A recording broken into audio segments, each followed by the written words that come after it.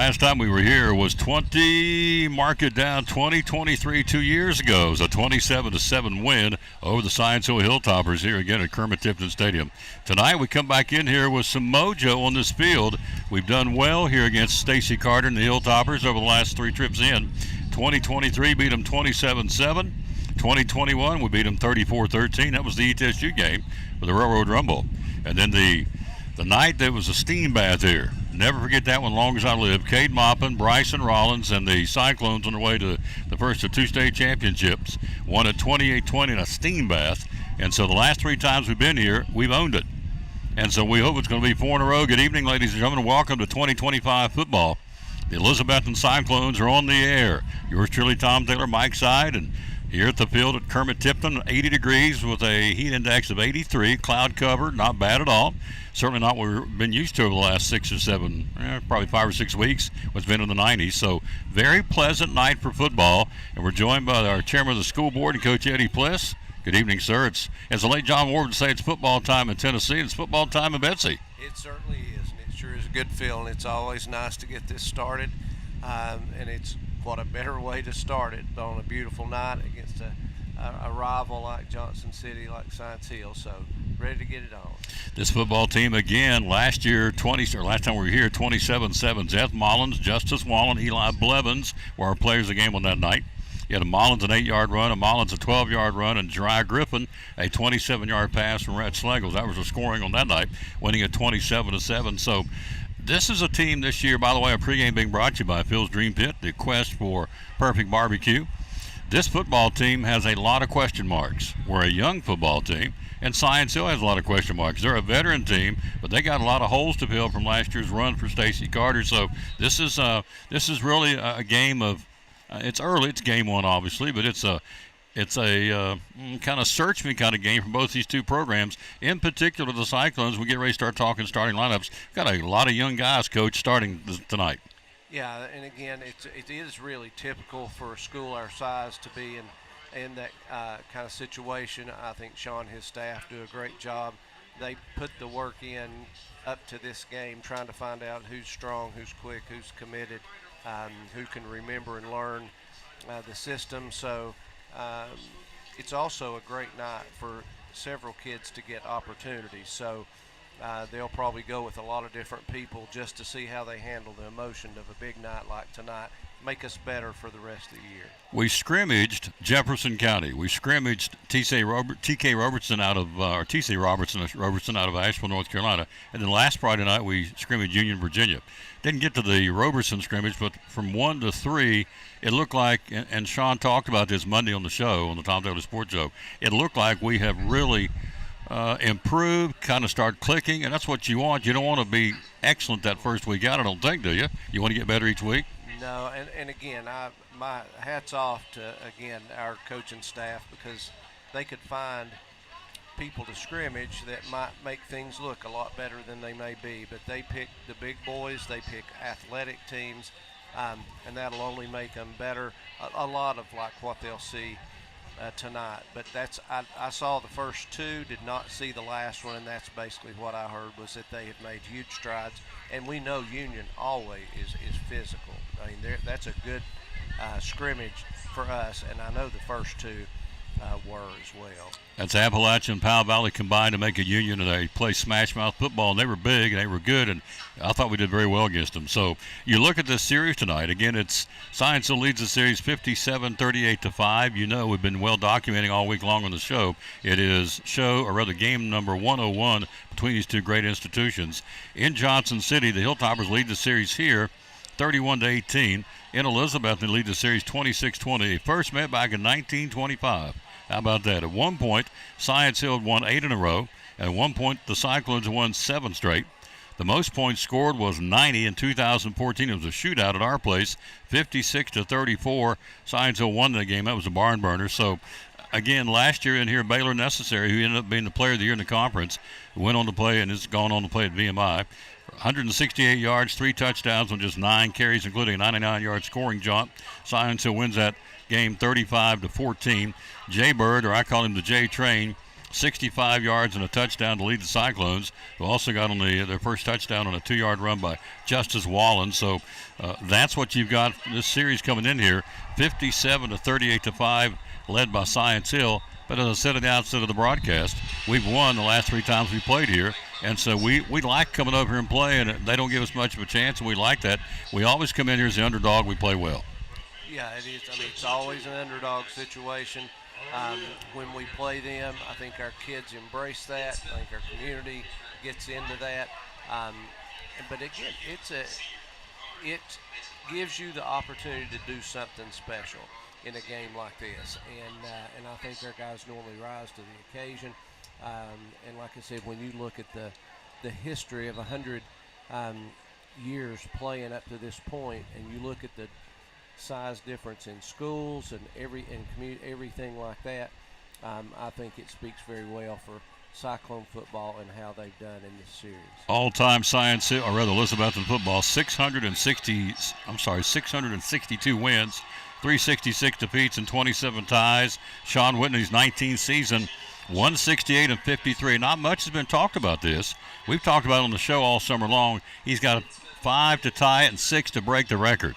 The all-time winning record number is the late Dave Ryder, of course, his granddaddy, as everybody knows, at 173 wins. Sean's at 168, 5 to tie and 6 to be the all-time winningest coach.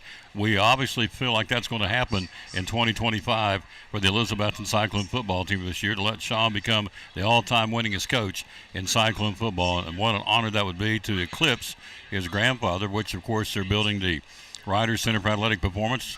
Dr. John Minton, our principal, will come by and give us an update on that at halftime. In the playoff, or overall, Science Hill, Sean Witten 7-11 overall, 3-6 at home and 4-5 here. But again, we won the last 3 games we played here.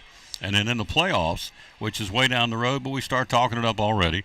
Playoffs, the Cyclones and Sean Witten are 33-14, 26-4 at home, and 7-9 on the road. So we play well at the bank. We are 59-7 at Citizens Bank Stadium. We'll be there in 2 weeks for the home opener against the Westridge Wolves. So that's kind of an early tale of the tape. We'll take over the lineups coming up here, brought to you by Randall Birchfield Real Estate and Auction with our buddy Jason Blevins. He's got an auction home on G Street next Saturday morning. We'll tell you all about that. But we'll get into who's playing where in our league. We'll get into what's going on statistically from this team from a year ago.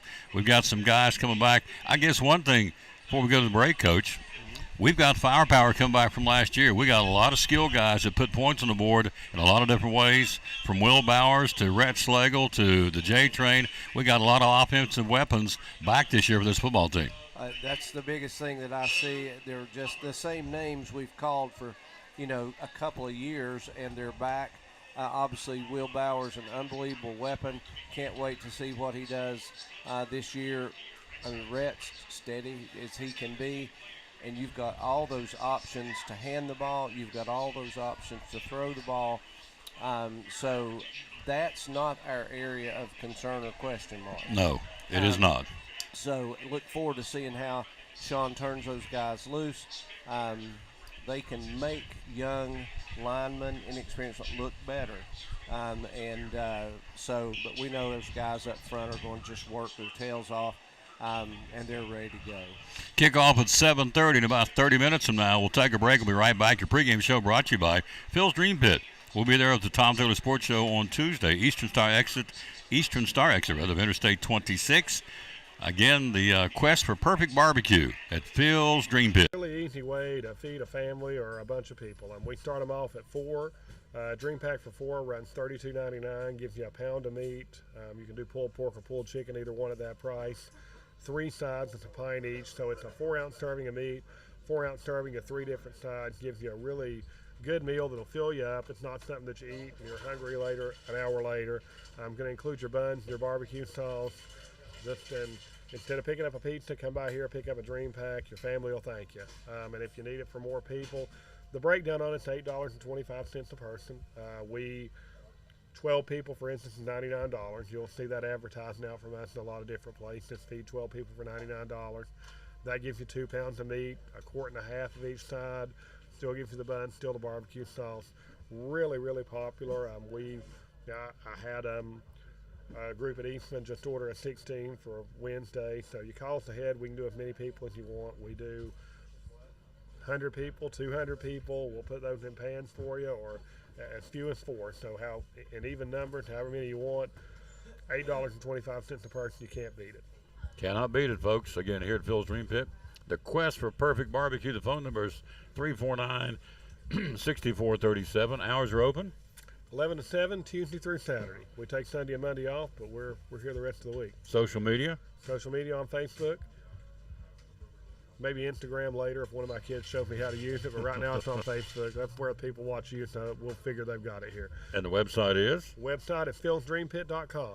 You got it. I see a familiar face here. Looks like he's ready to talk to you. He is. That's our buddy Jeff. Going to talk some NASCAR, I'm betting. That's our buddy Brian Pipkin, the owner of Phil's Dream Pit, one of our great sponsors here on the Tom Taylor Sports Show.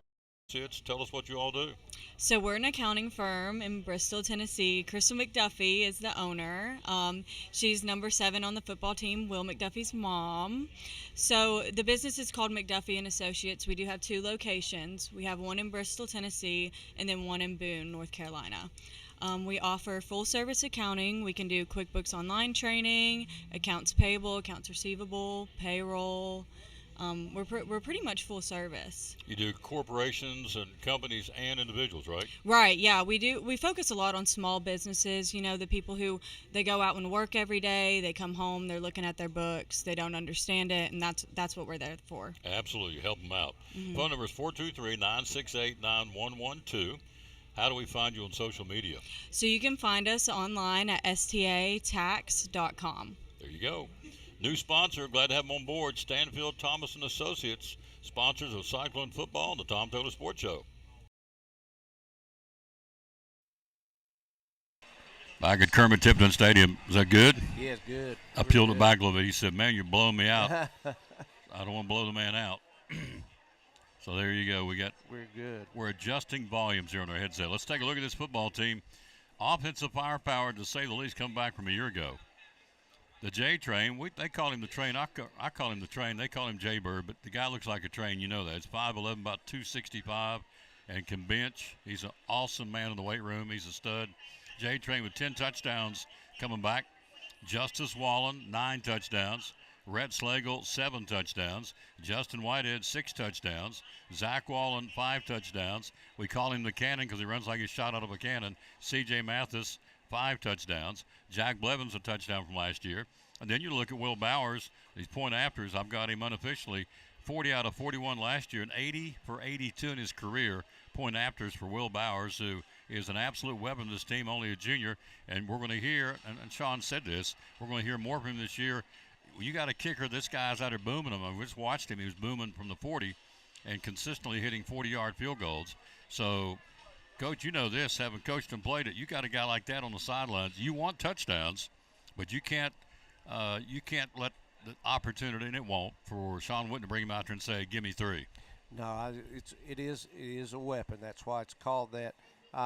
It's so hard when you get in that middle ground and you have to make a really tough decision, give somebody good starting field position. If you choose to go for it, if you punt, you may punt it in the end zone. They bring it out to 20.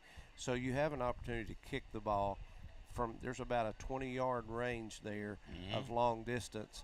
I would say anywhere from the 25-yard line to the 40, maybe even, he may even get a little bit further than that. I think you'll see this year that you've got an opportunity to score.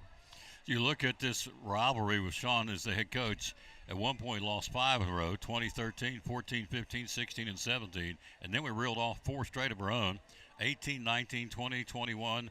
Again, 2 of those, of course, state championship years. And so, as we said at the outset of the broadcast, the last 3 times we've been here, we've won 28, 20, and 19, 34, 13, and 2021. And then 2 years ago, Red Slagle with that touchdown pass to Jeriah Griffin and 2 touchdown runs by Zeth Mullins, won 27-7 over the Hilltoppers here. So this is a rivalry. It never grows old. We got the starting lineups coming up. But the buzz about Science Hill, I guess you've heard it. A young man named Lane Clement. He is in here, a 6'4" transfer from Wyoming. Of course, his daddy was Ryan Clement from University of Miami quarterback. He finished with 1,362 yards and 13 touchdowns for Cheyenne Central High School as a junior last season. Transferred. He's here now. He's the quarterback for the Science Hill Hilltoppers. A lot of buzz on him. I saw him. We came over here a couple of weeks ago and watched the 7-on-7. It was us and DB and Greenville and Science Hill. Pretty athletic, 6'4", kind of, lanky and a quarterback type height at 6'4". He's got a cannon, and he's going to test our secondary tonight. He's already said that. Stacy Carter said we're going to test the cannon of Clement, see what goes on. So our defensive secondary is going to be tested tonight. Well, and I think they'll rise to the occasion. When we've got experience in the secondary, just like we do in the offensive backfield. So, and I know Blevins' kid made it turned the tide of the game 2 years ago on an interception over here in the ball game. So I'm anxious to see him. I mean, I want to see good quarterback play. Obviously, I know what Rhett's going to do, I feel like.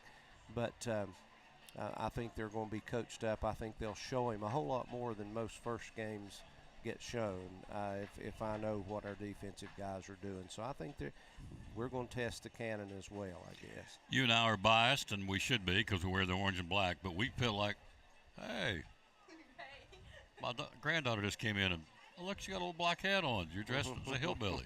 I want to get a picture of you. So don't go too far. Lost my train of thought. My granddaughter walked in and just. Well, we're partial. That's what we're saying. Oh, we're partial. Biased. Yeah, we're biased. We know, you and I know, because you've been around them. Our coaching staff, I guarantee you, in fact, I saw Justice Wallen early in the week. He said, we got things drawn up that you normally would not, some wrinkles, if you will, for this football team, and that's what Sean does. And so our coaching staff, I'll put them up against anybody. We may get outbeat, out-talented from time to time. We don't get out-coached. And so there are wrinkles, there are things I guarantee they worked on this week that Science Hill won't be ready for. So I'm looking forward, and, of course, Sean loves an opportunity. He says, I want to test Lane Clement, see how good this guy is, and our defense will do just that. Yeah, like I said, it'll be interesting to see what we do. A lot of those things are disguised. We may not know until after we hear about it on what they did. It may be hard to see. That means it's well designed. But, again, even though we've got it on paper, they still got to execute, and that's basically what this game will come down to, will be execution. All right, so let me give you, we're already getting asked, so here it is. We're doing audio only because we were told with Science Hill there's no camera tonight. It's just that simple. You want to hear the broadcast? It's what we got, audio only, and we want to have camera. We can't, and so you did. Somebody said, well, I saw audio only. It was on my cell phone. I went out in the stands and did a little pre-tape, kind of a tease or promo, but no, the game itself tonight, I don't know, I haven't been told about next week. It's Stone Castle, but tonight it's audio only. Enjoy the ride. This is all we've got. We'll do our best to paint the picture for you, and that's what we've got. So, and I appreciate everybody asking, but it is what it is. What's the old adage? When in Rome, you do as the Romans do. Exactly. Quick break. We'll take a look at the scoreboard. Got other games tonight. Coach is going to tell you about right after this break from Phil's Dream Pit. You're listening to Elizabethton Cyclone Football. The Tom Baylor Sports Show. Dream Packs. Tell us about the Dream Packs. What's that all about? Dream Packs. We start at 4 and go up in even numbers as big as you need. You get meat, 3 sides, sauce, and buns. All that's included.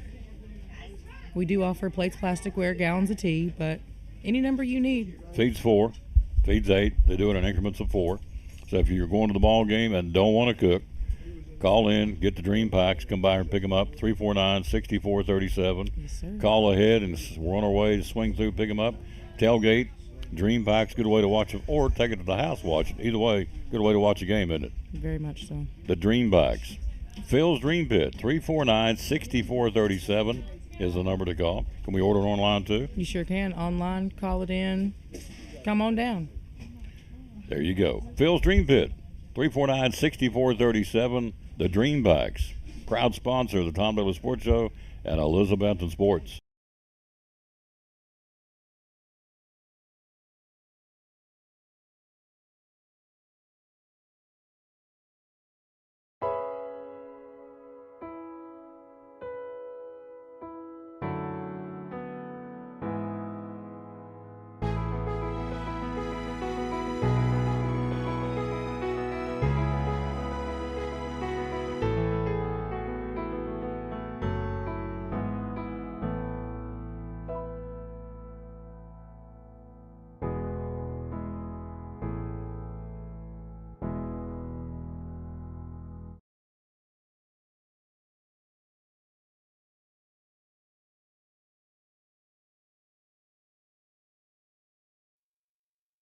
Back at Kermit-Tipton Stadium for Elizabethton Cyclone football. Thanks for being with us.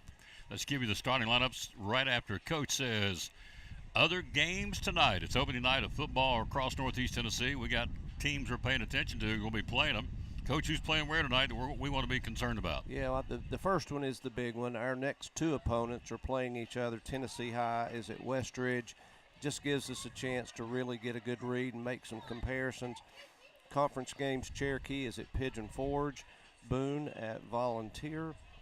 Knox Carter is at Northview, so that's a local game down there for them. Another one to keep an eye on is Greenville and Morristown West. We no longer have West on the schedule, but that's a really good test. That'll be good to see what Greenville's made of. East, Sullivan East is up at Johnson County. Claiborne is at Granger.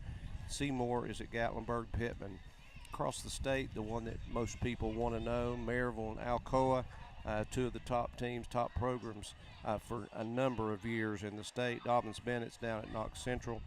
Happy Valley, Unaka, local teams. Avery County's at Hampton, but they're playing at Happy Valley in their new turf field.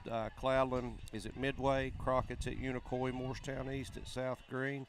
North Green against Chucky Doak. West Green at Cosby, and Cocke County at Jeff County. That's the games tonight. Let's give you the starting lineups brought to you by Randall Birchfield Real Estate and Auction. First off, for the Cyclones on that front wall tonight, you'll snap that ball, be senior Braden Rainwater, number 59. Numbers don't matter. You can't see them. You go right guard. You'll go Brendan Orellano, the sophomore. Left tackle, Nolan Loveday, sophomore. Left guard, Kyler McGovern, the senior. And also the other Loveday brother, sophomore Lennox Loveday, or anchor right tackle. So Rainwater center, left guard McGovern, left tackle Loveday, right guard Orlano, and right tackle Lennox Loveday. There may be some other guys in and out. That's your starters tonight. Quarterback, Red Slegel, we know the numbers. 1 point last year, went 21 out of 21 on an outstanding night down at Northview Academy. Red, of course, as the starting quarterback, 16-6 for the Cyclones as the head QB or the starting QB. He'll be back for his senior season, and also an excellent football, or rather baseball player as well. Other numbers for this football team, you look in the running backfield, the J-Train, who, of course, is a senior. He comes in with 10 touchdowns under his belt. C.J. Mathis, C.J. Junior with 5 touchdowns. Justice Wallen, senior, with 9 touchdowns. That's your running back crew. Justice Wallen also be your tight end tonight.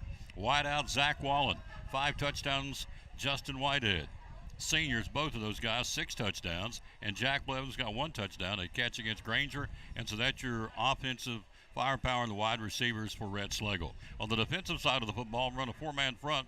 Up front, Calix Daughtery, sophomore, and Cooper Atkins, senior, be your defensive ends. Tackles will be Riley Jones, a senior, and Braden Rainwater, senior. Linebacking core, C.J. Mathis, the J-Train, Justice Wallen, and Sammy Orsburn, the junior. That's your 4-man linebacking crew.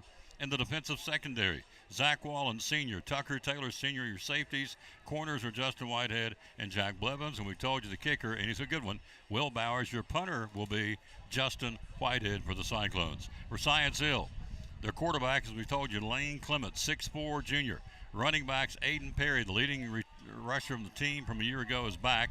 Ian Mathis is back, and Malik Anderson with wheels, he is a junior, he's back. That's the 3 running back tandem for Stacy Carter, Science Hill Hilltoppers, and the running back in the offensive backfield. On the front line, they're big. Center, Mason Whitehead. Interestingly enough, teams don't put heights and weights anymore. I thought it was interesting. I don't know why they don't, Coach, but we didn't and they don't, and I guess it's a mystery, but I can tell you they're big.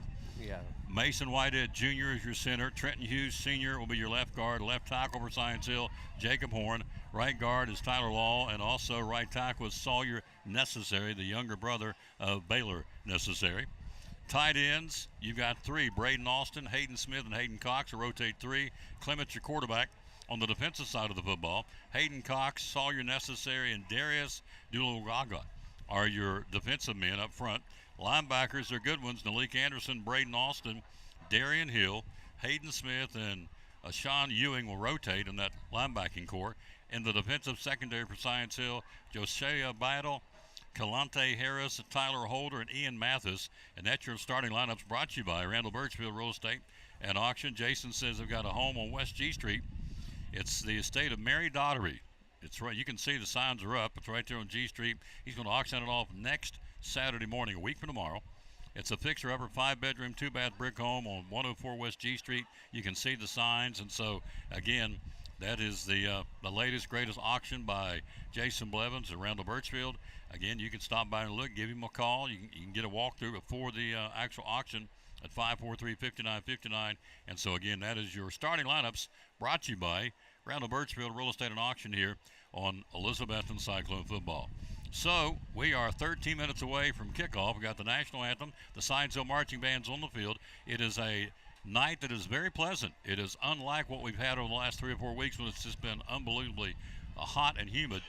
Coach, it's not that bad at all out here. It's 80 degrees with a heat index about 82. It's going to get cooler as nightfall comes, and so a very pleasant night. We've come over before, and it's been just sweat dripping off of you. Yeah, it's a perfect night to start the year. Normally it's almost scary hot. This is I think our kids really like playing in this kind of weather, a whole lot cooler than what they've scrimmaged in. So should be good for both teams. The Science Hill Hilltopper Marching Band is on the field. The Hilltoppers ready to come out of their helmet to the right, the inflatable SH. The Cyclones are across the way getting ready to do the same, and they're all white uniforms tonight coming to our inflatable helmet. Looks like they are doing they're singing the alma mater right now. There's a chorus down on the track here in front of us, singing the Science Hill, what would you call it? Wouldn't be the fight song. It would be the alma mater, alma mater song. imagine, yes. There you go. So back home, West Virginia, we didn't have any alma maters. Yeah. So that's a foreign thing for me. The school fight song, we just fought in the stands. We didn't have a school fight song. That's right, yeah. Had nothing better to do. Yeah. That's it. Yeah. We fought in the stands. That was our fight song. All right, we'll take a break. We'll be right back. Hello, Bud Street. How you doing, sir? Hope you're feeling well. We're praying for you, sir. And we'll take a break. We'll be right back. Coach has got the keys to this game. It's the season opener. Next Friday night will be at Tennessee High at the Stone Castle. Then we're home in 2 weeks. The West Ridge Wolves come to town. So that's our next 3 games. But tonight, all the spotlight is, and understandably so, on the Science Hill Hilltoppers of Stacy Carter. Back after this, you're listening to 2025 Elizabethton Cyclone Football. Brumman Sports Shop in downtown Elizabeth with your favorite school's T-shirts, polos, or hoodies. They can put your school, church, or company's logo on lots of different styles of hats, including Nike and Richardson and now Travis Matthew. Windbreakers, sublimated shirts, pullovers, koozies. They can order for any area school and your favorite team. Dry fit sleeveless hoodies, Nike dry fit T-shirts, women's and toddler sizes. You can order any uniform for any sport, including the pants or shorts from Brumman Sports Shop. And they always have a clearance rack to save you money. Plaques, trophies, medals, and ribbons, and all the engraving is done in-house. And they offer hard-to-find Letterman jackets of your favorite school for guys, ladies, and now elementary and middle school athletes too.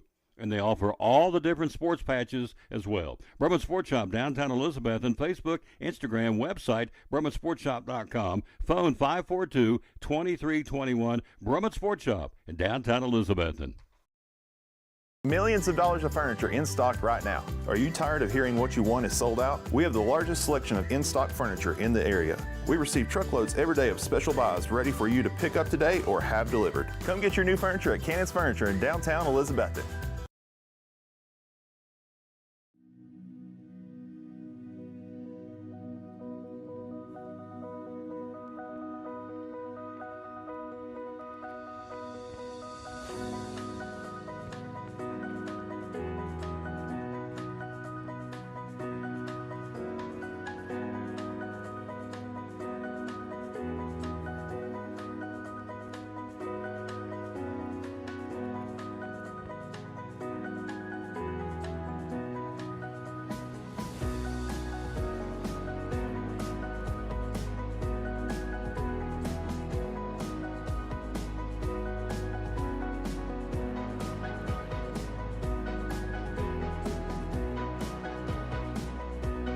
Our success is your success.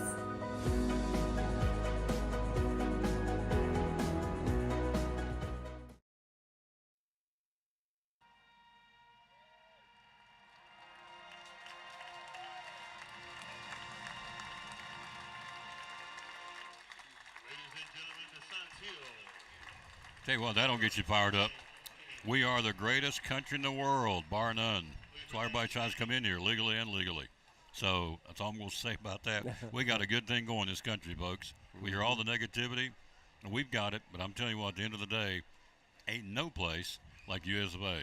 them stars and stripes mean something to me out there. So thank you to the Science Hill Band with the national anthem. Coach, keys tonight, Science Hill Cyclones, 101st meeting. What we got to do to beat them tonight? Well, I think you've got a great quarterback in Rhett Slagle, and I think you've got to give him time. And I think you can give him time by kids up front protecting and by moving him around the pocket. I think if we can do that, he's going to hit targets.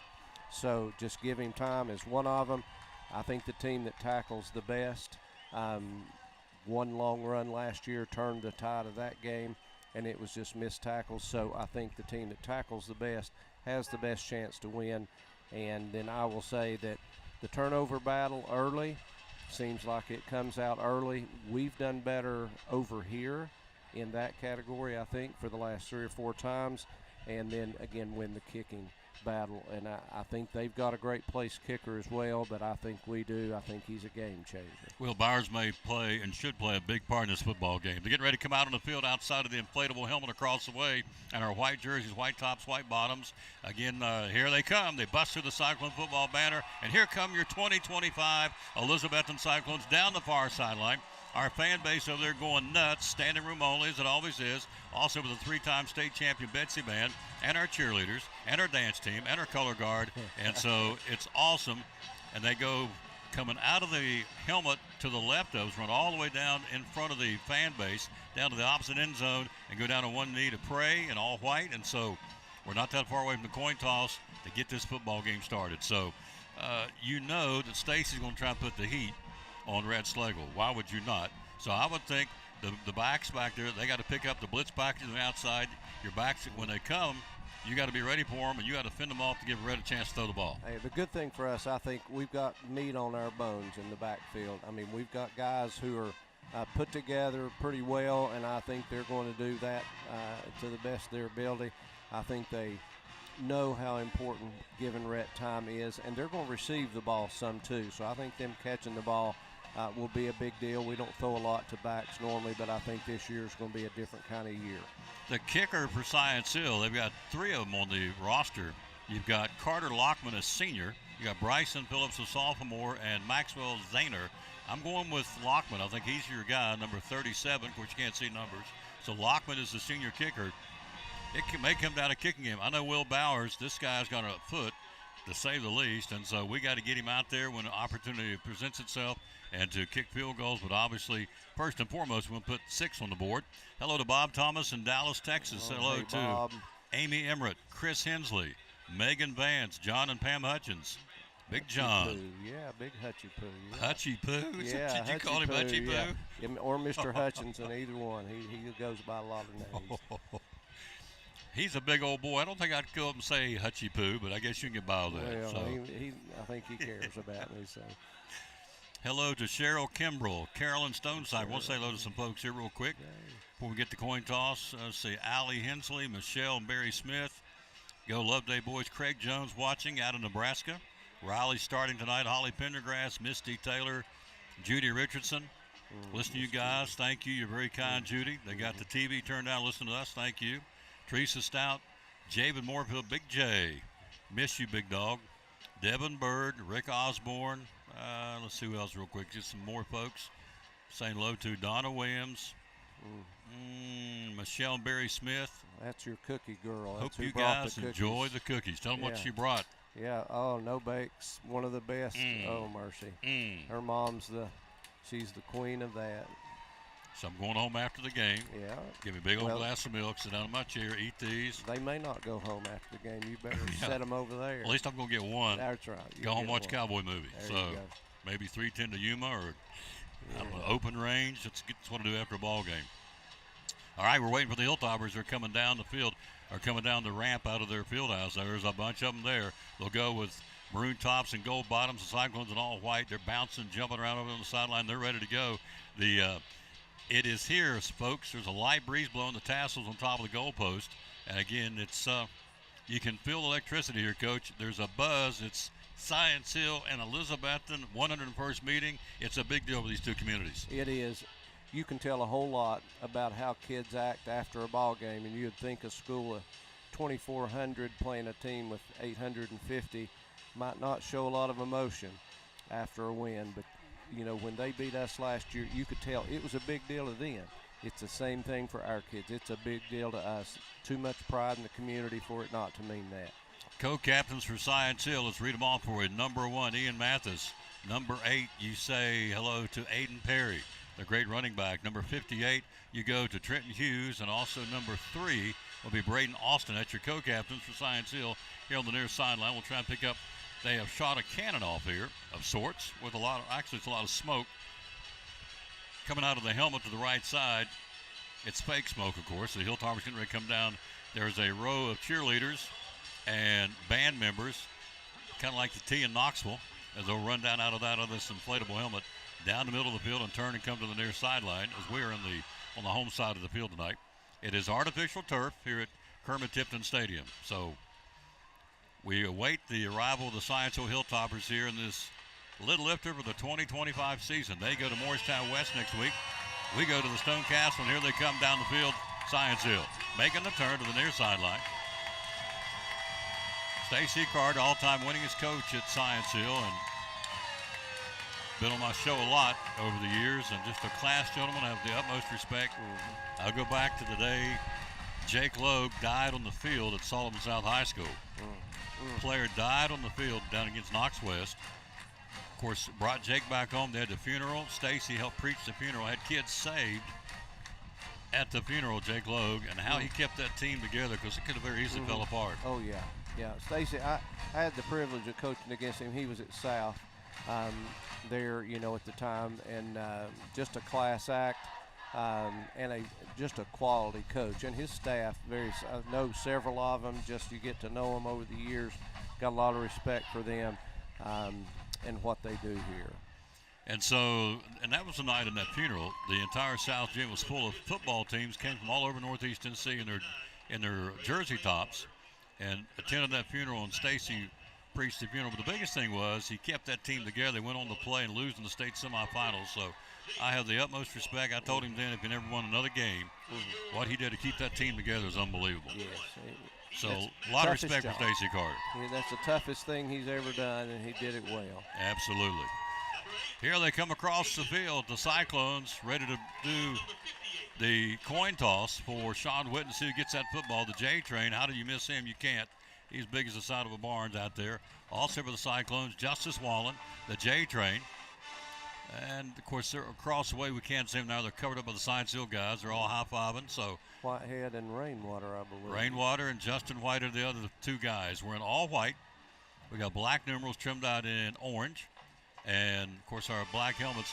Great story on the helmet. Where else would you have? Yeah, Gloria. Goodness. Where else would you have in America a football team but would put their janitor's name on the back of the helmets? Because we lost Gloria Hall this summer unexpectedly. Coin toss declined. But anyway, on the back of our helmets for the whole year, both here and at T.A. Duggar, we've got Gloria on the back of it, honoring our custodian who loved the Cyclones, Gloria Hall. So what other school do that, Coach? You talking about class. I don't know too many. She mothered every one of those boys over there and the coaches. Cyclones will get the football to get it started. And so we welcome you on board wherever you may be. As the late John Ward would say, it's football time in Tennessee, it's football time in Betsy. And so we bring you this coverage tonight, audio only. It is not our choice. We told you that earlier. It's Science Hill's request. We didn't have a camera tonight. So here we are. We're going to paint it for you. Hope you enjoy what we do. We'll give you our, as old Pat Benatar sang it, we're going to hit you with our best shot. We'll see what happens. Cloud cover, 78 degrees for kickoff here. Here a little Arnold Lane and John Lee and Chris Gillenwater. Yeah. We do miss Gloria. Thank you, John. We do. So, but we're not going to let a memory go away. By the way, congratulations. Tia Duggar came here yesterday and beat Indian Trail 8-7 on a slobber knocker. We're now 2-0 for the Fighting Cyclones. And the JV won 38-6. So both teams are undefeated. And we'll go to Jay Fred this weekend, this Thursday, to play Sevier. Then we'll come on for 4 in a row. We're going to stream all 4 home games. And then October the 2nd, make a little trip down to Greenville for the Tia Duggar Greenville football game. We're going to stream that one too. All right, they're going to put it on the tee and get ready to go here. Kicking will be Carter Lockman. Back deep or Justice Wallen will go right to left on the kick, looking into the scoreboard. Science Hills fans are on their feet. And the Cyclone Nation's on their feet. What a Lousy, what an atmosphere. Gets me tore up, get choked up. This is what it's all about, folks. It's high school football. And these kids, they worked all spring and summer and dead week, come back with our fall practice, 3 scrimmages, and now it counts. And we've talked about this many times before, Coach. We'll look up and we'll blink at senior night because once it starts, it flies by, doesn't it? It surely does. Quick. In the event there is a lightning strike delay, the stadium must be cleared. So there are storms in the area. I thought there was cloud cover. So he's already given them word that if there's a lightning strike or lightning, you got to get out of the stands, which that kind of goes out saying. But right now, we're getting ready for a kickoff. But there are some clouds darkening back down towards Johnson City here. Here's the kick. This one's underway. Our 2025 season. End over end kick in the end zone. It'll bounce in. It'll be an automatic touchback. The Cyclones will set up shop. And they'll get it going under the offensive firepower of Rhett Slagle. Let's see what Rhett can do here because he's got a chance to, again, build on what he did here last year. Again, we'll set that offensive line for the Cyclones up front. Nolan Loveday, Coop, Brennan Orlana, Braden Rainwater, Kyler McGovern, and Lennox Loveday. Slagle quarterbacking, running back to J-Train. He'll be back to C.J. Mathis, and on occasion you have Justice Wallen who'll line up as a tight end here. So we'll set up shop at the 20-yard line. 1st and 10, Cyclones working right to left near hash mark. Single setback, Wallen. Out of the gun, 3 to the far side, trips to that side, the wide side of the field for the Cyclones. Slagle rolls that way, throws out in the flat, and it's incomplete. It was tipped. It got tipped in the backfield. He rolled out and stopped, planted, and got it tipped by number 3. Put his hand on it. Braden Austin just nicked it to keep it out of the intended hands of Justice Wallen, incomplete. Yeah, I mean, I like the design of the play. Again, just get tipped there at the line, just a little bit over his head. Dangerous, almost. It could have been a pick, but I like the way we started. I like the play call. 2nd down at the 20. Again, we just got started on the kickoff. Second play from scrimmage. Again, you've got Slagle audibilizing to his Hogs up front. 2nd and 10 from the 20. Just got started. No score, obviously. Slagle puts a man in motion. Now flag flies. We're going to stop the play. Maybe delay a game. Let's see. It came out of the defensive backfield. See what they'll call here. The man in the white hat will make the call. Illegal procedure against the Cyclones. 5-yard penalty back to the 15. Reset the play. So it brings up a 2nd and 15 now at the 15-yard line. Sides Hill showing a, what, Coach, 3-4-man front, but they're big. Yeah. They are big. Hayden Cox, number 90, he looks like he goes about, he ain't on the scales, but he's looking about 270, 280 down there, one of the Hogs up front. They're showing a 3-man front on a 2nd and 15. Slagle, single setback, man in motion, Wall on the far side. Rhett looks, throws out in the flat. It's caught the J-Train. Turns the corner to the 15, 16. That's all they get. Swing pass out of the backfield to Wall, and he'll get it up 1 yard to the 16-yard line. They converge on him. And a tackle made by Science Hill. Call out the number of Darian Jackson making the stop. And Hill also. So it's a 3rd down and 14 on the 16-yard line. Yeah. Got to hold our block a little bit better on the outside. One block would have given us about 6 or 7 more, but again, it's early. We'll see how we do. 2 to the wide side, 1 in the slot out this way. That's Jack Blevins, who had a stinger against Jeff County or against Roberson. The scrimmage, he's back, obviously ready to go. 3rd down long now. Throwing, screen pass over the middle, caught and wrapped up and slung down at the 19-yard line. Made the catch in the middle of the field, and Amelia got wrapped up, and their defense rose to the occasion. Call out the name of 53. That would go to Sawyer Necessary, making the stop. They stop us at the 19-yard line. Punting situation. Justin Whitehead will go back to our 4. They kick it away right to left. They stop us on the opening series. Science Hill's going to get the football, Coach. Yeah, it was a good defensive series for them. That was well played. The screen pass, the middle screen, he played that really well. Whitehead on the kick. It'll bounce and hit. Rattle around. Pretty good field position from Science Hill. It's going to be down at the 46-yard line. Down by Calix Daughtery. And it's 1st and 10, Science Hill in their offense now. Lane Clement, 6'4", transfer out of Wyoming. Over 1,300 yards passing. We'll see what he can do now. His opening drive against what typically becomes a heavyweight fight between these two schools. And so it's 1st and 10 to the 46-yard line. Science Hill on the Cyclone 46. Clement, single setback is Nalik Anderson. Clement will hand off to him. Turns the corner, actually it's Perry. Perry to the 45. He'll stiff arm man and rode out of bounds at about the 42. Penalty flags all over the field. Tackle made by the J Train and also Jack Blevins, a hold against Science Hill going back. That has been the bugaboo of this team. We've talked about this every year. They get a lot of penalties, particularly in this first game of the season. Become a couple of times we've done these games become a penalty fest. Science Hill holding, they'll take it back. It was real obvious. It was a tackle downfield.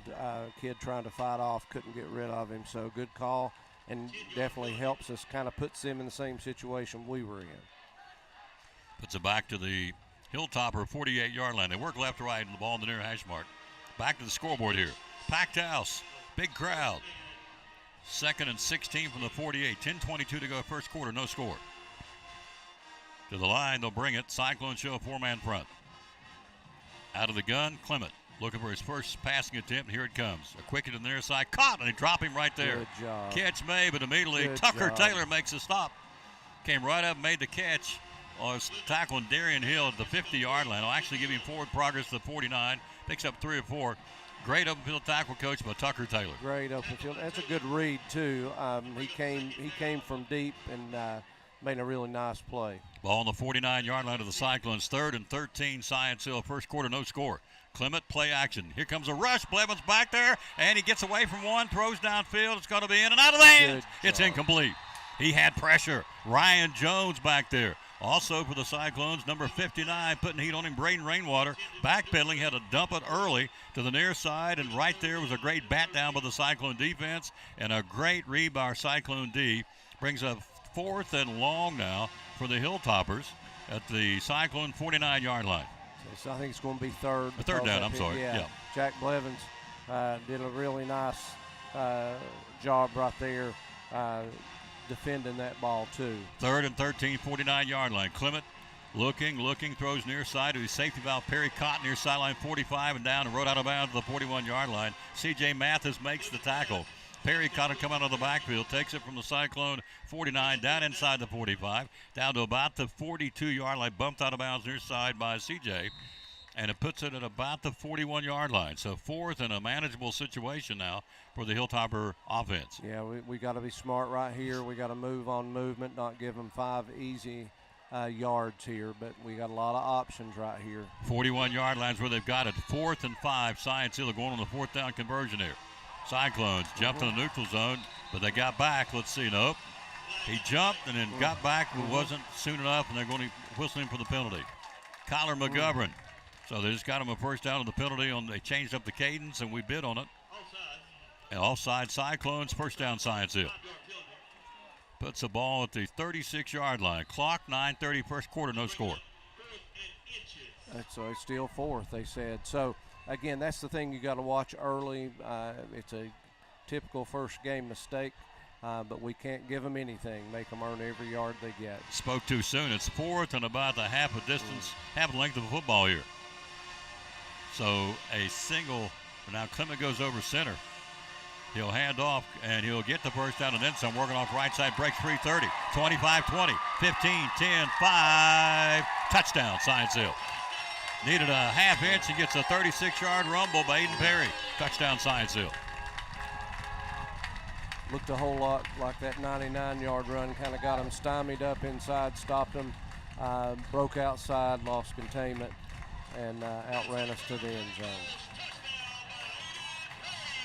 Aiden Perry with a touchdown for the Hilltoppers. They strike. It was a 4th down and inches, and he got that and more. A 36-yard run for a touchdown for the Science Hill Hilltoppers.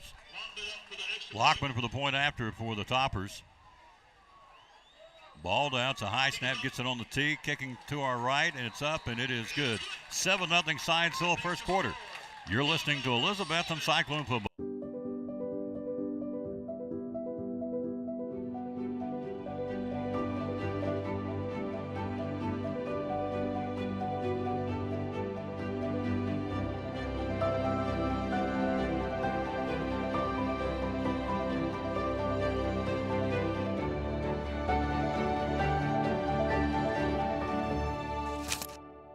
We're proud to help our region move forward and help reopen every business we can. After a long, hard day at work, all you want to do is relax at home, right? But how can you possibly relax when your home's not comfortable?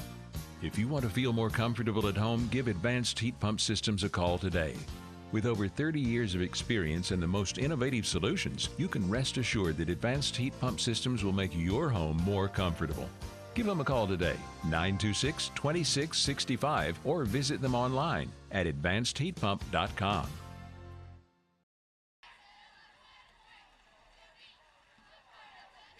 4th and inches, and they got that and more. 36-yard run by Aiden Perry, the leading returning rusher from last year. 36-yard run down the sideline.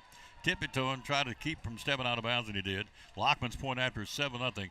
Penalty bug bit us on that series, Coach. It really did. Well, the offensive, we had an illegal procedure, and then that big difference between 4th and 5 and 4th and inches.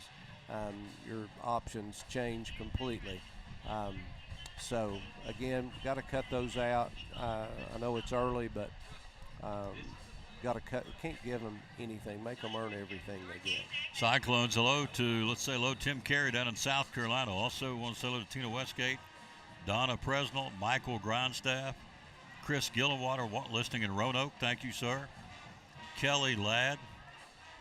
Who else can we say hello to real quick? Man, it's getting overcast here all of a sudden. Kim Saylor, Jeannie Cakebread, Johnny Markland, Tim Carey listening, class of 1980 in South Carolina. Thank you, sir. Logan Jordan, Will Livingston, John, what'd you call him, Johnny Poo? Yeah, Hutchie Poo. Hutchie Poo. Yeah. Hutchie Poo's back with us. All right.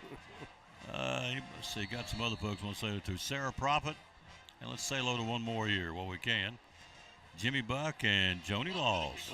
Love Miss Joni. Yeah. Cyclones get it for the second time here, trailing 7-0 first quarter. Here's the kick. It's a boomer. It's a backpedaling in the end zone touchback. So big weapon, Carter Lockman doing his job, the kicker for Science Hill. Clock at 9:21 first quarter, 7-0 Science Hill. Got to focus. Got to get a first down here, Tom. Got to get something positive happen right now real quick. See what we do. Hello to Sue Craig. Hello to Jeff Curtis. Thank you all for listening. Hopefully we'll have a camera next week. Don't know yet. I haven't been told whether to get a camera up there or not. We'll have RB back with us. By the way, normally Coach Van Huss is with us on the road. He's got a previous commitment. So Coach Pless is our home color commentator. We'll get him in 2 weeks when Westridge comes to town. All right, 1st and 10, Cyclones, second drive. We trail 7-0 first quarter. Slagle hands off to the train. He'll come up the middle, barreling his way to the 25, 26-yard line. We'll take it on a first down, 5 or 6, grinding it out. He just mowed down a couple of guys. Finally, a hand got put on him by Hayden Smith as the J train cranks it out to about the 26-yard line. We'll take 6 on the first down, Coach. That's a good first down run, a lot of determination. They had a lot of movement up front. That's good for those guys. So it's a second down and about, they're going to call it 25.5-yard line. 2nd and 5 or 4.5. First quarter, we trail 7-0. 2 to the near side, wide side. Slagle with a single setback behind him out of the gun. He'll hand off again. Another dose. Here he comes. He's going to get a double C Western Supply first down to the 31-yard line. Just wrapped it up. This guy is a monster in the weight room, Coach. He's benching over 500 pounds, I was told, squatting about 800. This guy's a load. The J train cranks it. Double C Western Supply first down to the Cyclones at the 32-yard line. That's what we needed. You know, last year this time he still wasn't 100%. He was still coming back from that injury, if I'm not mistaken. He looks ready. Cranking it. First down Cyclones, moving them back-to-back, bruising, runs up the middle. Linebacker stopped him both times. 32-yard line. We trail. 8:52 first quarter. Slagle on the keeper. Rhett cuts it up inside, keeps it himself, and slides out over the 35. Fumbled football to the 39-yard line. Coughed it up, but he falls back on it and gets positive real estate at the 39-yard line.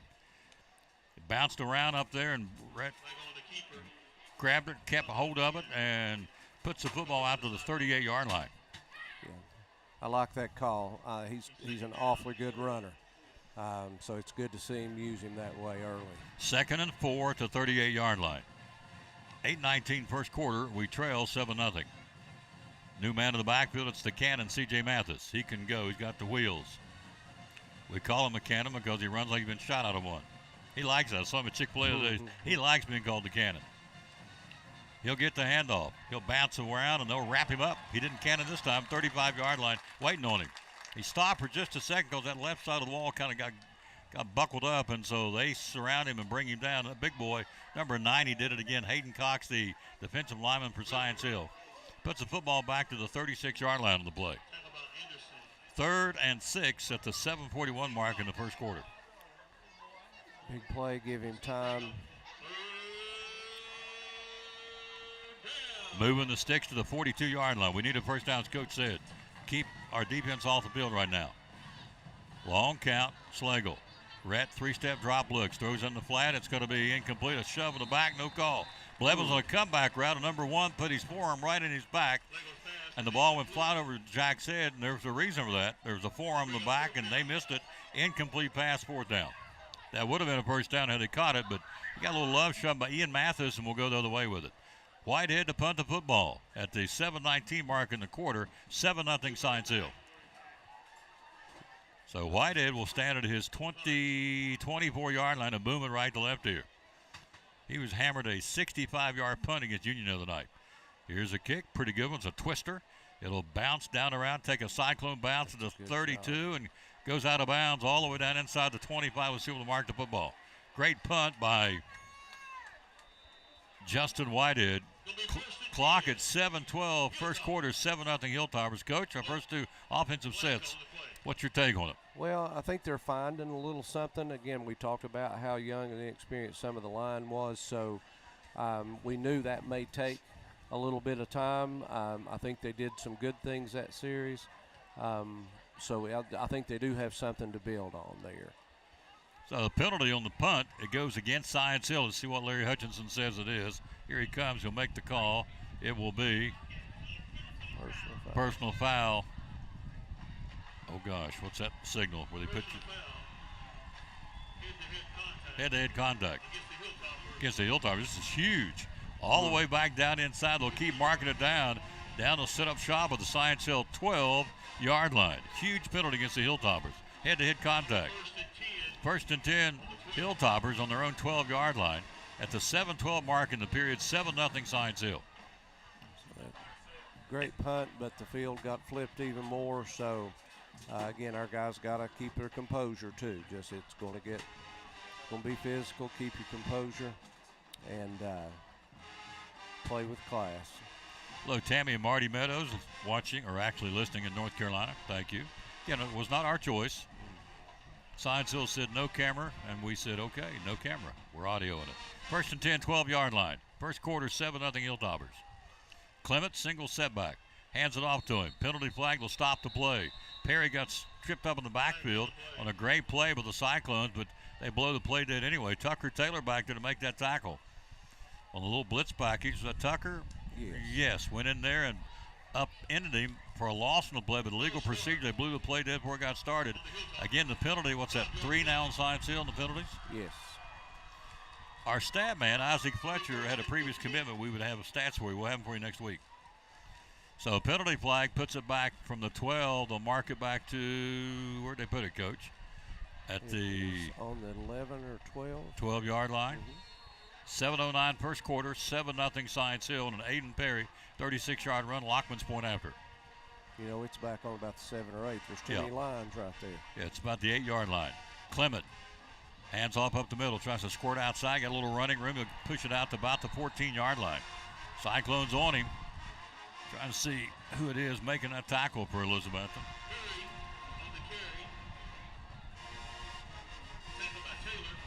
Tucker Taylor making a stop. Nice job, Tucker. Tucker coming up from his corner, making our safety, making that stop.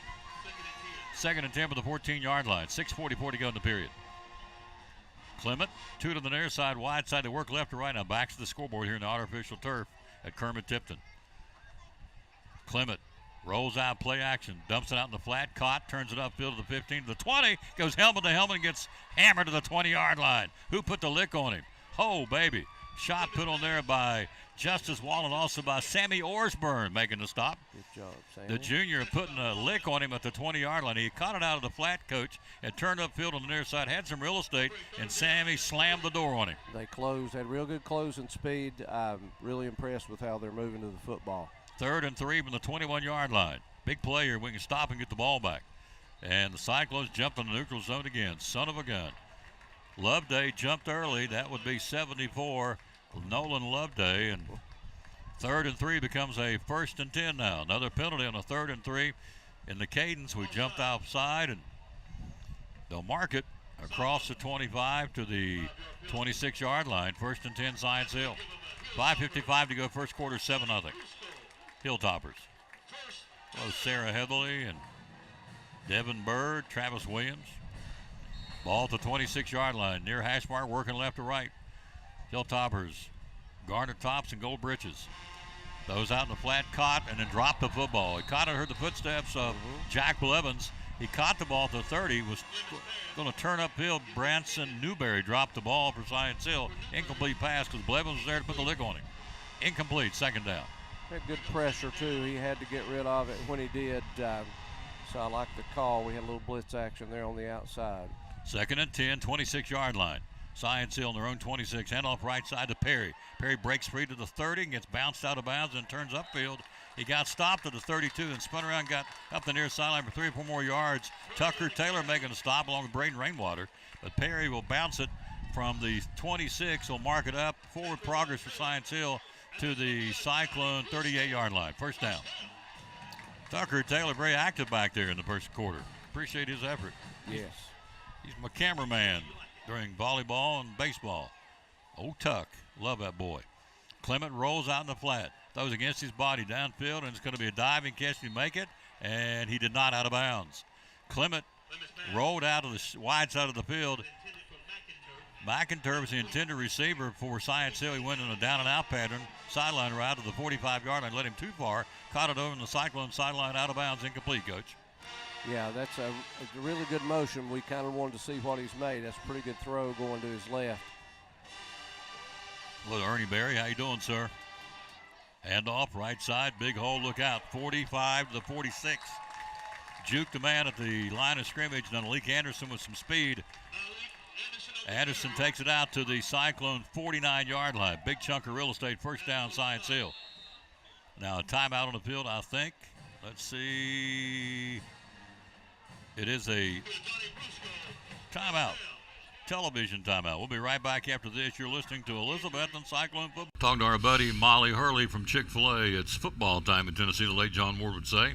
On a Friday night or a Saturday afternoon or even on Sunday to watch NFL, you can get your trays from Chick-fil-A. Tell us what we can get, Yes, dear. you can. You can get nugget and strip trays, fruit, salad, mac and cheese. We've got cookies, brownies. We've got wraps and veggie wraps. And then we also have our sub sandwich trays that have our cold grilled chicken, lettuce, tomato. Those are really good. And if you're getting it for a Sunday for the NFL games, you can also get the nuggets and strips chilled, so that way we'll cool them down for you, give you reheat instructions, and you can pop them in the oven and have them ready for your party. How do we order? How do we get them? You can call the store at 423-297-1266, or you can go online or use your Chick-fil-A app to place an order online. Any day is a good day to get a tray from Chick-fil-A in Elizabethton, 423-297-1266. Our buddy Molly Hurley, marketing lady from Chick-fil-A here in Elizabethton, proud sponsor of the Tom Bailey Sports Show and Elizabethton Cyclone Sports. The Eagle Center, downtown Elizabethton, great antique store. Why come shop at the Eagle Center? We just have so many unique things that tell a story, that add character to your home and conversation, and there's something new to look at every single day. Every time you come in, you won't see the same thing twice, and it's just a good place to shop for those unique gifts. What's the saying you always use, the cliche? Things tell a story when people no longer can. That's it. We have a building full of things that are just dying to tell stories. Absolutely. 2 floors, over 50 vendors. Hours are open. We're open 10 to 5, Monday through Saturday. Closed on Sundays for the Lord's Day. That's right. And you have gift cards too, right? We have gift cards available. Yep. The Eagle Center, downtown Elizabeth, one of our great sponsors here on the Tom Bailey Sports Show and Cyclone Sports. Be loyal, buy local, and shop at the Eagle Center in downtown Elizabethton. Thank you, Tom. On the play, coming back on a handoff up the middle and nothing. Great stop of the Cyclones. We had a timeout. C.J. Mathis got his bell rung a little bit. He bounced up and went off the field in his own power, but pick up a one, actually less than a yard in the handoff, and up front to make that stop. Nice play by the Cyclones. We'll call out the name of Kyler McGovern making that stop. Ball at the 49-yard line of Science Hill. They lead 7-0 first quarter. Clement, play action. Looking. Plenty of time. Throws out in the flat and incomplete. Great job, Jack Blevins. The ball was there right on the numbers to Branson Newberry, and Jack Blevins played it perfectly over the shoulder deflection, knocked it out of his hands, incomplete pass. Coach, great job of Jack Blevins. He had great position. He used his hand the proper way to deflect the ball. He's had good coverage pretty much the whole time. Brings up a 3rd and 10, Science Hill on their own 49-yard line. 7-0 Hilltoppers, 4:41 to go first quarter. Clement looking, throws near side. It's caught out of the backfield near sideline, 45-40, 35-30, and down to the 29-yard line. Catch made by Keenan McInturb, the senior, new weapon. And over the middle pass and takes it from the Hilltopper 49 down to the Cyclone. Let's see where to mark the football. He stepped out of bounds, but he got enough of the real estate for the first down to the Cyclone 40-yard line. Picks up 11 yards, first down Science Hill. Clock 4:31 first quarter, 7-0 Hilltoppers. It's a well-designed play there. Drag a guy across into an open area. Well-designed. Great play call by Science Hill. You got to give him props. 40-yard line, 1st and 10, 4:29 to go in the period. 7-0 Hilltoppers on an Aiden Perry 36-yard run in the first quarter. Clement, single setback. Cyclones show 4 defensive. Handoff again to number 1. He'll go off the left side, scoot down inside the 40. Running the football, Ian Mathis. He'll take it. Another running back. They're giving you a steady dose of different guys inside the 40 down to the Cyclone 35-yard line. And let's see, who made that tackle, Coach? Call out the name. May have been Whitehead. Whitehead, it was. Justin Whitehead. Well, Dickie Clark listing in the Smokies. Papa Dickie. So it brings up a 2nd and 5, 35. Clement, play action. Looking, plenty of time, not much pressure. He'll wing it down to the end zone. It's going to be incomplete. Great job down there by Tucker Taylor. In single coverage, and Tucker went up and made sure he didn't get that ball. It's incomplete in the end zone. Great job, Coach, for Tucker Taylor. That was because the quarterback had all day, so he had to cover a guy one-on-one for a long period of time. And he fought really hard for that football. It was a great job by Tucker. Clements sit back at his 45-yard line backpedal, and he aired it out to the Cyclone 45 in the air about 45 yards. Hand off to Perry. Perry will go to the 35, breaks free, look out to the 25. He's at the 20. Perry down inside the 10-yard line. Aiden Perry. We're getting a steady dose of different running backs. Now Perry went off to the left side, the short side of the field. Takes him to 35 all the way down inside of the Cyclone. Let's see where to mark the football. And the Hilltoppers are cranking it up on the rushing into this offensive series, no question. Now there's a penalty flag. Hang on here.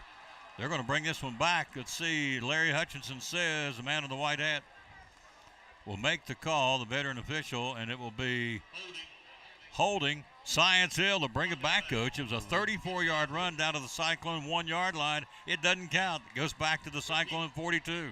It's big break. Easy to run football when you can hold and get by with it. So that's, again, most players do it. If it's too obvious, they're going to call it.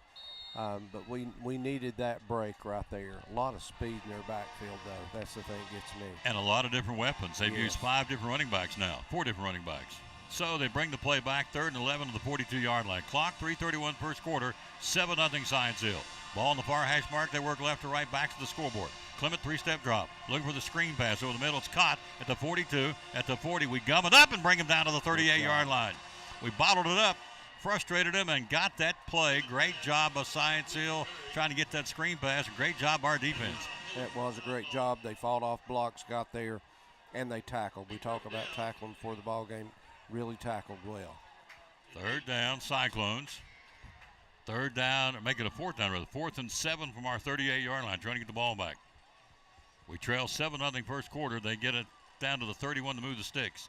Clement rolls this way, brings it, stopping, wants to plant, now throws downfield, and it's going to be caught. A great circus catch. He went up to get it to the 18-yard line. Heck of a catch by number 15, credit Darian Jackson. Went up and got it. First down, Science Hill on a 4th down and 7 to the 38. They move the sticks from the Cyclone 38 down to the about the 17-yard line. So a 21-yard pass play. Clement had all day long rolling out here, stop, planted, and he went up, made an acrobatic catch, Jackson, and it's first down. Science Hill to Cyclone 17-yard line. Clement out in the flat, and a whistle. This one dead. Had a quick hitch to the far side of the field, the wide side of the field. The ball's on the near hash mark. The play is blown dead, and again another Science Hill penalty at the 2:27 mark in the first quarter, Coach. Another penalty, legal procedure. I got them now with 5 or 6 penalties here. Yes, they do. They're, again, first game looks like got in a little bit of a hurry there. Thought maybe the quarterback didn't give him a chance to get set up, but the word on their quarterback, he's pretty good. He throws it pretty well. 2:27 first quarter, 7-0 Science Hill here. They'll crank the clock back up, ball at the 17-yard line. On the near hash mark, working left to right. Clement, it's been the running game for Science Hill I've been impressed with. He'll fake it, hand off up the middle, spin around, and he'll get down inside the 30 or to the 20. He gets clobbered about the 18-yard line. Running back was Ian Mathis. He paid for it.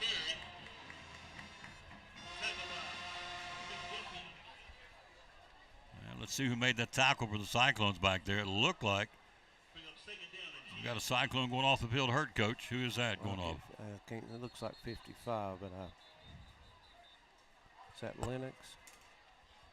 Let's see who it is over there. We got a Cyclone going off.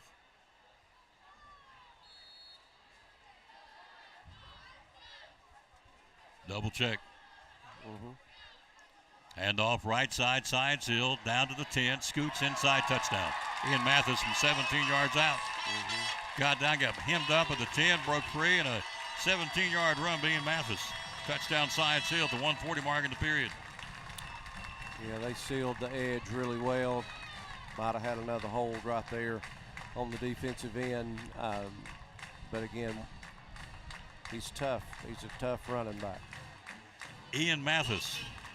Touchdown Science Hill, 13-0 first quarter. Lockman to kick it. Ball down. It's up. It's end over end. And we've got a 14-0 first quarter Science Hill lead. You're listening to Elizabethton Cyclone Football. In a world where clutter, trash, and debris threaten your property, one man is ready to save the day. He's Container Man, your dumpster delivery superhero. Need to clear out your garage? Call Container Man. Remodeling your home? Call Container Man. Demolition waste taking over your job site? Call Container Man. From minor to major projects, Container Man has the perfect size dumpster for every task. With lightning fast delivery and the customer service of a locally owned company, he will help you restore order to your world. When you're ready to fight clutter, trash, and debris, call Container Man. One of our great sponsors on Cyclone Football, again, the great folks at Ivy Hall Nursing Home. Joseph Taylor, tell us what it's all about. Yes, sir. We specialize in short-term rehab or long-term care. We accept all major insurances. We accept Medicare, Medicaid. What we really love is people that come in that have had a knee replacement, hip replacement, come to Ivy Hall for some inpatient rehab. We have physical therapy, occupational therapy, speech therapy. We have a full-time respiratory therapist. And Tom, you can see I'm a big guy, so you know I like food. I know good food, and Ivy Hall specializes in home-cooked meals, three good meals a day. You can catch me every day right at the door getting my tray myself. There you go. That's awesome. How do we find out more about Ivy Hall on social media? Yes, sir. We have a Facebook page, Ivy Hall Nursing Home on Facebook, or a website, ivyhallnursing.com. One of our great sponsors, folks. Glad to have them on board. Ivy Hall Nursing Home on Cyclone Sports and the Tom Taylor Sports Show. Back at Kermit-Tipton Stadium, 14-0 Cyclones. 1:40 to play in the first quarter. 14-0 Science Hill, rather. Kicking off Lockman to the Cyclones.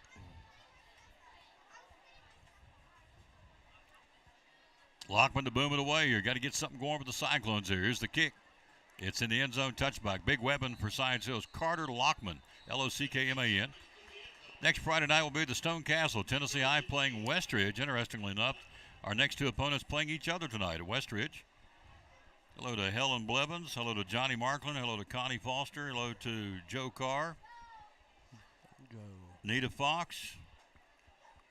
Connie Foster listening to Tom watching on TV, the volume down. Well, thank you very much. Hello, Axel Steins. Axel Steins shines. Cyclones trail 14-0. 1:40 to go first quarter. It's been big plays. And again, Coach, for all the hype about Clement, the running game for Science Hill is very impressive. 5 different guys have carried it.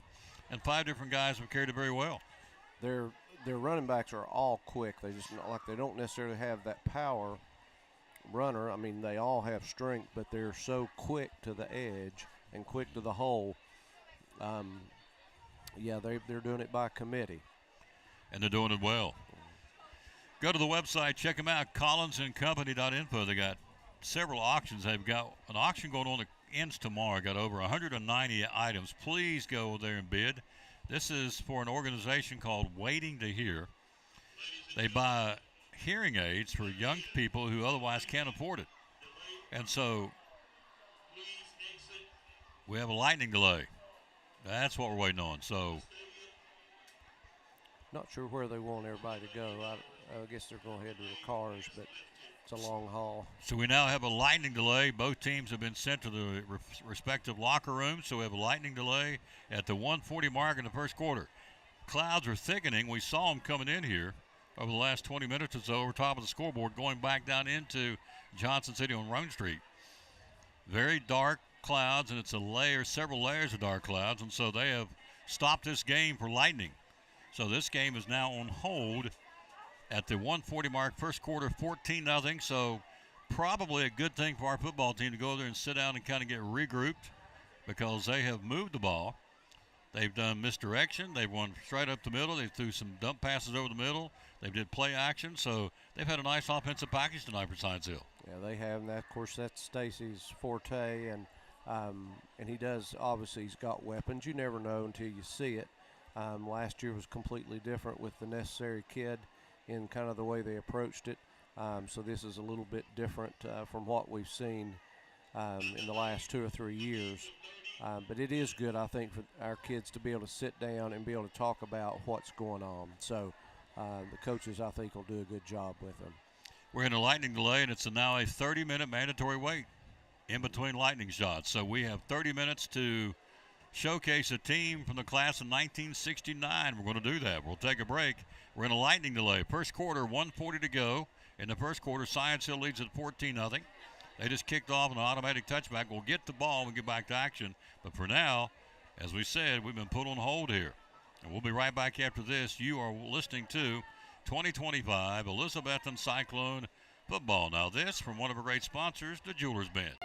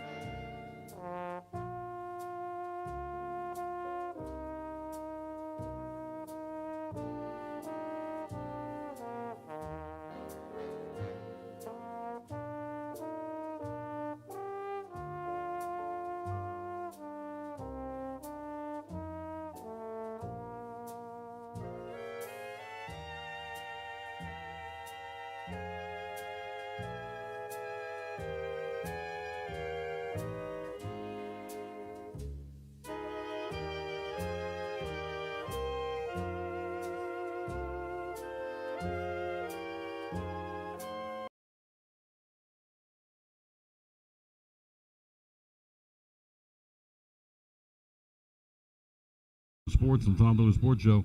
Pill packs. Tell me about pill packs. Yeah, so these are good for people take 3 or 4 medicines, just kind of get confused by what they got or may forget to take doses or things like that. Other people that likes them is people caring for parents or grandparents. Makes it real easy rather than having to keep up with 10 or 12 bottles and remembering once a day, twice a day. You just come pick up these packs once a month and takes care of everything. Show this one right here. There it is. Pill packs. Even they're color coded, so blue stands for nighttime, right? Yep, that does. So you'll do this for anybody? Yeah, sure can. We can do anything just from once a day packs, all your medicines of a morning. Can do them 2 or 3 times a day, up to 4 times a day. For people, it takes 4 times a day medicines. But they're real easy to punch out, so you can just punch them out. That's your dose for the day or the time. And on the front of it's got an information page. It's got pictures of each medicine, tells what it is, and which doctor you got. So that's something when you go to doctors or a hospital or something like that, you don't have to try and remember what all you take or wait till they can get a hold of your pharmacy. You can just rip that page off and it's got all your medicines on there. So it keeps it real simple. And if you're traveling and you don't want to take that whole thing, you just tear out the 3 or 4 days you're traveling, or the week at the beach or whatever, and they stay intact, and so you don't take the whole 30-day supply, just take as you need, and they tear off. Yeah, sure can. And something else kind of similar to that, what we've heard from a few people, taking a lunchtime medicine, especially if you're still working stuff, because you don't want to carry 3 or 4 pill bottles to work, or if you put them in a Ziploc bag or something, they'll get crushed or lost. But you can leave your morning, night at home, just rip off a single noon dose and take that with you, because those little pockets, they're strong enough, you know, if you throw it in your pocket, your pills aren't going to get crushed or anything like that. So pill packs, good. Another great customer service here at Lingerfield Drug Center. Hours are open? Here Monday through Friday, 9 to 5, and Saturdays, 9 to 12. Social media, where do we find you? On Facebook as Lingerfield Drug Center. And the magic phone number is? It's 423-542-2138. What a neat concept. Pill packs from Lingerfield Drug Center. Proud sponsor of Cyclone Sports and the Tom Taylor Sports Show.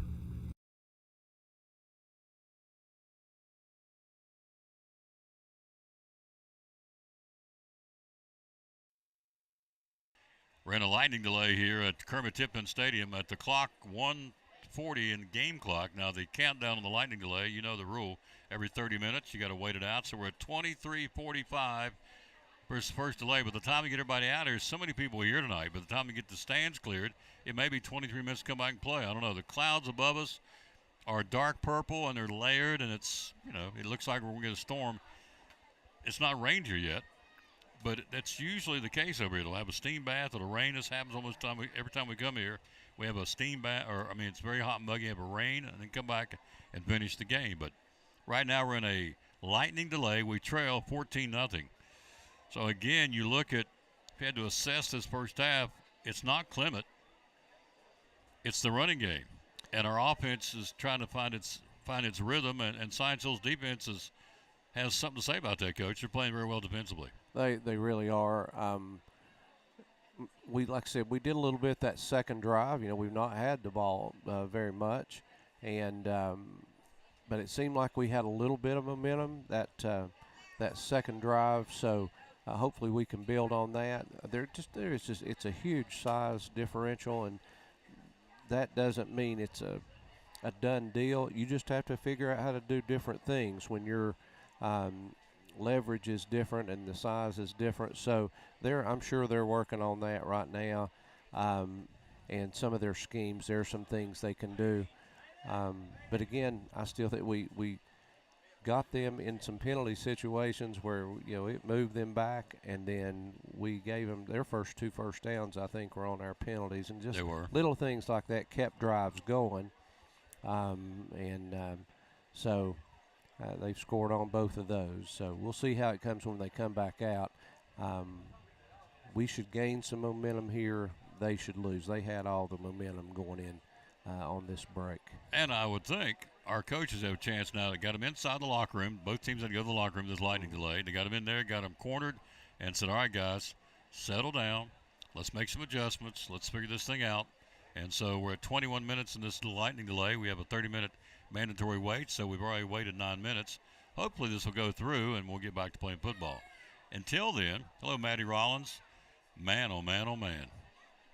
Woo, banana pudding. Maddie Rollins is banana pudding, the best. Shall I start pandering for some of her banana pudding? Go ahead, do whatever you can. Miss Maddie, honey, would you please, look at me, I'm shriveling up to nothing. Would you please make the old Cowboys some banana pudding? For a home game. For a home game. Yes, so Coach Platt's going to get some too. I love it. 14-0 Science Hill and a lightning delay here in the first quarter. Coach, some other scores. Greenville being Greenville tonight. Same old story. They're putting on a show at Morristown West. What's the score? They're up 35-0 in the second quarter. Other scores that in conference and things like Sullivan East is behind Johnson County in second quarter, 12-0. Northview's down 43-12 to Carter in the second quarter. Cherokee's up on Pigeon Forge 7-6, and let's see if we have one. Daniel Boone and Volunteer haven't reported. Tennessee High is up on Westridge 7-0 in the first quarter, and it says they're in a weather delay as well. Other scores that for people there in Carter County, Happy Valley's on top of Unaka 41-0 in the second quarter, and Hampton is all over Avery County 46-13 at half. Here it's 14-0 Science Hill and an Aiden Perry 36-yard run and a Ian Mathis 17-yard run. Lockman's 2-point after 14-0 Science Hill. Again at the 1:40 mark in the first quarter when the lightning delay came is where we are. And there's some folks across the field in our said they're sitting over there not leaving. It's a mandatory evacuation. You don't really want to be in aluminum seats when there's a lightning up top, but that's what they've done. They're in aluminum seats, and so we'll see what goes on. Let's showcase. Well, we got a chance. The class, we try to do this every time we get a chance, and tonight, by the way, what is with us? Last year was Morristown West. Remember it rained? It rained and rained. And in Cherokee the year before, I think. Yeah. Had a lot of stuff to talk about that night. So, anyway, we always try and showcase the team, and tonight Coach picked what? The class of which one? It was the 1969 season, so it was the class of 1970. One of Coach Lynn Goddard's better teams. And some names that are real prominent in our history. They were co-conference champions in the Big Seven. It's a big deal to be a conference champion. Again, it's one of the only years in our history where we defeated Johnson City, Kingsport, Bristol, and Greenville all in the same year. Morristown was the team that got us, and but we were 8-0. The first 8 games of the year, and ran into Morristown. Morristown got after us pretty good and ended up representing our area in the playoffs, and then ended up with Gate City and lost a real close game there against Gate City the last game of the year. So they ended up 8-2, but co-conference champions of the Big Seven. But a name that people that have been around for a little bit, John Pansock, who was two different outlets named him as an all-state running back. He was in the top 25 list of people of the best that the state of Tennessee had to offer, and he was also named an All-American. So we don't have a lot of those. Went on again to the University of Tennessee and read one article about one game where after the game, the Morristown game, he actually left with Tennessee coaches to drive down to Georgia to do a visit for Tennessee, and they were going to play Georgia, so I guess they were allowed to do those kind of things there. But just a phenomenal athlete. I never had the opportunity to see him play. I heard him play. My dad introduced me to high school radio back when John was playing. But again, just an all-around great team in a tough league, and they certainly held their own there. If you're just tuning in, we're in a lightning delay. We're with Coach Eddie Bless. We're here at Science Hill. We're in the first quarter. 14-0 Science Hill, the 1:40 mark. They just kicked off. When they cleared the field for lightning, we're down to 24 minutes. Looks like you reset that, I think, because it was down better than that a while ago. Anyway, the scoreboard says 24 minutes to go. No more lightning. We'll be back out ready to go. But there is no rain, by the way. It's just the threat of lightning in the area, and the clouds are, and it's dark. Did you say Westridge is under weather delay too out on the interstate? Said they're in a weather delay. Yeah, so it's around us, obviously. So, well, just had another shot of lightning because it went back to 30 minutes. So we're 30 minutes out again. So just want to let you all know, if you're tuning in, what's the score, what's going on with Trail. I'm eating these no-bake cookies, what I'm doing. So I'm trying to chew them up and talk at the same time. Man, those things are good. Whew. Thank you. Who sent those again? That was Miss Berry. Miss Berry? Yes. God bless you, yes. Miss Berry. Yeah, she's special, and her daughter's the one I think that got it to us. So there you go. Lightning delay clock is reset to 29 minutes. We trail 14-0 first quarter. Coach, take it away, sir. Well, again, this roster had Ronnie Carver, who was a quarterback, was just an unbelievable athlete as well. I was eating lunch this week, ran into an old friend of mine who played on this team, and it's funny when you see an old Cyclone, the first thing they're going to ask this week, what do you think about the game Friday night? And so he was a member of this team, Chuck Hyder, Tommy Hawley, Ben Stewart, just really, really good running backs. So one of the Mills boys, Bob Mills, was on that team. The Gas is a legacy name, all the Gas brothers that played, and Bobby was on that team. Randy Lacey that I worked with, and there's an award I think named after his dad, best offensive lineman. Randy was on that team. David Fair, just a lot of really good. Gene Range, who's a good friend of mine. His brother and I were same age. Just a couple of fair boys. I mean, when you hear those kind of things, you think, well, they probably got a chance to be pretty good, and they were.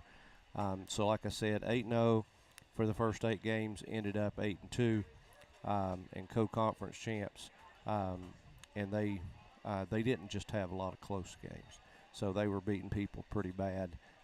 In the Morristown game, another name, Ken Rucker for them, scored 5 touchdowns against us. He was an unbelievable athlete as well. So, great team, and just one of many that we have, and love to mention those old teams that brought us a lot of pride and joy, and again, one of Coach Goddard's best teams that he ever had. So, a lot of good things back in the day. Now, when you're in a lightning delay, you have people just walk in and say, "We ain't never seen a press box. What's it look like in here?" I said, "Y'all got cookies." I think they wanted the cookies. I ain't giving them the cookies. They can we might be able to sell those. We can sell them. Yeah. So you look at this football team. What was it, 8-2? Is that correct? Yes, 8-2, and like I said, co-conference of the Big Seven. So, Johnson City, Kingsport, Bristol, us, Greenville, Unicoi, and Morristown. And that was Morristown's heyday. Those 2 or 3 years right there, they were special as well. So, great accomplishment to be a co-conference champion. We beat Kingsport. Kingsport beat Morristown. That's how we tied head-to-head. They beat us, so they got to go on. We're in a lightning delay, folks. It's at the 26-minute mark for the second time now. I've had 2 shots of lightning. They've cleared the stands. There is no rain right now, but there is lightning in the area. Again, as you look outside the press box back down the Roan Street here in Johnson City, it's black, black, black. The skies are dark and black, and as Coach said, he checked the Westridge score, our next opponent, Tennessee I at Westridge over on the interstate.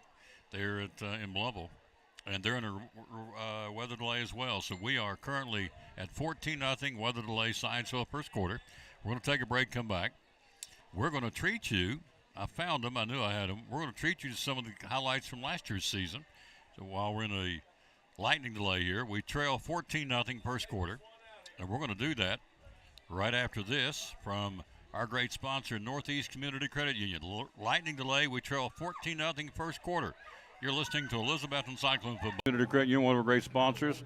Christmas Club savings account for next year. Tell me about it. Yes, let's talk about it, because now you're going to have 12 months to do this. What better time than right now to open your Christmas Club savings? There's no cost on this. This is just something that we can help you transfer automatic funds, either weekly, bi-weekly, monthly, out of your check. So that way you won't even have to worry about it. And each time that you have that transferred, either you can do it yourself or deposit into this account, or we can have automatic draft set up. That's just convenient for you. And like I said, it's just another sub account to your savings and checking at Northeast Community Credit Union. So if you have any questions, visit bemycu.org or come in and see us at one of our convenient locations, or call 423-547-1200. And you cut checks when? Next year? October, November? So when you get your checks? Yes. Save it up all year? Yeah, so direct deposit could be your monthly paycheck. Okay. And so you can allocate a percentage of that paycheck into the Christmas Club. And that way, when you get to October, November, it's going to be built up. And so it's a great feature, and people love it. The Christmas Club savings account for Christmas 2024? Yes. From Northeast Community Credit Union, one of our great sponsors of the Tom Douglas Sports Show and Cyclone Sports.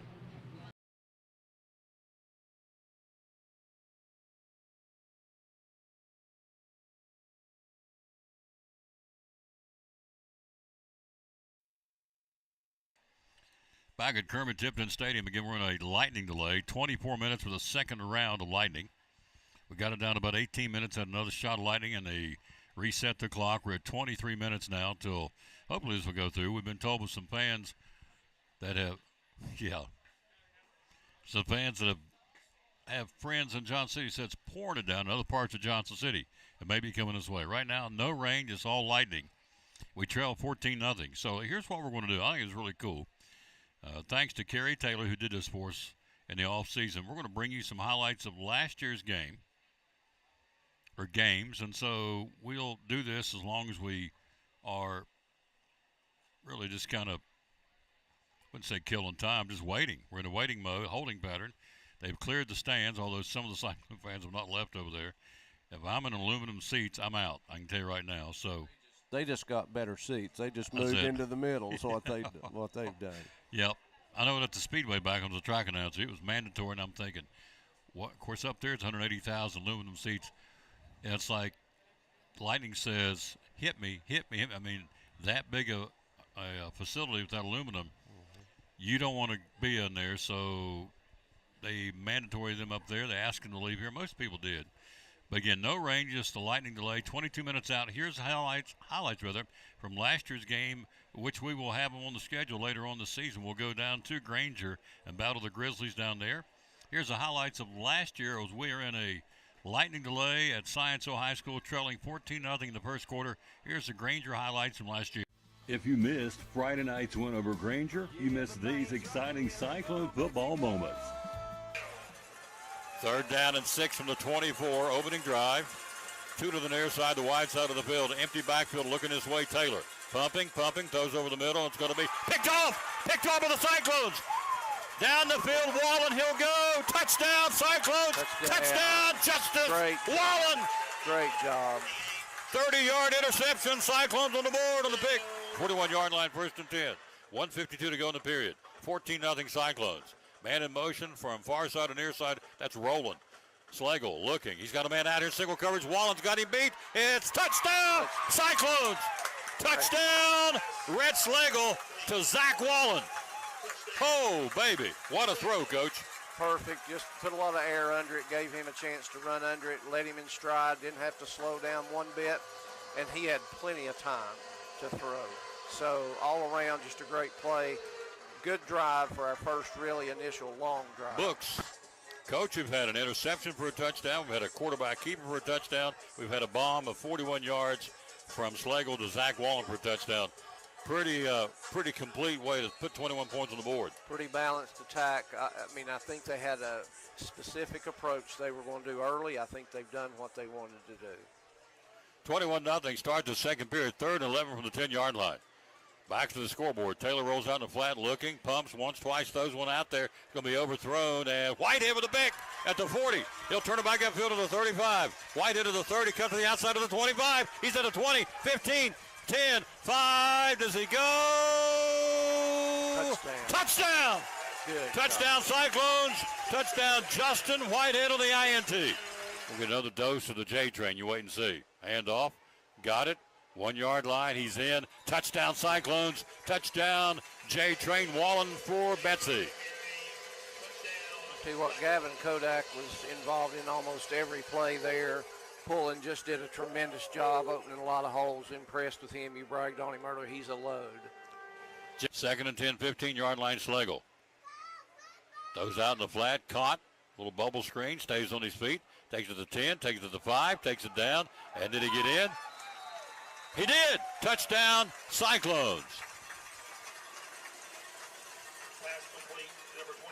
23, Jack Blevins with a touchdown. 3rd and 2 from the 5-yard line.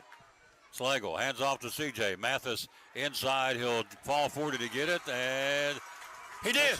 Touchdown, Cyclones. Touchdown, C.J. Mathis. Good job. 5-yard plunge from Mathis. Puts it at 57-6. Join us this Friday night at 6:50 for another night of exciting Elizabethton Cyclone football.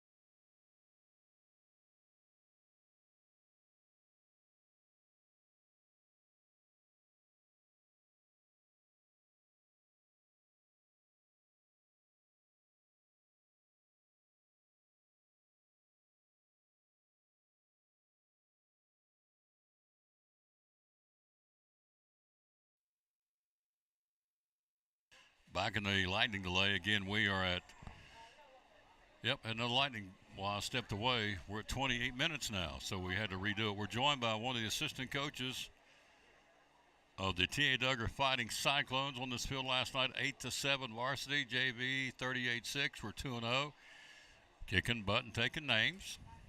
Coach Matt Fox, how you doing, sir? I'm good. How are you? Doing fantastic. So, lightning delay, no rain yet, just lightning, and it keeps popping up. We're told other parts of Johnson City getting a lot of rain. So far here, nothing, but we had another shot, so we're at 28 minutes again for lightning delay. At some point, where are we on the clock for the night? We may, they're already talking about kicking around the possibility to come back tomorrow to finish it, but there is no light, there's no rain per se. But anyway, we'll let the people that need to make that call. It ain't me and ain't you. So 14-0 Science Hill. We're at the 140 mark when the lightning hit. They just scored. We kicked it off, automatic touchback. We'll get the ball when the play resumes. Let's talk about the Fighting Cyclones last week. Sullivan Heights went out there and got them 46-6. Yesterday here against Indian Trail, 8-7. We're out of the gate at 2-0. Talk about our team. Who's playing well? Oh man, it's a lot of them is playing really well. I'm really proud of the guys because my talk with the kids has always been we got to be a different athlete than what we were before.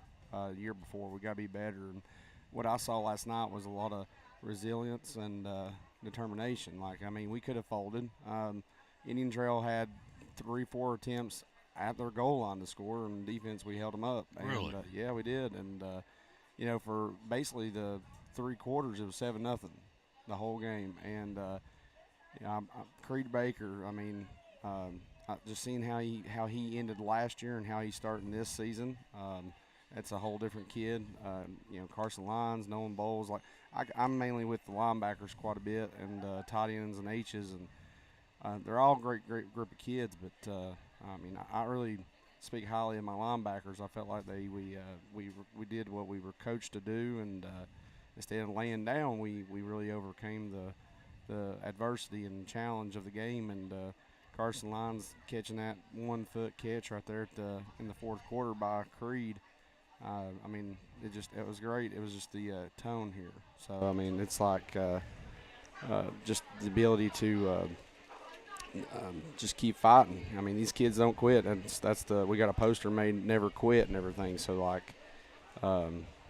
that just tells who this group of kids are, and they're just a great group. I was really emotional after the varsity game just because, like I said, just seeing the kids accept the challenge. They could have folded. Again, Indian Trail, they got athletes and a really good group of kids, and we beat a really good team last night. 8-7 was the final. You see us on camera now because he's handsome. His wife said, "Get him on the camera because he's handsome." I said, "I can do that." So we did that. So we go. Lightning delays where we are right now. It's 14-0 Science Hill. So this week we take the Fighting Cyclones to Dobbins Minute, J. Britt Johnson, Sevier. Another big test on the road. Then we got 4 at home. We're going to stream the 4 games at home. We will have in order. Let me see if I can get this right. Liberty Bell. No, that's wrong. We've got Tennessee Middle. No, that's wrong. We've got, Anyway, it's Tennessee Middle, Liberty Bell, Crockett, and I think it's Boone, isn't it? Or no, not Boone. If I hadn't have done this on the air, I'd have known it. It happens every time.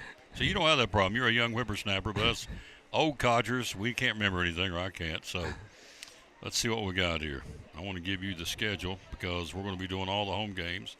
Here it is right here. So we will have Robinson Middle School on September the 4th, Tennessee Middle September the 11th, Liberty Bell September the 18th, and Crockett September 25th. We'll stream all 4 of those, video and audio, because we're going to be at our place. Then on October the 2nd, make a little trip down to Greenville to battle the Green Devils. So, again, we are – Michael Shield says the Big Fox. There you go. The Big – I've never heard of that one, the Big Fox. It's good. We trail 14-0 lightning delay here. Still don't see – there's no rain, though. Everybody's still standing outside. So, still no rain, just lightning. So – you graduated a great crop of youngsters up to the high school, and they're getting some early playing time, these young guys, and they're proving they're worthy of being out on the field. So you got a good crop of 8th graders this year too, don't you? Oh, Lord, yeah. It's a good group, and it's going to be sad to see this group go, but we keep building up some good kids. I mean, I really like our 6th and 7th grade group, and just the way their JV, we actually last night was their actual first JV game. Sullivan Heights was. We kind of did like a 10 plays on defense, 10 plays on offense, and the kids played really well last night. So I'm really excited. It's kind of emotional when you send the 8th graders up, but it's good to see them, like you said tonight. We're seeing some of them getting some quality minutes, and it's really good to see the program just keep growing. We're in a rain delay or lightning delay, folks, here at Science Hill High School. First quarter, the score is 14-0. We stop play at the 1:40 mark. The lightning clock has been reset again. We're at 26 minutes, so we just had another one somewhere up to, I don't know where the lightning delay button is or the antenna, but it had another lightning delay. And looking outside, nope, still no rain. So now you also coach Lady Cyclone basketball. So yes, sir. And that's not that far away, you know that. So talk about some of your girls this year's Lady Cyclone Tia Duggar basketball team. Yes, sir. We're actually working on our schedule right now. We got it a little early. Summer-wise, we really had a really good summer. I felt like we got a lot more done, got more ahead this summer than we did last summer. So I mean, it's a good bunch of kids. Hopefully they'll come back. We got tryouts, second-round tryouts in October, and get back after it. And hopefully they'll show up, and we kind of, start off where we led off at the end. Again, I see it in football just with boys, and coaching the girls is the best part about coaching is just seeing kids just accept the plan and trust and compete at the next level and progress. It's really good to see where a kid enters and where they leave. To me, it's sometimes it's sad because it's not sometimes it's not where you expect the way the kid exit the way they do, or I got a lot of good group of girls this year that they've come a long way. I'm really excited. Like I said, if we start off where we ended over the summer and we buy in and really put in the work, this season I feel like our conference is going to be kind of like the SEC. Anybody can beat anybody, kind of like last year was. I think we're going to be more even this year than we were last year, but my girls put in the work, we'll be all right. I'm really excited for this group because we're going to be able to play a little different what we've done last year and the year before. Back over Boones Creek, probably Boones Creek, Jonesboro, back in that direction. Another shot of lightning. They reset the clock again, so we're back to 29 minutes on the lightning delay clock. Still no rain, but here we are in a holding pattern. We trail 14-0 first quarter. We're talking again to Matt Fox, Coach Fox again with the Tia Duggar Fighting Cyclone football team. Your position, Coach, what do you coach? Coach linebackers, inside and outside linebackers, and Coach Witten had me doing work with tight ends and H's. So, but a lot of these guys, they don't get away from me. I don't know how they feel about that. They give me a hard time, and they seem to listen and buy in and have a good time in practice. And again, just last night it was just amazing just to see them compete and do what they were coached to do, and it was awesome. In my career of coaching, this is going to be my 16th year coaching middle school football and basketball. And far as football-wise, it's the 12th year at Tia Duggar, and this is probably the number 2. Last night was the number 2 game I remember for my life. So it was that good. It was that good. The only other the first game I felt like is the best we've ever played and coached, just to see the kids overcome, was actually here on this field against Liberty Bell when Dalton Mitchell and Cade Russell's 8th grade year. Cade Russell had broken his collarbone, and we had an offensive lineman that went down, and we were down 14, come back and win by 14, 21 points. So that was just amazing to see those kids compete like they did. So you look at, let's see, who says this? John Lee says, Coach Fox, great guy, loves all his players, very blessed, and my daughter played for him. Yep, mine did too, my granddaughter. She was his outside pestering. She loves Matt Fox. You know why? Because he really cares. It's way beyond the X's and O's. They got some guys there playing pickup football, and they said clear the field, so they're going to get them out of here. Still no rain, but, this is what it's all about. You've been there that number of years you just said. The wins and losses come and go, and you know that, on any sport with anybody, but it's the relationships. Yeah. My granddaughter's just out here just now when I got him, asked him to come in the press box and visit with us during his lightning delay. and she's out there flipping him, and he's flipping her. But she loves Matt Fox because you care about your girls. I saw it for 3 or 4 years when she was a Tia Duggar, and so something to be said for that, folks. It's not always about wins and losses. Sure, we want to win. That's the name of the game, but relationships, you played it. You remember the guys you played around. You're still buddies with them, and so that's how it works. And always, I say this to him all the time. I want to publicly thank him again. He's an incredibly good man. Thank you. And, he was a great role model for my granddaughter, London, who played for him. And she still talks about crazy Coach Fox. But at least she talks about him, and that's good. So who else down there is bragging on him? Let's see. Somebody else. Let's see. I saw it bounce up here. Hey, Coach Fox, Julie Hartsook. There you go. Oh, yeah. She's a piece of work. She's a good one. Love her. She's a good lady, too. I coached her son. He was a good one. We're in a lightning delay here, folks. No rain, but lightning delay. We got some pretty big shots of lightning. We're back to 26 minutes now. That's the latest reset. And I think you know the rule. Every 30 minutes, you got to set. It's kind of like when you swim in the summer. In the pool, we get lightning. You got to get out for 30 minutes. So they've cleared it. We've had it reset 4 or 5 times now. So now it's down to 25 minutes. Hopefully, this storm that's not produced any rain here yet will move on down the line, and we'll get back to playing football. There's been no decision yet, but, the hours are moving, or the minutes are clicking off here.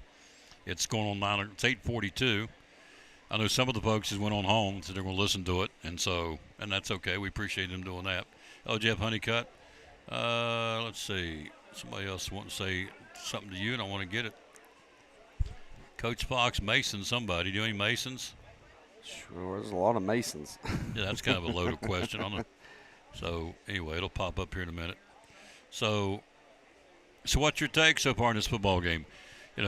For all we heard about Clement, who's a pretty good quarterback, but they've ran four different running backs at us. They've had a lot of different plays. They've kept us on our heels, and their offensive package has been pretty productive for Science Hill so far. What do you think? No, they have. I mean, this is a good team, and I think as far as Johnson City goes, it's not just football. I think a lot of their athletics is starting to rise up a little bit more in the level of competition. But, I mean, it's 6A against 4A school. I mean, it's for our kids to compete against these guys. I mean, even when I played, it's just it's not.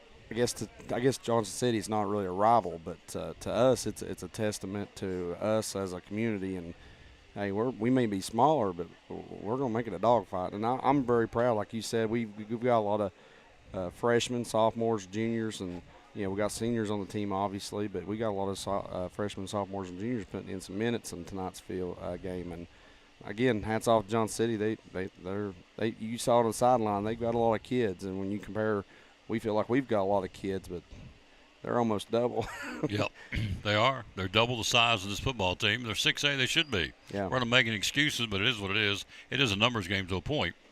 And so, when you can put, 4 Tom Taylors out there, and I only have 2 Tom Taylors, and they send you out there and just wear you down. But we're not making excuses. That's the way it is. And so we've won the last 3 times we've been here. So, yeah. But interestingly enough, Coach and I were talking about this, Coach Pless. Cherokee happened last year. We had to go back and play that on a Sunday. Morristown West at home last year had that. It looked like that night it rained like that storm was went right over top of Citizen Bank Stadium and parked it. Yep. Rained about 2.5 inches in about an hour. So we canceled that one. So, and he made a great point off air that it's more and more lightning delays now, and sometimes it's heat lightning. Yeah. Now, I'm not a weatherman, but there are differences with heat lightning on the horizon and lightning bolts up in the sky. So I don't know what's held this one up because there's no rain, but there is lightning. And so we'll honor them that make these decisions. We're at 23 minutes in this latest lightning delay. Of course, then when they come back out, you just don't start playing. You got to let them stretch and warm up a little bit. So we're going to be here for a little while. If we can just get it going here in 22 minutes and 53 seconds. You need to go back out and be a daddy and a husband. So thanks for coming by here, sir. Thank you, sir. Appreciate it. We will stream all 4 home Tia Duggar games starting on September, whatever it was, against Robinson. And then also we will stream the last game of the regular season out of Greenville, which should be, more times than not, it's for the conference championship. So we'll see. Thank you, Matt Fox. Thank you. Go Cyclones. Awesome. Go Cyclones. You got it. We'll take a break. It's lightning delay at the OK Corral. Here's where we are. Lightning delay at Kermit Tipton Stadium. We trail 14-0 in the first quarter. Back after this, you're listening, and in this case, for the moment, you're watching. We can't show you the game, but you can show us Maybe you don't want to see us. I don't know. Coach Pless in here is going to get us some score updates because our other games are going. Greenville's winning big, and we'll let him do that right after this break. Again, Evan Carter, by the way, the Cyclone center fielder, they are hosting Cleveland tonight in Texas. Evan, last game out, was 0 for 3 with a walk. And so lightning delay, we trail 14-0. It's been held up. We're in the first quarter at the 1:40 mark. Back after this, you're listening and now watching Elizabethton Cyclone Football. Travis Constable again with TNS Home Improvements. Tell me what it's all about, sir. Well, we build decks, do porches, roofing, underpinning under mobile homes, a little bit of remodel work, but with the decks and roofing, we just try to stick on that end of things. Absolutely. And so they've been at it for how many years now? We've been at it for a little over 3 years now. 3 years. TNS Home Improvements, they go all over the Tri-Cities. You take quotes. You're licensed and bonded, correct? Yes. Yes, sir. So I make the phone call. Let's step me through real quick. I make the phone call, get a hold of you, so we're going to come out and see what you got going on and tell me what do you do, take it from there. What happens next? I'll schedule a day and time to come out and speak with you and give you an estimate, and you just have to say yay or nay, and then we put you on the schedule. Social media, how do we find you? Facebook. Yep. And the phone number is? 423-946-8432. They've been at it, folks. Again, started with a drill and a Chevy, what was it, Chevy Blazer? Chevy Trailblazer. Trailblazer. Yep. And now they're up to 5 full-time employees and four part-time employees. They're going great guns. They want to help you. Let them come give you a quote on what you need. TNS Home Improvements, sponsor of the Tom Douglas Sports Show and Elizabethton Cyclone Sports. Tell us what you all do. So we're an accounting firm in Bristol, Tennessee. Crystal McDuffie is the owner. She's number 7 on the football team, Will McDuffie's mom. So the business is called McDuffie and Associates. We do have 2 locations. We have one in Bristol, Tennessee, and then one in Boone, North Carolina. We offer full-service accounting. We can do QuickBooks Online training, accounts payable, accounts receivable, payroll. We're pretty much full service. You do corporations and companies and individuals, right? Right, yeah, we do. We focus a lot on small businesses, you know, the people who, they go out and work every day, they come home, they're looking at their books, they don't understand it, and that's what we're there for. Absolutely, help them out. Mm-hmm. Phone number is 423-968-9112. How do we find you on social media? So you can find us online at statax.com. There you go. New sponsor, glad to have them on board, Stanfield Thomas & Associates, sponsors of Cyclone Football and the Tom Douglas Sports Show.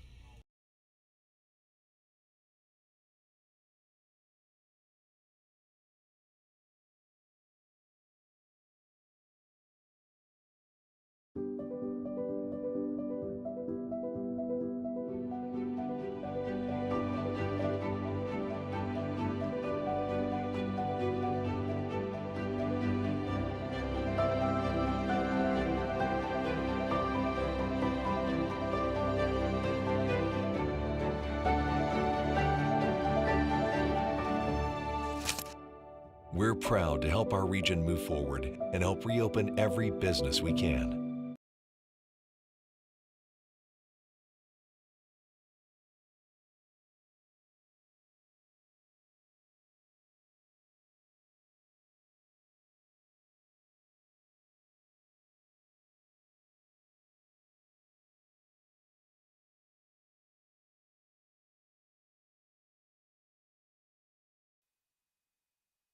Back at Kermit-Tipton Stadium, again, we're down to 18 minutes now. We can get back to playing football, hopefully. We're in lightning delay.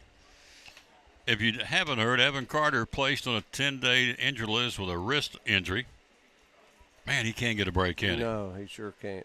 Evan Carter, Texas Rangers, been put, as of today, a 10-day injury list again with this time a wrist. It was his back. I want to say hamstring, but I know the back was one of his problems it's had recurring. And so now a wrist injury. So Evan Carter of the Elizabethton High School Cyclones is now on the IL for 10 days, starting today with a wrist injury with the Texas Rangers, which I hate. I love Evan Carter.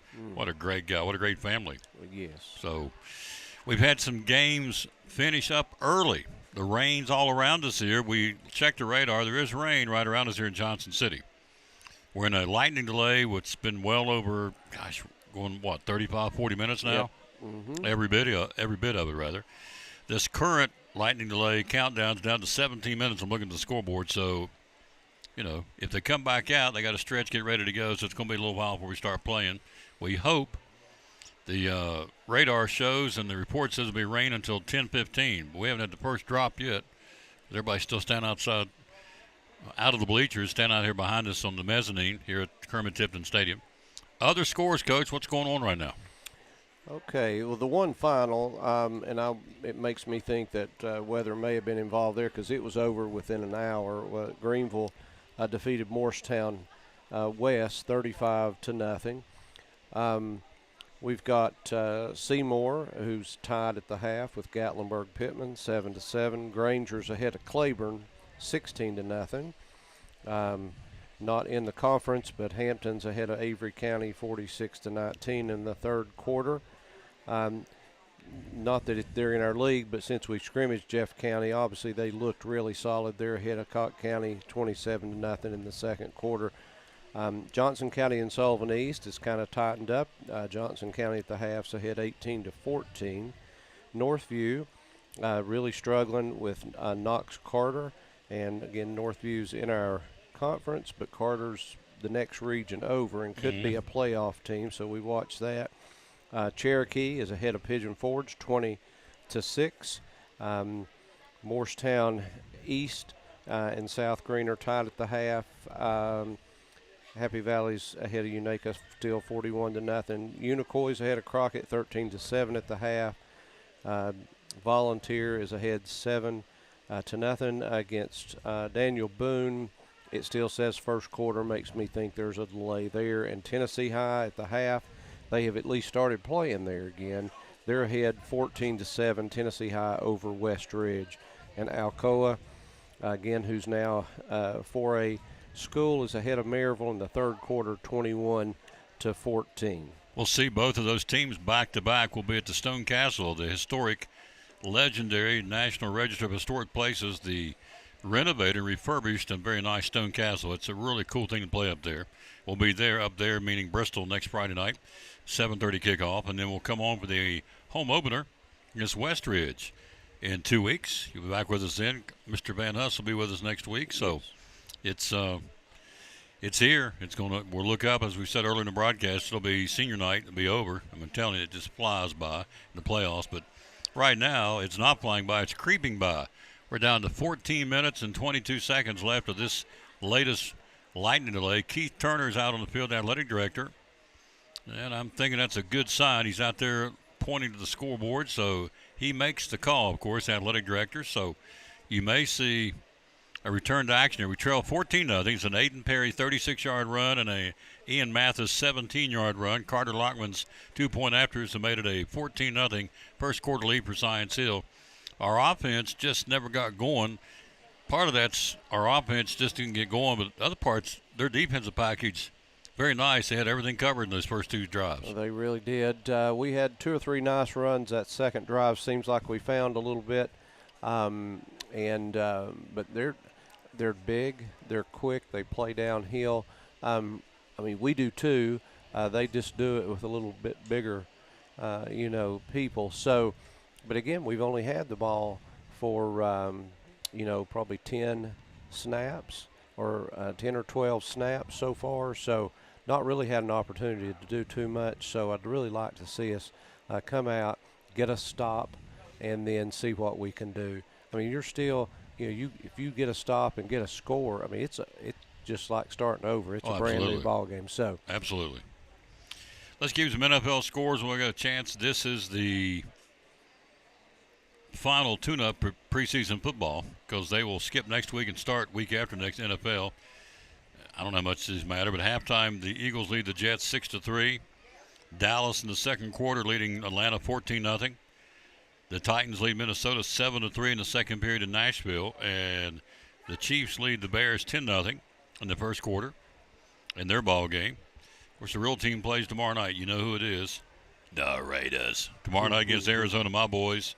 Couldn't play dead in the Western movie, but maybe they can turn around. I don't know. But so NFL preseason football. I guess we have a chance to talk college football. We got a little break here. Again, we're down to 12 minutes they're showing a picture of their radar on the digital scoreboard up here, the Jumbotron, and it is clear sailing. So we're thinking good things here. 12 minutes left on this latest lightning delay, so we may be getting back to action soon. We do. We'll have to come back off camera. Hello, Rocky Davenport. Hello to Wendy Sams. Hello to Brenda Grindstaff. You know what Conway says? Hello, darling. My buddy, Brenda Kay. Tennessee football, what do you think, sir? Oh, well, I mean, obviously a lot of question marks, but I just hear a lot of good things. Really want to see this quarterback play. Seems like there's a lot of energy there, about what's going on. So we'll get a chance to see what they do this next week, and then we'll see how the ETSU Buccaneers line up against them week 2. So, I mean, if they can stay healthy and the quarterback does everything that we think or that we're hearing that he can do, it could be just one of those really special years. I want to say hello to somebody special, by the way. She's under the weather, has been. Coach Ryder's wife, Miss Deanna. She's being well taken care of right now at Ivy Hall Nursing Home. She is getting much better. The show's to be out sooner than later. So if you're the praying sort, say a prayer for Coach Ryder's wife, Miss Deanna. The true first lady, I know Katie is the first lady, but really the true first lady of Cyclone football would be Coach Ryder's wife, I guess. So she gets that honor on this broadcast. So anyway, Deanna Ryder, Mrs. Ryder, get better soon. We're saying prayers for you, and she is being well taken care of at Ivy Hall Nursing Home. Well, we hear all about Nico. Nico's gone. I'm tired of hearing about him. Joey Aguilar is your guy. Merkline is your backup quarterback. But nobody, I said this all week long on my sports show, the one I'd be more concerned about is who's going to replace Dylan Sampson. The guy had 90% of your offense last year. The guy was a stud, obviously, could run the football. He's gone. To me, and you know this, being a coach and player, to be successful in the SEC, you may be able to throw it, but you got to be able to run the football. So to me, that's more pressing. Lewis and Bishop are the guys we're talking about. But to me, that's more pressing. Not that the quarterback is not, but you got to have a running game, and who's going to take the place of the best guy they had last year, Dylan Sampson? Yeah, I don't really know that, though. I guess the one good thing in that scenario, probably have heard more positive things about the O-line than we do normally coming into the year. So maybe that's even a better sign and better, for them to talk about. If that all holds true, then hopefully they can stick a lot of different people back there. I promise you they've got – they got 4A or 4-star and 5-star people, so they've got people who can carry it. If they can stay healthy, hopefully that'll be a great thing for us. The tassels on top of the goalpost are kicking now, which is not necessarily a good sign. Larry Hutchinson is out there with Keith Turner, the head official, and they're talking, conferring down at the goal line. We have 9 minutes left on this lightning delay. I don't know who's up back here. There's kids back here playing tag and raising Cane. I guess we ought to shut the door, but it's just a little stuffy in here. But anyway, 9 open. Now it's inside of 9 minutes. 8 minutes and 48 seconds left in this lightning delay to get this thing back going. We trail 14-0, and so we're going to take a break and see what they decide here, and we'll be right back, and we'll get ready what we hope will be resuming football. It's 14-0 Science. We'll be right back after this. You're watching 2025 Elizabethton Cyclone football in a lightning delay at Science.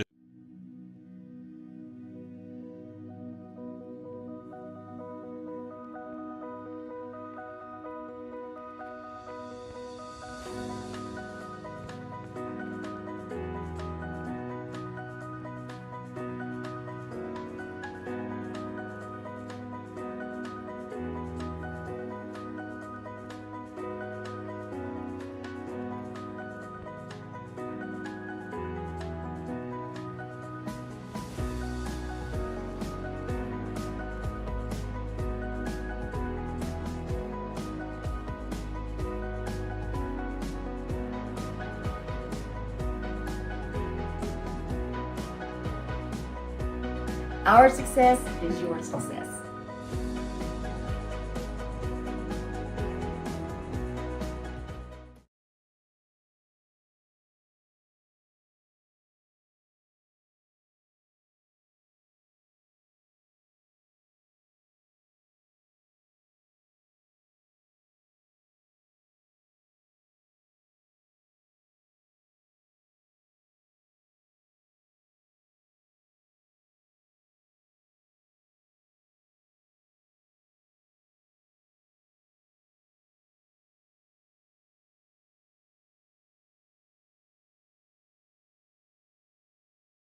We're back. We're ready to go. Andrew Lewis, Northeast Community Credit Union. Readers are winners. Year number 2. We're jacked up to do it again this year. We're so excited. Yep, we are excited. And so it's a chance for these kids at Eastside Elementary, Westside Elementary, and Harold McCormick Elementary win some cool prizes for reading. What's going on? The first 9 weeks, we're going to be giving out those cool water bottles. Second 9 weeks, T-shirts. T-shirts with a new design. Absolutely. New color, all that fun stuff. The third 9 weeks, we're going to have a sweet new sticker. We'll get more into that later. Yeah. That's awesome. Yeah. Whole point is readers are winners. Year number 2 at the 3 elementary schools and Elizabethton City Schools. Thanks to Northeast Community Credit Union paying for all this, to their corporate sponsor. We love them for doing that. The bottom line is leaders are readers, readers are winners. Year number 2, getting ready to get started up soon, like right now, right away, for all these youngsters, again, at Harold McCormick, Westside and Eastside Elementary. Big thanks to the Northeast Community Credit Union for partnering with us to do Readers Are Winners in Elizabethton City Schools. Back at Kermit Tipton, we're down to 5:45. I'm liking what I'm seeing here. Officials are back out on the field. They're stretching the legs. That's a good sign. We're going back to football here in a second. Let's say hello to some folks. We'll have to go back off screen. You know that, because we can't televise the game, but we can sit here and look at each other on camera. Judy Potter, Lisa Broom, Mike Nutter, Brenda Grindstaff, Wendy Sams, Jeff and Laura Honeycutt, Axel Stein, Sue Craig, Jamie Jones, Steve McKinney. Kid. Go Big Kahuna, is that you? That's Kid. Yeah, you have to watch what Pink. He's a legend, by the way. Pink McKinney is. Go Big Kahuna. He's referencing you, I think. I hope. Yeah, he might be that. Isaac Lewis, hello to you. Thank you. Who else is watching? Tarina and Jimmy Enzer. Happy 80th to my wonderful father-in-law and your buddy Tom, Jimmy Enzer. Jimmy Enzer is 80 years old. Love Jimmy Enzer. Oh, yeah. Is he a hoot? One of the funniest people he's a hoot. ever born. Crystal Korshak? Karushak. I'm sorry. Karushak. Yeah, daughter-in-law. Oh, well, you would know that then. Sarah Bishop, Jamie Jones, Hannah Shields. Let's see who else. Emily Renee. Who else up there I want to say hello to? We're down to 4:25. The officials are back out on the field. Gabe DePrimo, Rhonda Van Hoy Bishop, Connie Foster. Let's see who else up to here. Devin Bird. Big Dev. Catherine Parlier, Lisa Abdullah, Patricia Yelton Parlier, Toby Orton, Johnny Markland. You know all these people. Colby Solomon. Know a lot of them. Yeah, good people. Rachel Chamberlain, James Anthony Avery. Yeah. Let's see anybody else up there. I want to say Joe Carr. We said hello to him earlier in the broadcast. So Larry Moreland. We said hello to Maddie. I'm pandering for her some of her banana pudding. We're ready. Lizzie Tucker, Emery Sales. See back down through here.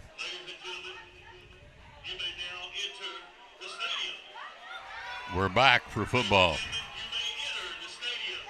Derek Woodward looking great in the booth. Go Clones, 2 legends. Big Derek. Go to church, Derek. He's a dandy. Daphne Wilson, Taz Irwin, Joshua Saltz, Deb Googe. Mama Googe. Mama Googe. Love Mama Googe. Richard Hale, Brandy Porch, Debbie Franklin. There you go. Those are some of the folks. Caitlin Thompson and Brian Smith watching. So that's good news, folks.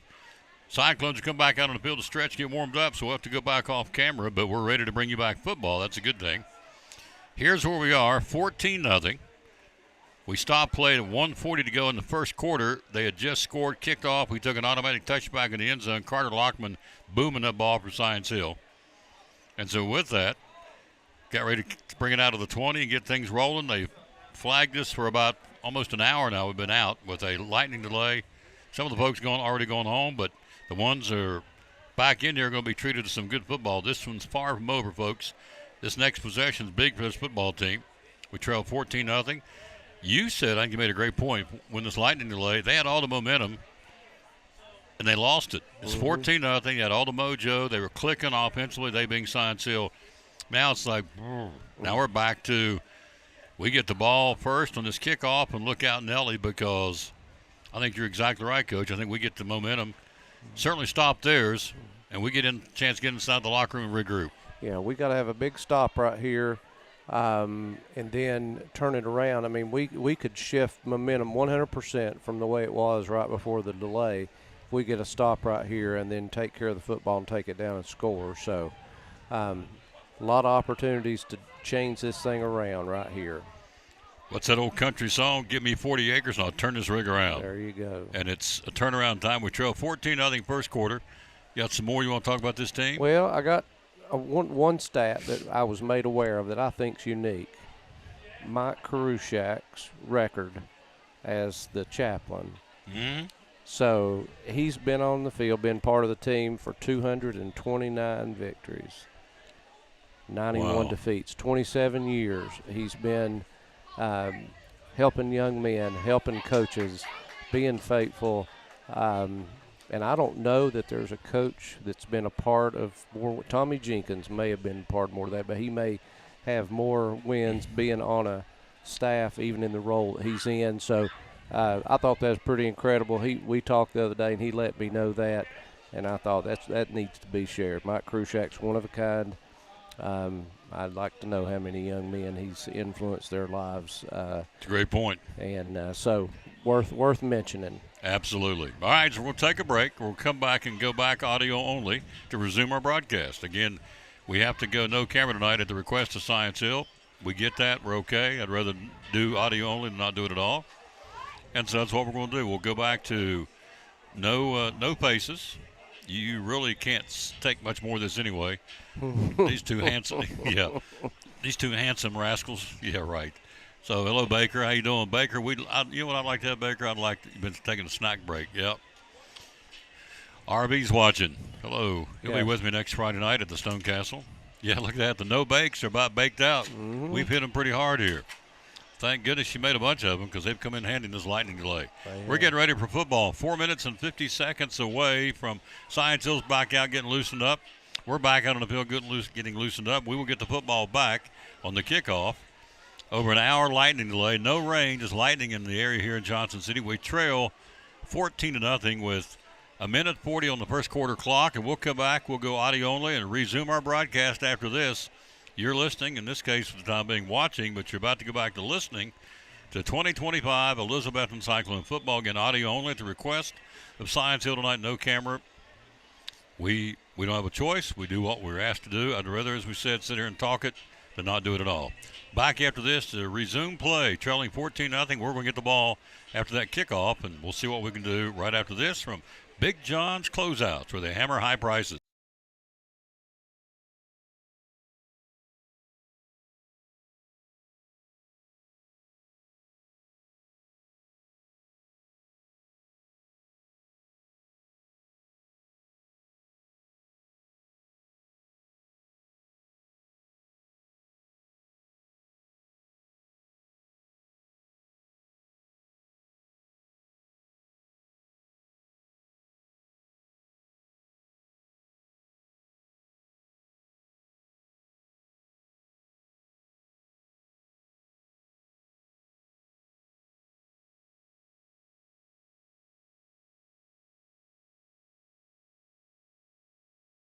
Talking to our buddy Molly Hurley from Chick-fil-A. It's football time in Tennessee, the late John Ward would say. On a Friday night or a Saturday afternoon or even on Sunday to watch NFL, you can get your trays from Chick-fil-A. Tell us what we can get there. Yes, you can. You can get nugget and strip trays, fruit, salad, mac and cheese. We've got cookies, brownies. We've got wraps and veggie wraps. And then we also have our sub sandwich trays that have our cold grilled chicken, lettuce, tomato. Those are really good. And if you're getting it for a Sunday for the NFL games, you can also get the nuggets and strips chilled, so that way we'll cool them down for you, give you reheat instructions, and you can pop them in the oven and have them ready for your party. How do we order? How do we get them? You can call the store at 423-297-1266, or you can go online or use your Chick-fil-A app to place an order online. Any day is a good day to get a tray from Chick-fil-A in Elizabethton, 423-297-1266. Our buddy Molly Hurley, marketing lady from Chick-fil-A here in Elizabethton, proud sponsor of the Tom Bailey Sports Show and Elizabethton Cyclone Sports.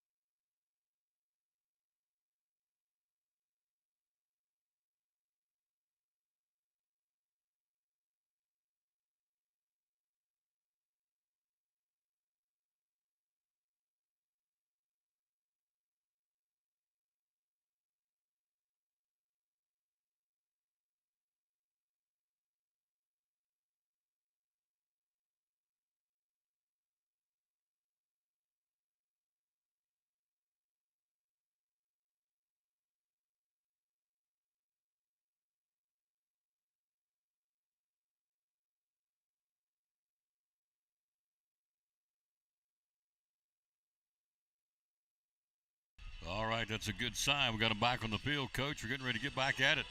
Cyclone football trailing 14-0. So automatic touchback on the kickoff. So they get the ball. I'm sorry, we get the ball. And so we had 2 drives, 2 series, I guess. And we moved the ball a couple times up the middle at the J train. Got a couple big chunks of real estate. And then we tried some passing, and they read that pretty good. So it's, I'm sure we regrouped, and you know, it's like a heavyweight fight. They really made 3 big plays. Darian Jackson's catching a 4th down for Science Hill. We had him hemmed in. Clement, we're talking about the quarterback. He went up and made a acrobatic catch and got him a 1st down and went on down to score. That was a big play in the ball game. Then the, what was it, 4th and a half a yard. We jumped offside, and they gave him the 1st down and went on down to score on the next play on an Aiden Perry run. So really 2 big plays. It's not, and I'm not going to knock Science Hill. They're a great team. It's not so much what they're doing is what we're not doing right now. Is that a fair statement? I think so, and we'll find out right here how much truth there is with that. Again, I've always thought it was hard to cool down and then to get back up. We'll see what happens right here. We've got a lot to play for. We'll set up shop. Here we go. We'll jump up and shut that door because them people back there, they don't know we're on the air. All right, here we go. Schlegel from the 20-yard line. 1st and 10 on the lights now. Lightning's done. We're back to action here. We trail 14-0. Man in motion, Legend Pay. End off right side, wrapped up, and nothing. Loss on the play at the 18-yard line. C.J. Mathis, I think, toted the mail for the Cyclones and got nothing to show for it. Yep, C.J. loses yardage, the 18-yard line. Tackle made by Science Hill's number 53, Sawyer Necessary. Has been everywhere here in the 1st quarter. Minute 15, 1st quarter, back to action. We trail 14-0. Loses 1, 2nd and 11 from the Cyclone 19-yard line. 2 to the near side, the wide side of the field. Schlegel, your QB, far hash mark, working right to left. Play action. Rhett rolls this way. Stops, throws down, and it's going to be a diving catch. It's tipped, and it's incomplete. Intended for the diving Jack Blevins, but back up the field between Schlegel and Blevins was number 9. Hayden Smith got a finger on it, tipped it, incomplete. 3rd and 11 Cyclones. A lot of good things happened on there other than the tip. We had people open. We had 2 people open. I thought Rhett made the right choice. And again, just the ball being tipped. That's 2. I think that we had potentially big plays where a defender's gotten a hand on it. So brings up a 3rd down and long now. 55 seconds in the 1st quarter. Schlegel from the 19-yard line. Man in motion from far side to near side, and now a flag or the stoppage of play. Let's see here. Offside Science Hill. So a 5-yard penalty makes it 3rd and 6 now from they'll mark the football for the Cyclones on our own 24-yard line. We get a 5-yard gift, another penalty on against Science Hill. They'll be at Morristown West next Friday night. 3rd and 6.5, 5.5, call it 6. Cyclones trail 14-0 1st quarter, closing moments. 2 to the near side. Schlegel puts a man in motion coming this way. Rhett looking. Rhett pumps those out in the flat, and it's high. It's incomplete to the leaping Justin Whitehead. He was there, went down just to turn around a little button hook at about the 35-yard line. Sailed on him. Incomplete. 4th down, we got to punt the football. So a offensive drive that it's a 4 and out or 3 and out, and so Whitehead back at the 10-yard line to boot it away again for his 3rd time tonight. 51 seconds, 1st quarter, we trail 14-0. Got to protect here and got to cover. They got two burners back there. Whitehead stands at his 11-yard line. Plenty of time. He'll boot it. High twisting kick, not very far to bounce. Take a Cyclone bounce across midfield to about the 40. They'll keep letting it roll about the 46-yard line of Science Hill. And it's 1st and 10, Hilltoppers there. Clock, 37 seconds, 1st quarter. 14-0 Science Hill. Coach, assess that offensive drive, my friend. Well, again, a ball a foot too high, a tip ball, and we would still have the ball, still be moving the ball. So it is a game of inches. But again, I still like the play selection, especially the 2 throws. So maybe we have found something that we think we can hit on here. Hilltoppers, Clement, bad snap, fumble the football, falls on it, keeps it. but loses yardage. Justice Wallen back there in the backfield to make the play. Clement fumbled the snap.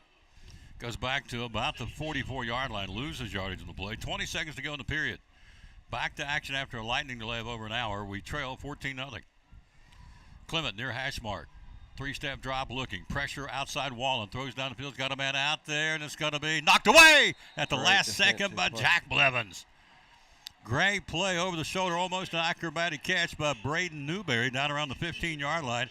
And the last second, Jack Blevins swatted that ball away in that single coverage. Great play by Blevins, incomplete, Coach. It sure was. I mean, the ball was thrown perfectly, so it was a great defensive play because he was right where he had to be. Great job by Blevins. Blevins makes a big play with the Cyclones, brings up a 3rd and 12. 7 seconds in the first quarter clock. Clement looking for the screens. Got plenty of time now. Pressure back there. McGovern's after him. He'll unload it down the field. Throw. It's caught. 45 to the 40. 35-30. 25-20. 15-10. 5 touchdown. Science Hill. Holy smokes. Touchdown Science Hill from their 44 to the end zone. Now let's see. Hold on. The officials are conferring out there. They're going to bring it back. Touchdown coming back. The penalty against Science Hill. Touchdown Hilltoppers nullified by the penalty. I think it's illegal man downfield. I think it's the call here. Let's see. They'll bring this touchdown back. He scored.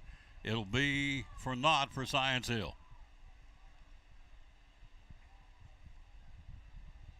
See what Larry Hutchinson will call right here. It will be, against the Hilltoppers. Yep. It's not the first time that's happened tonight, so. Yep, illegal man downfield. Touchdown called back. It doesn't count.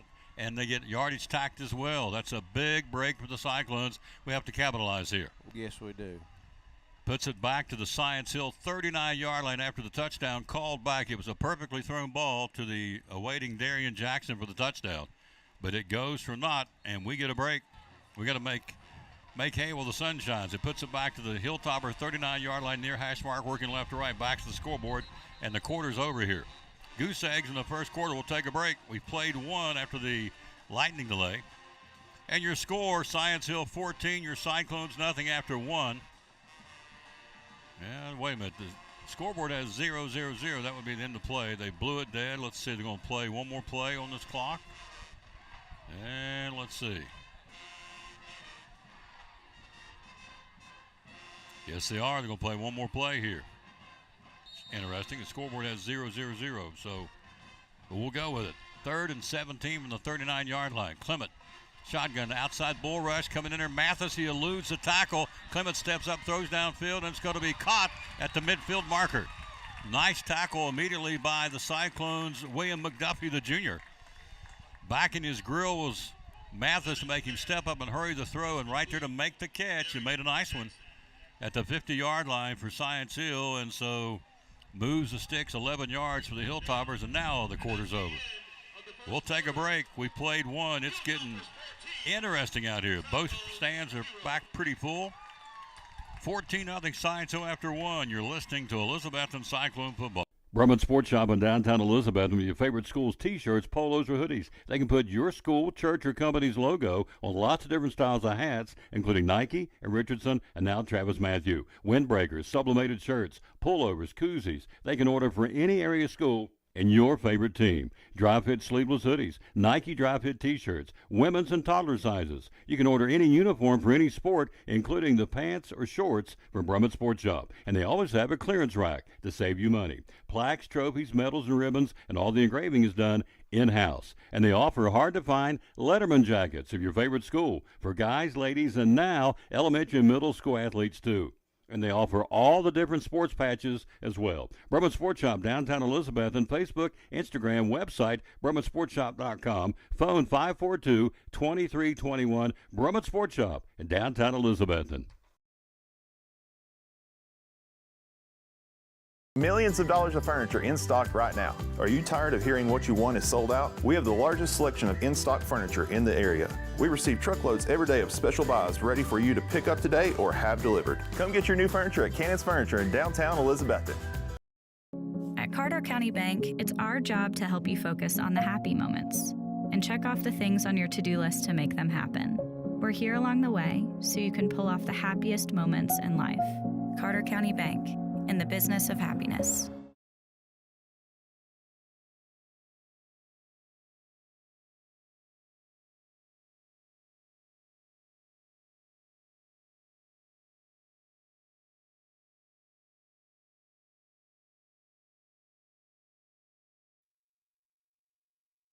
Back to start the second period, trailing 14-0. Eddie Plesh, Coach Eddie Plesh, truly Tom Taylor bringing it to you audio only, obviously.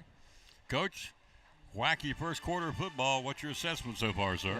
A long quarter, but again, if we can get a stop right here, that's kind of what we talked about. We need to go ahead. We need to get a stop and then do something with it. We could potentially get some decent field position if they don't get this right here. 4th and 6 from the midfield marker, the 50-yard line. The switch ends the field, go right to left here. Empty backfield for Clement.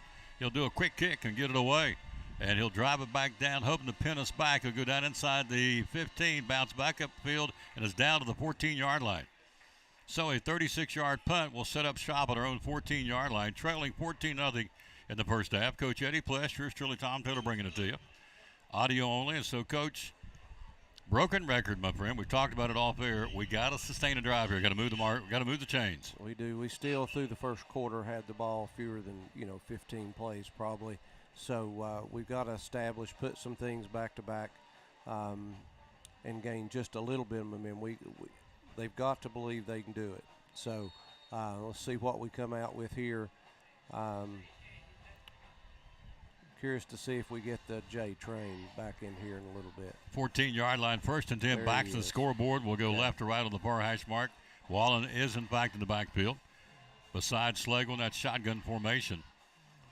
Hilltopper showing 5 defensive man on the front, hand off to the train. The train will grind it to about the J train to about the 14. Not much, if any at all, to the line of scrimmage is where he got back. So the J train, let's see, 55 in there for Science Hill. Call that name out, 55, or 59 rather. Darius Delacqua. I'm sure I'm not saying it right. No gain on the play. 2nd and 10, 11-18 till halftime. We trail 14-0. Touchdown called back right before the end of the quarter. That's huge in this football game. It was illegal man downfield with the Hilltoppers, and that nullified a touchdown. Have been 21, at least 20-0. But it is 14. 2nd and 10, 14-yard line. Got to move the sticks here. Hand off the train. The train to the 15. He'll crank it out to the 19, close to first down yardage. He'll get it out about the 20-yard line. It'll be short 3 or 4 yards. Very marketable and manageable for this third down call. Nice run by the train up the front, following the Hogs, and tackle made again by, turned around. Hayden Smith makes that tackle, number 9. He's a dandy. And for the Cyclones, coach, 3rd and about, call it 3.5. Here we go. Can we get it? Can we move the sticks to the 24-yard line? We're at the 20. We trail 3 to the near side, wide side of the field. Again, single setback is the J train. Got 3 receivers this way. They're showing linebacker blitz. They'll blow the play dead. They'll blow it up and stop it. Whistles fly, or flags fly and whistle. And let's see what the call is going to be here. Zach Wallen had lined up over here along with Legend Pate and Jack Blevins. It's offside. Science Hill. First down Cyclones. A Double C Western Supply first down, coach. Man, the penalty bug has bit the Hilltoppers here this first half. We'll move it out to the 26-yard line. First down Cyclones. Like I said, anything to get momentum. So maybe that's the break we've been looking for. Let's see what we do. From the 26-yard line, 1st and 10 Cyclones. A little breathing room. Rhett will come with a reverse this side now. Halfback options. Got a man out there. It's going to be Wallen. It's going to be caught at the 40, 35-30, 25-20. He's down all the way to the near sideline. Does he score? And he does. Touchdown Cyclones. Touchdown Zach Wallen, coach. What a call on that play.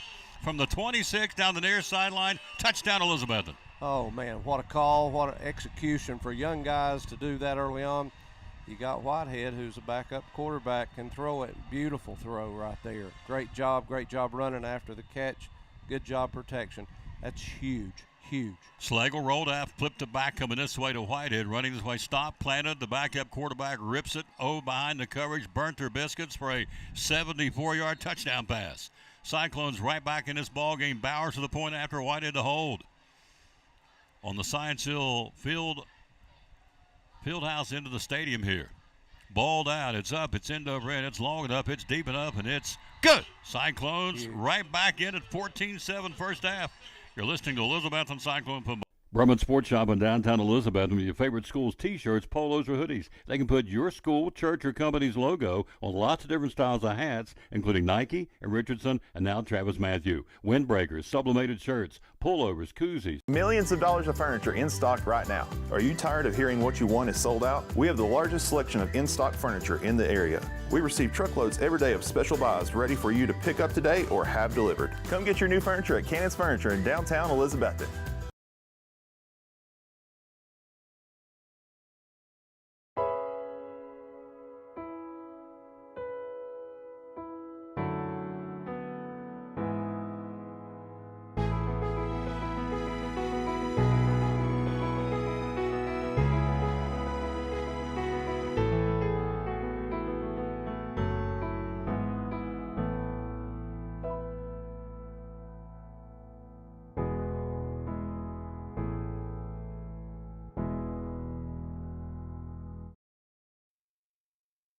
.74-yard pass play from Whitehead on the razzle-dazzle.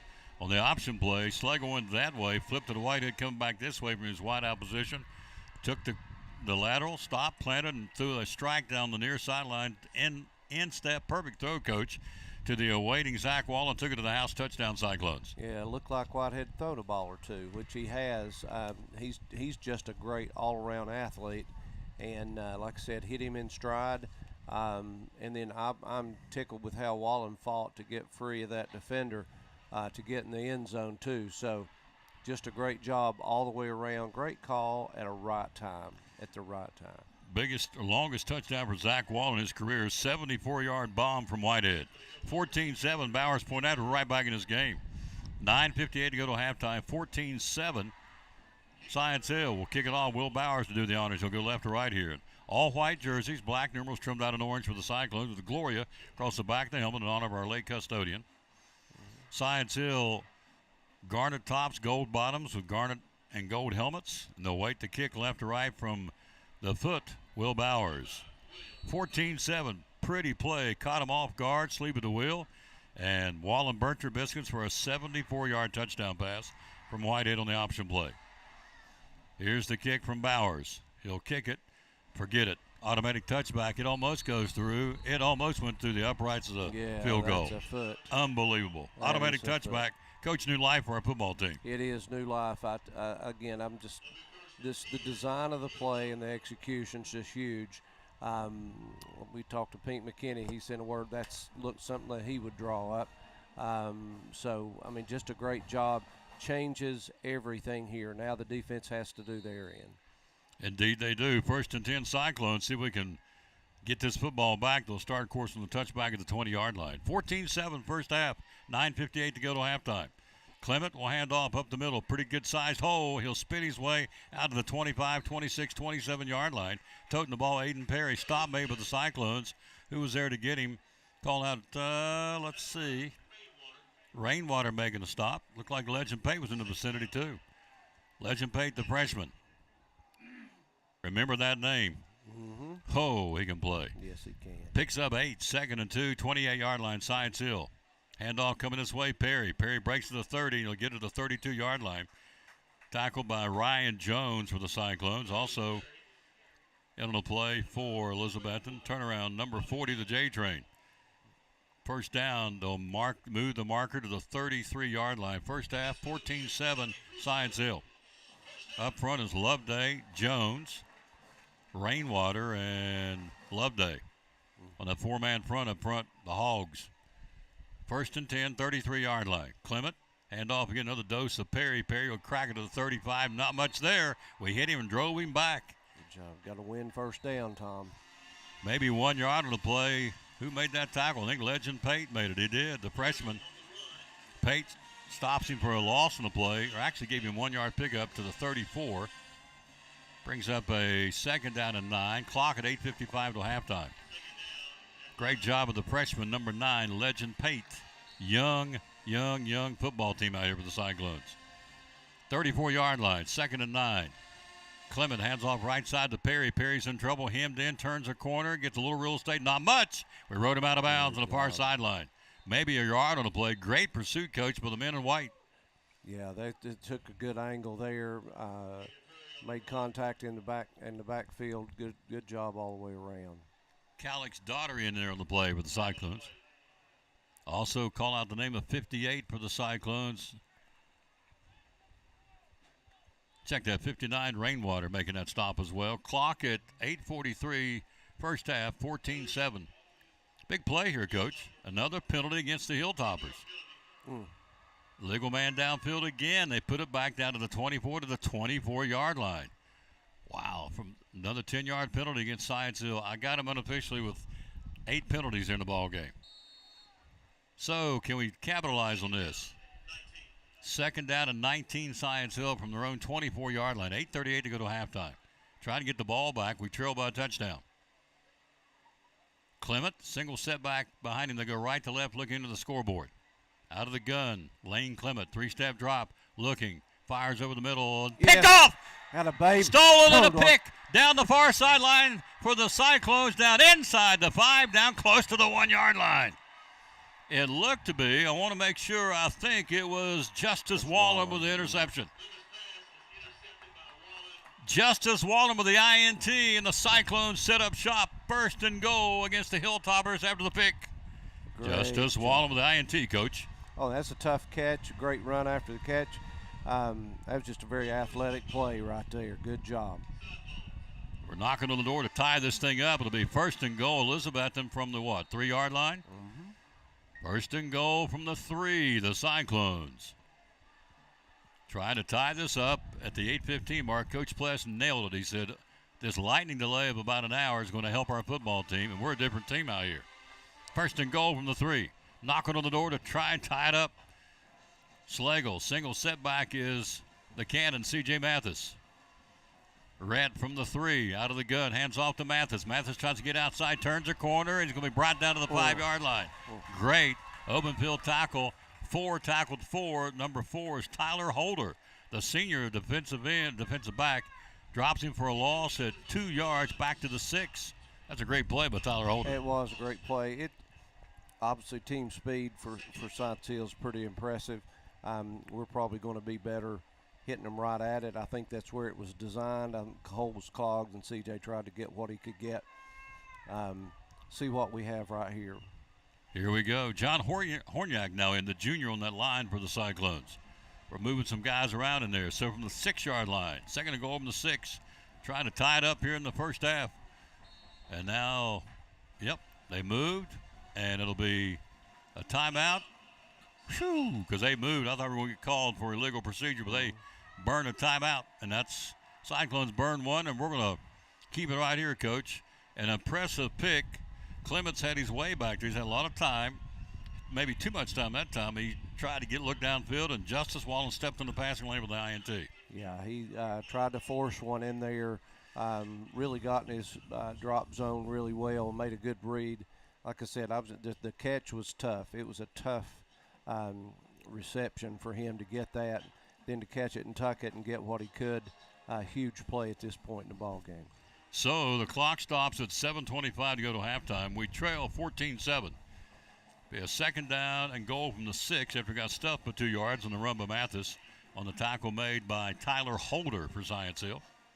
Next Friday night, Richard Van Us, yours truly, will bring it to you from the Stone Castle, the legendary historic Stone Castle in Bristol. The Vikings back on our schedule. That's great. I think it should have been on there. I like them being back. It's good. Great rivalry, great crowd game. Not that far to go. Place will be packed. They'll sell a lot of concessions at the Stone Castle. They'll come to our place next year. Good to have them back on the schedule next Friday night, and the home opener in 2 weeks against the Westridge Wolves. So we got a television timeout right now. We'll take a quick break. You're listening to 2025 Elizabethton Cyclone Football.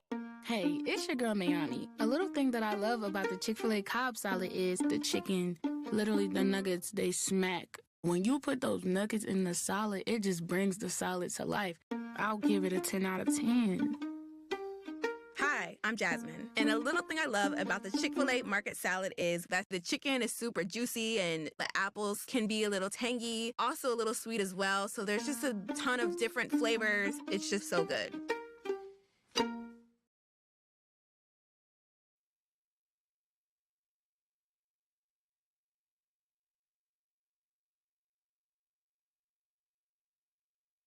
After the TV timeout, here we go. Cyclones on a 2nd and goal from the 6. The Science Hill 6. 7:25 to go to halftime. We're back to the scoreboard. We'll work left to right of the field house into the stadium here. Single setback is the train in behind Schlegel. Man in motion.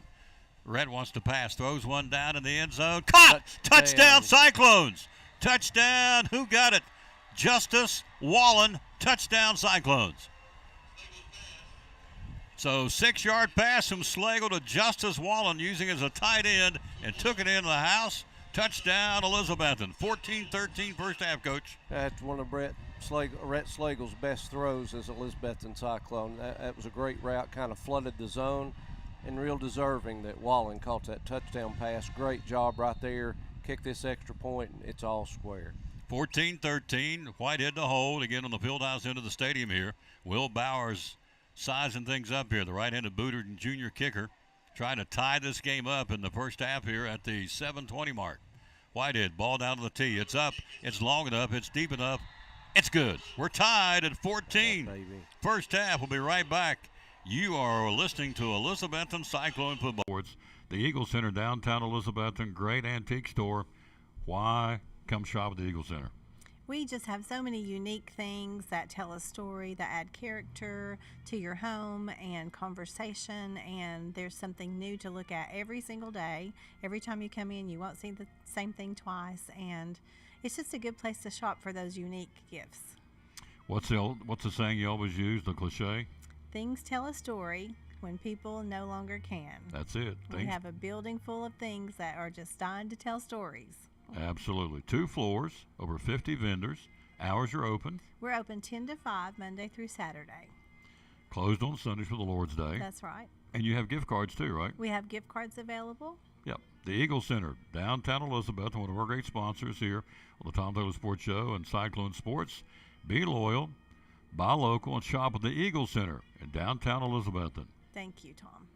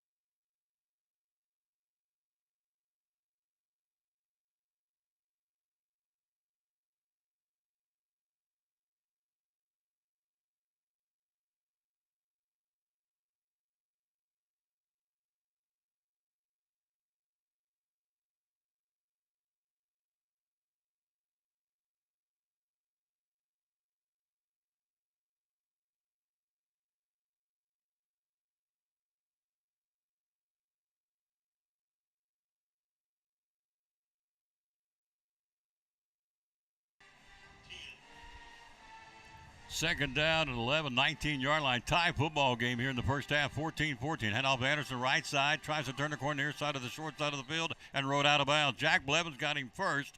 And then as he came upfield and crossed out over the 20 to 25 into the near boundary, Zach Wallen creamed him, knocked him out of bounds. along with Jack Blevins, we said, and Zach Wallen. 6:32 till halftime. We're tied at 14. Apparently we went down. We apologize. Don't know why. We refixed it. Cyclones and Justice Wallen interception. First, we scored the touchdown on a gadget play. Whitehead on the option play from the toss from Slagle on the lateral. Found Zach Wallen near sideline for a 74-yard bomb. Bowers point after a 14-7. Justice Wallen picked off a pass and went 5 plays later and scored on a pass from Slagle in the end zone. Here comes to the near side from the 25. Look out to the 40, 42-yard line to the 43. A punishing run by Aiden Perry, finally brought down by Zach Wallen and also by William McDuffie for the Cyclones in the secondary. Takes it from the 25. Science Hill's running back out to about the 40, 44-yard line. 19-yard pickup. First down, Science Hill. And a offsetting penalties, holding Science Hill. And what they call on us, I think it was offsetting personal foul. Personal foul, offsetting penalties.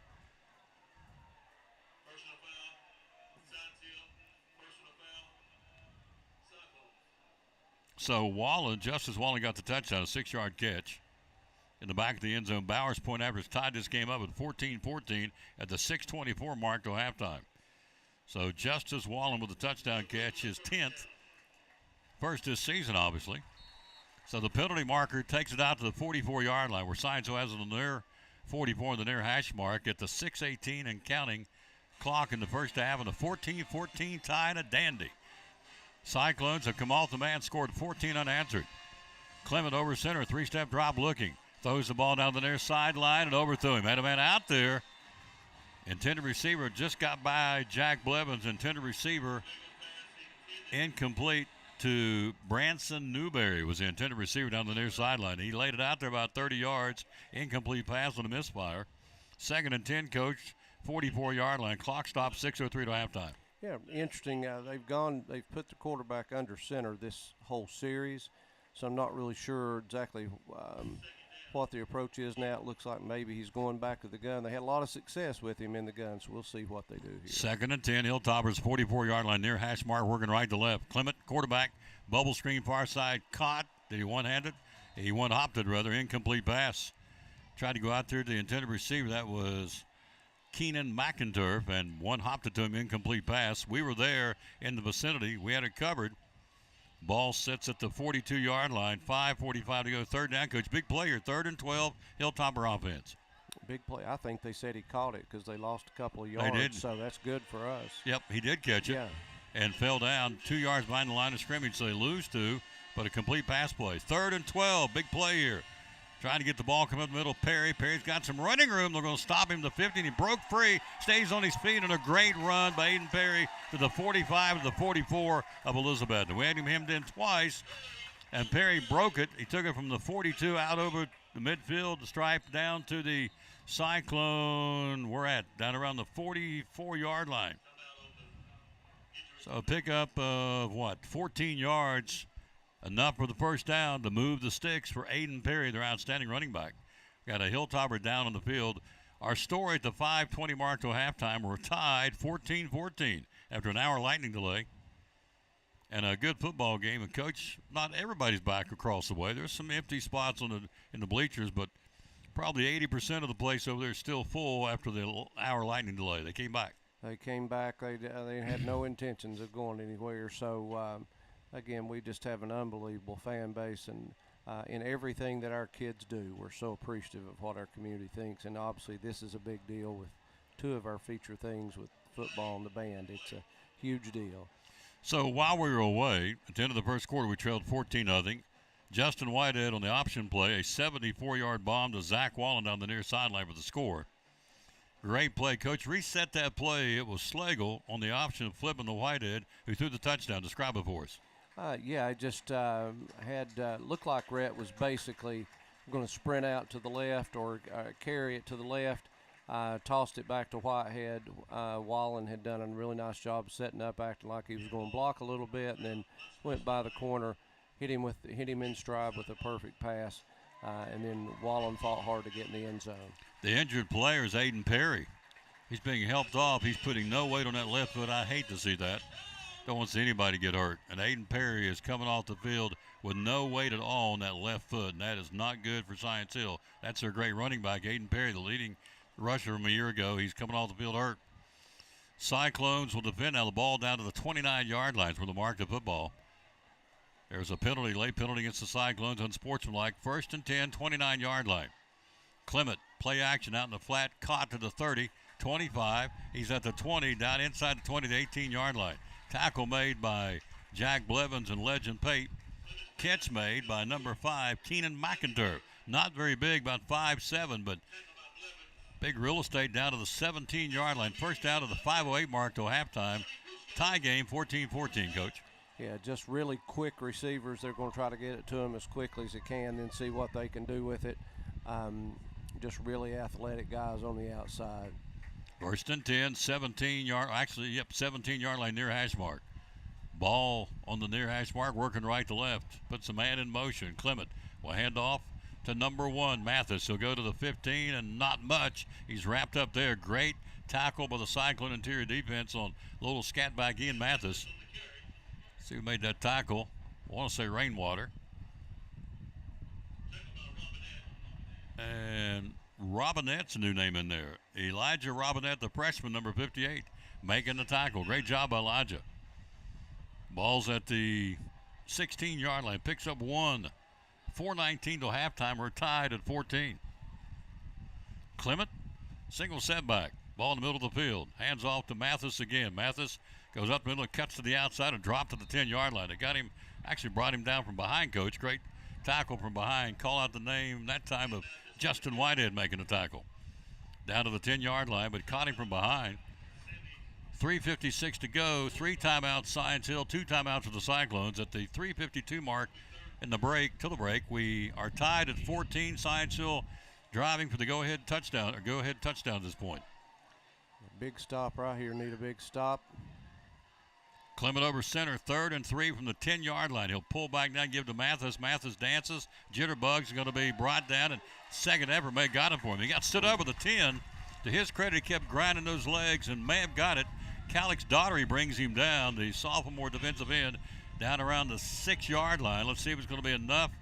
It is for a Hilltopper first down. Great second effort by Mathis. He got hemmed in, Coach, and he kept driving those legs, got the needed yardage for the first down. All their backs run with a lot of purpose. You can just tell just that extra drive. They don't go down easy. 1st and goal, 6-yard line, Science Hill. Clement, play action, throws on the flat, turns the corner, should be and is a touchdown. Fake the dive, then coming across the middle, caught the ball. That's Darren Hill for a Hilltopper touchdown from 6 yards out. At the 3:09 mark, they regain the lead in the first half. 6-yard pass from Clement. Hill with the touchdown. Hilltoppers with the touchdown. They regain the lead, 20-14 now. So they point after by Carter Lockman to give them a 7-point advantage at the 3:09 mark till halftime. Cyclones trying to get a handle. This is a high snap, and I'm not sure he's going to get it. It got blocked. It was a high snap, and they don't get it. That's a huge play in this football game. A high snap. The holder tried to bring it down. Lockman stopped and stutter stepped and still tried to kick it. It got blocked. 20-14. That extra point nullified. It could be big in this football game. We'll be back. You're listening to Elizabethton Cyclone Football. We trail 20-14 with 3:09 to go to halftime. Brumman Sports Shop in downtown Elizabethton with your favorite school's T-shirts, polos, or hoodies. They can put your school, church, or company's logo on lots of different styles of hats, including Nike and Richardson and now Travis Matthew. Windbreakers, sublimated shirts, pullovers, koozies. They can order for any area school and your favorite team. Dry fit sleeveless hoodies, Nike dry fit T-shirts, women's and toddler sizes. You can order any uniform for any sport, including the pants or shorts from Brumman Sports Shop. And they always have a clearance rack to save you money. Plaques, trophies, medals, and ribbons, and all the engraving is done in-house. And they offer hard-to-find Letterman jackets of your favorite school for guys, ladies, and now elementary and middle school athletes too. And they offer all the different sports patches as well. Brumman Sports Shop, downtown Elizabethton, Facebook, Instagram, website, BrummanSportsShop.com, phone 542-2321, Brumman Sports Shop in downtown Elizabethton.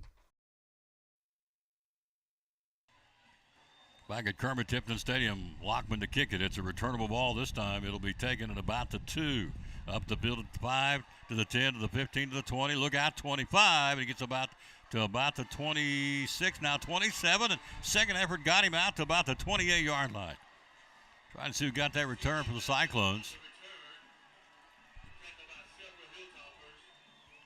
Great effort right there. Trying to see who it was. I want to say, I'm not going to say because I'm not for sure. The jerseys are white and they're getting sweaty, and it's hard for me to see them. You got those binoculars? You don't, do you? No. No. Tried to listen to the name, didn't get it. 28-yard line on the return. Return of about 26 yards. Whomever did it for the Cyclones had a nice return. First and 10, 28-yard line. 3-minute mark till halftime. We trail 20-14. A bad snap on the punt or the point after it could be big in this football game. We're down 6 instead of 7. Schlegel puts a man in motion out here in the flat. Rhett looking. Those out in the flat, caught over the shoulder, turns upfield to the 32-yard line. Nice catch. Jack Blevins makes the catch, turns it upfield, and gets positive real estate to the 32-yard line. Nice job, Jack Blevins. Tackle made out there in the secondary by Josiah Battle, number 12 for Science Hill. Ball to 33-yard line. 2nd and 5. 2:38 to go to halftime. We trail 20-14. Walling out to the near side. The J-Train single man behind Schlegel. Couple of receivers to that side, the wide side of the field. He'll bring one now back in motion. This way to Jack Blevins. It'll be hand off to Train. Train trying to get outside. He'll get it to about the 34-yard line. Picks up 1. Third down now and short for the Cyclones. Clock 2:13 till halftime with 2 timeouts left. They've got 3. So the Train gets it to the 34-yard line. J-Train, Josh. So at the 34, and it brings up a 3rd down and 4 from the 34. 1:55 to go. Clock rolling to halftime. Big play here. We don't want them to get the ball back. We're going to move the sticks here. Got to get it down to the 38 to keep it moving. Schlegel throws out in the flat, caught to the 35. First down to the 40. Great play. Quickie to the far side. Catch made. First down gain to Justin Whitehead to the 40-yard line. Actually to the 39, but we'll take it. We got enough for a double C Western Supply first down. So the Cyclones keep it going. That's a big play, Coach. That is. That's a lot of time to give them the ball back, so that's huge, if nothing else, just to move the chains. Clock continues to roll. 1:28 till halftime. 20-14 Science Hill. And a dandy here. And as we normally expect on a Friday night in August in Johnson City, it's become very muggy here tonight. Very steamy. Schlegel. Hands off. Looking for a little running room. I think it's Mathis. He'll be stopped at the 39-yard line. Not much. No gain on the play. Tackle made there by number 3. That would be Braden Austin for Science Hill at the 39-yard line. Legend Pate, the freshman, toting the mail. Getting him in ever so slowly. An extremely talented football player. Yes, he is. 2nd down, no gain. 2nd and 10. Clock at 48 seconds till halftime. From our own 39-yard line down, a touchdown. Schlegel, play action looking. Rhett throws out in the flat, and it's going to be caught or knocked down. Let's see. Caught. Nice catch in traffic. Justin Whitehead in traffic takes it from out to the 48-yard line. Brings up a 3rd and 1 now with 25 seconds to go in the half here. 3rd and 1 from the Cyclone 48-yard line. And a dump past the far side. He got pressure on a blitz, and unloading the ball was Red Schlegel to the J-Train. Couldn't handle it. He was backpedaling, trying to dump it out in the flat and dropped or couldn't get the football to him on the blitz package. But number 53 for Science Hill coming hard was Sawyer Necessary. Schlegel unloaded it to the awaiting Wallen. Couldn't hang on to it. It's 4th and 1 with 15 seconds to go to halftime. So Red Schlegel will have the J-Train beside him here. Should be the final play of the half. Schlegel to carry it. Red turns the corner. He'll get to the 50-yard line. Did he get the first down? Call time. He did, I think, and they're going to call timeout. Good call, Coach. He got the first down to the keeper. Got it right at the midfield marker at the 50-yard line. He turned the corner, kind of slid in, got a helmet on the shoulder pad of Red Schlegel, stopping his momentum as he slid in with his left knee onto the turf, but got the first down to stop the clock with a timeout. 15 seconds to go to halftime. We've got the ball now right at midfield. And what do you draw up right here, Coach, if you're Sean Witten? I mean, it may sound crazy, but they put a line in an NFL game where you got to get to for the kicker. My opinion, they need to get to the 40 to have a shot. I think he can kick it from 57. The way his kickoffs have gone, I think he's capable, and so we don't have to score, or we don't have to get a touchdown. It'd be great if we did, but he can draw up something for a home run, or he can draw something to get 10 or 15 yards, call another timeout, and set up for a field goal. The ball is right at the 50-yard line. Clock 10 seconds till halftime. Science Hill 20, the Cyclones 14. After we trailed 14-0, we matched them here. And we're right in this football game. On a steamy night in Johnson City, had an hour lightning delay, which no rain, and everybody's back in the stands. The ones that came back being treated, coach, to a heck of a football game. They sure are. I don't know if they're able to see it anywhere, but the ones that went home are missing something special. So, long timeout taken here by the Cyclones. Both teams, this is not a TV timeout. This is a legitimate Cyclone timeout. It gives us one left now in the half. Hilltoppers will walk back out to their defensive formation after meeting with their defensive coaches here on the near sideline. Next Friday night will be the Stone Castle. Week 2 will be taking on the Tennessee Vikings. Cyclones to the line here. In all white, orange numerals trimmed out in black, and their black and orange helmets. 1st and 10 of the 50. 10 seconds to go to halftime. See if we can work not a 2-minute plan, but a 10-second plan. Slagle. Red looking, screen pass, caught. Here he comes up the field, 45. He's at the 40. He's down inside. Call a timeout. Yes, sir. On a curl pattern, makes the catch, brings it back up the middle of the field. And the catch made by Justin Whitehead takes it inside the 40 down to the 37-yard line of Science Hill. Picks up 14 or 13 yards. I'd have paid money to see this right here. Timeout, so Bowers may get a shot here. Let's see. Why would you not? Give it a whirl. 20-14, 3 seconds to go. We're out of timeouts till halftime. Let's see if he'll try that or go for the home run ball. Let's see what he does. We'll see what the... Either way is a good deal. Yep. Nice play on a curl pass. Come right back to the middle, Coach. Great call. Great call. Good design. And he was smart enough to get down quickly enough for them to be able to call a timeout. So our stat man, Isaac Fletcher, couldn't be with us tonight. So next week we'll have him. We'll have stats. Right now it's a wing job by two codgers that do good just to call the plays. And so we have, I should take that back, one youngster and this old codger trying to stay with the play. Two old codgers. No, you got it right. No, you are the big kahuna is what I was told. Yeah, well, the big you don't believe kahuna. everything you hear. I know what he would call right here. There'd be three people lined up on one side, and he was chucking it to the end zone. That's what we're doing. We're going for it here. All right. Forget the field goal try by Bowers. We're going for it. We have 3 seconds till halftime. No, he's nope, he is here. Bowers is out 54. there. My apology. All right. Ball's going to be on the 43, mark at the 44-yard line. Come on. 54-yard field goal by Will Bowers. Come on, Will. Come on, Will, baby. Hit it, baby. Whitehead to hold it. Bowers, ball in the near hash mark.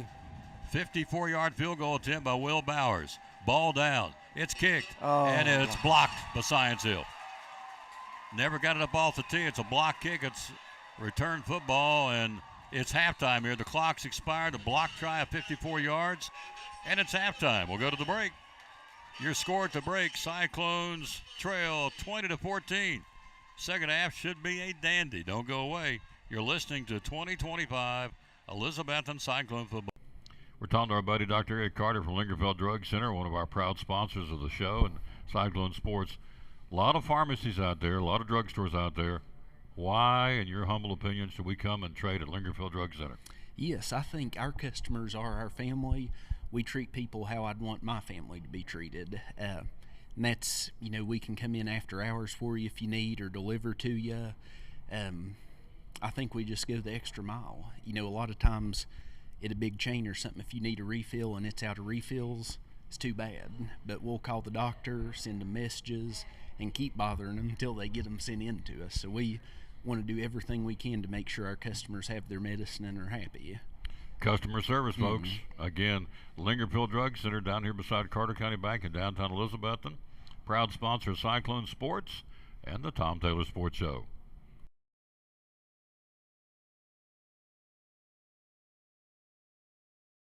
antique mall with over 50,000 square feet of merchandise. We have about 52, 53, give or take, vendors with different items. We have a great selection of everything from antique, which is over 100 years, to vintage, which is 25 years, and then we do have a little bit of new things. We concentrate on the vintage and antique items. So you can find just about anything for yourself, for your home, and gifts. We have a lot of people that take gifts for their grandparents. They remembered they had them, and it's with their family. Hours are open. We're open Monday through Friday, 11 to 5:30. Saturdays, 10 to 6. Open late for the car shows and anytime they have special events in town. Need Place, one of our great sponsors of Cyclone Football, Duck Crossing in downtown Elizabethton, proud sponsor of Elizabethton Cyclone Football. It's a dandy after the Lightning delay of an hour. It's a 20-14 halftime ball game. Let's recap the scoring sides. I got on the board first.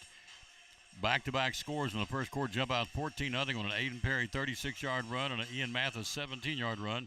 Carter Lockman's point afters of both give them a 14-0 advantage after the first quarter. That's when the Lightning came at the 140 mark after that second touchdown. They kick it. We get an automatic touchback in the end zone. They blow the play dead and get us out of the stands for a Lightning delay that never brought any rain. And so for an hour we worked our way through a Lightning delay, got back to action, and boy, we've been treated a good one in the second stanza of this ball game. It was an option play. Schlegel, snapping the ball going left to right, went that way, flipped it on the lateral back this way to Whitehead, who the backup quarterback came around this end of the wide side of the field, stopped and planted, and found down the near sideline the streaking Zach Wallen on the fly, laid it right in his arms, a 74-yard bomb. Touchdown Cyclones, touchdown Zach Wallen. Bowers point after, 14-7. Science Hill gets the ensuing kickoff.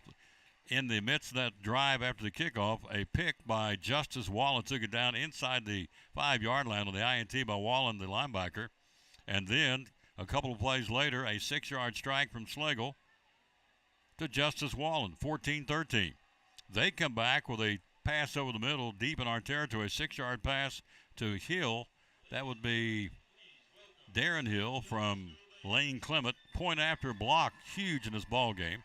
We come back and try with 3 seconds to go. Got ourselves in position with a great play on the catch up the middle of Whitehead. Get it down within field goal range. We had the field goal block, a 54-yard attempt. And at your halftime, 20-14.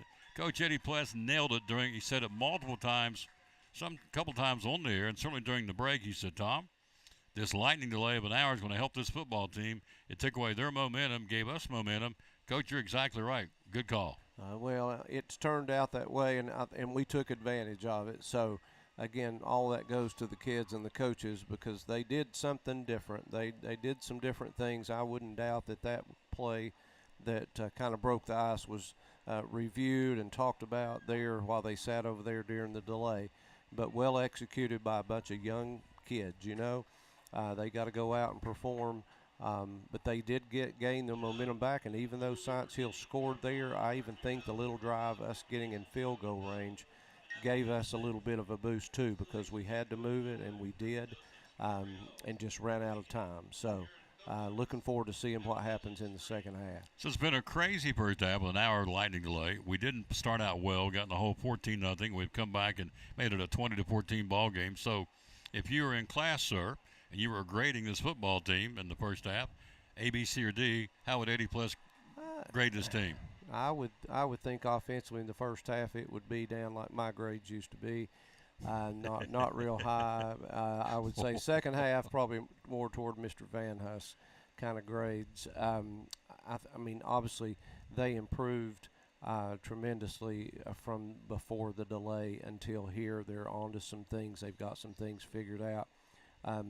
Defensively, like I said, I don't know what's going to happen with it's hard to say them losing a running back changes their trajectory, but I mean they have several good running backs, but the number 6 obviously is the real deal, and so we hope that he's okay, but we've still got to tackle. We've got to get off our blocks a little bit quicker. And I think some of that was going on there toward the end. So they've changed what they're doing, too. So we've stopped what they were comfortable with. the Science Hill marching bands out on the field. Our halftime shows this year being brought to you by, there's Coach Diaz going to talk to us, our athletic director. Halftime being brought to you by Pleasant Beach Baptist Church. If you don't have a church home, we'd love for you to come worship with us. We got the Master Club program, and so Pastor Fowler said we'd like to support the Cyclones, and Pleasant Beach Baptist Church, halftime sponsor of our football and basketball games. And so at halftime, it's 20-14 and an old-fashioned slobber knocker. Science Hill bands on the field. We'll come back and talk to our athletic director, Joe Diaz. After this timeout, it's a dandy. At the break, Science Hill 20, your Cyclones 14. Hello to Roanoke, hello to California, and also hello to the folks in Florida. Thank you for listening. You're listening to Elizabethton Cyclone Football. This is Pastor Mark Fowler, and we want to invite you to be with us at Pleasant Beach Baptist Church sometime soon. And we're thankful for what God is doing, and we've had visitors almost every week. We have so many people that God is using His Word to accomplish a work in their life. And we want you to come. Now, I think about our society today, and there's a lot of talk about the negative aspects and generations and what's missing and what we're going to do and how do we face this social issue and how do we face that social issue. And that is always the buzz. And if we're not careful, we talk like God doesn't have an answer. 2 Timothy chapter 3, we looked at the other night together, and our reminds us that yes, in the last days, there's going to be some difficult things come, dangerous times, but the antidote is always God's Word. And so what we're trying to do is to provide Bible answers for today's tough questions. And we're building Believers by the Book. So we want your family to come. We're thankful to have a Sunday school hour and a junior church and master clubs and a youth group and all those things going on. But what we're trying to accomplish is to get the Word of God into the hearts and minds of God's people. Halftime, Cyclones trail 20-14, but we made, after this lightning delay, whoa, what a second half we're getting ready to have here. An old-fashioned slobber knocker, joined by both our principal, Dr. John Minton, our athletic director, Joe Diaz. Coach, whoo, what a game. How about these Cyclones? Yeah. Eddie Pless called it. The lightning delay helped our football team. Yeah, 100%. We're just down there talking. We've got so many guys that play both sides of the ball, so that was another, long little break that they had. Of course, we don't want any injuries for anybody, but there's been a couple of times where some guys went down on the other side and probably bought us a little bit of time too. So all those little breaks are going to help a team that's smaller, and they've always got the numbers on us in terms of how many players they got. I mean, they've got over 100 kids over here, it looks like. So every little bit helps. So tell us what's going on athletic in our football season, or not football season, but our athletic season so far this year. What's going on? Yeah, so volleyball got their first win yesterday against Unicoi. I believe it was 3-1 on that. So they got their first win and got them going. So hopefully that'll bear fruit for the future there and keep that going a little bit. Our soccer team has played really well. I've spent more time with them because they've just had a couple home games, so I've got to watch them a little bit more. And I think I believe they're 2-1 right now. They've had a couple big wins against some bigger schools there early on, and then we did lose to Mo West. I believe that was yesterday, but we didn't play bad. Of course, they're pretty good. So I really think that our soccer team's got a chance to do something special this year. We're talking to Coach Diaz. Got us both in the camera here. At halftime, we trail 20-14. Cross country tomorrow, run for the hills. Is that correct? Yes. So you probably don't know this about me, but I ran cross country in high school and college, and I remember running that race when I was in high school, and it's a brutal race. It's run for the hills for a reason. So, but our cross country guys will be out there competing, and so we wish them well. I don't know if you've ever got to do a cross country meet or anything. I ran cross country. Okay. Oh, but you know about streaming one? Have you? Oh yeah. I want to do one. Yeah, it's really cool. Especially like tomorrow, like our high school will be there, our middle school will be there, and our elementary schools that all three of them have runners that will be competing tomorrow too. So, and that's always fun when you got the whole every level of school out there competing, and it's really cool to watch the high schoolers after they run. They'll cheer on their elementaries and things like that. So it's a really special moment. They sped the halftime up. Only got 2 minutes here. I guess they're moving it up because we've been off for an hour. So yeah, they did 12-minute halftime. They told us they were going to shorten it. So both teams are back out here. So real quick, give us the website. All the Cyclone fans all over the country watching can stay up with Cyclone sports. How do we do that? Yep, you go to CyclonePride.com, and we update all the scores every day, and you see what matchups we got going on for the week. Nick is also doing putting out on our Instagram and Facebook weekly updates of games that'll be going on. So he puts that out on at the end of the week, and then for the next week, so everybody can see like just in one shot where you can see all that's going on. Let me tell you about this guy right here. I love working with Joe Diaz. He is his first full fall as athletic director. He got the keys right after Helene last year, and so he's on a learning curve, but be patient. What I think is really cool, our season ticket holders, we're already dipping into that notepad, the waiting list. Some folks didn't pick up their tickets, and so we're moving them. We have, what would you say, over 100 on the list? There's over 100 on the waiting list. Wow. And so we've been contacting those folks this week, and we'll be doing it next week, and we're selling those tickets that haven't been sold. Our first volleyball will be on the 2nd against the Science Hill Lady Hilltoppers. We're going to be doing a lot of volleyball, some soccer, so Tia Duggar footballs. We got sports coming. We're kind of getting ready to get through the Labor Day weekend, and then look out, Nelly. So I love working with this guy right here. He's class act. I appreciate those words. Well, I don't see how he does it. He'll be up here in that that phone buzzing, and folks wanting something all the time. Yeah, and it's okay. That's it. He and Nick do a great job. Thank you, sir. Go Cyclones. Appreciate you. You got it. You'll get Dr. Minton real quick. We'll get him on here before we start the second half. He's stepped outside. 20-14, we trail here. Again, that point after, huge. It was a bad snap, and Lockman never really got a chance to kick it. It really wasn't what we did. It was a great block. What we did do, but the snap was low. Point after was missed. It's 20-14. We missed a field goal. That's okay. 20-14. We're joined by Dr. John Minton, the writer, our great principal. The writer, Center for Athletic Performance. It's up. It's running. It's coming down the final stages. First off, thanks for coming up. What's the very latest on that, sir? Oh man, it's fantastic. Right, they spent most of the day today cleaning out the rest of the old asphalt all the way out to Jason Witten Way. So big thanks to the city and the school board and our community members for all of this. I mean, there's just been people step up and changes and adjustments made to do it right, and do it. That's the way we do things. And so paving going down, turf's been delivered. They were compacting some of the soil or some of the gravel inside. Floor's laid, but it hasn't been nailed yet. They're waiting on some of the humidity to get right, so the floor's acclimated, so it's ready to go down. And I'm sure Joe told you that I think we're looking at about 3 weeks or so, middle of September, we should be getting our equipment in, and we're still shooting for into the first week, maybe into the second week of an opening. So we'll still be working on getting some of the finalized pieces of equipment in there, but we're really excited about it. It's kind of cool to see it come together. You know, for a long time it was just a lot of dirt moving and construction going on, and then when it started going up and you could stand in there and we started having some meetings in there and talking about what it's going to look like, it's really neat. So just proud to be a part of it, and again thankful to everybody who made it possible and continuing to make it possible. You know, we've received several donations from community members and donors who have decided to step up because they really want to make it a good place to be. Our school support organizations, people within the community, alumni, just a number of people that are just helping make something really good great, and that's what we do in Elizabethton. It's a shortened halftime, but again, if you want to make a donation, the folks would like to, whether it's $100, $1,000, you know the old adage, pennies make dimes, dimes make quarters, quarters make dollars, so everything will help. How do we do that? So CyclonePride.com, there's some information on our website. Contact the school office at any time throughout the school day. I speak to Nick Miller, our assistant to the AD, or Mr. Diaz, Joe Diaz, our athletic director, or myself. We'll be happy to just explain to people what they can do, how they can give, and just reach out anytime.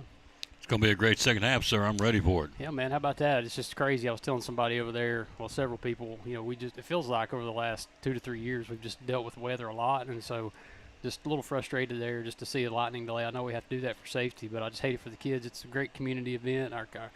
But the cool thing is our fans, they didn't leave. They're back, and it's loud, and our band's playing well, and being really loud out there, and our guys just showed a lot of toughness, our coaches and our kids too, to be able to just bounce back from, take advantage of that break. So it's going to be a great second half. Looking forward to it. See you next week. Yes, sir. Go Cyclones. Quick break. We'll be right back. Second half kickoff next. You're listening to Elizabethton Cyclone Football. We trail to start the second half, 20-14.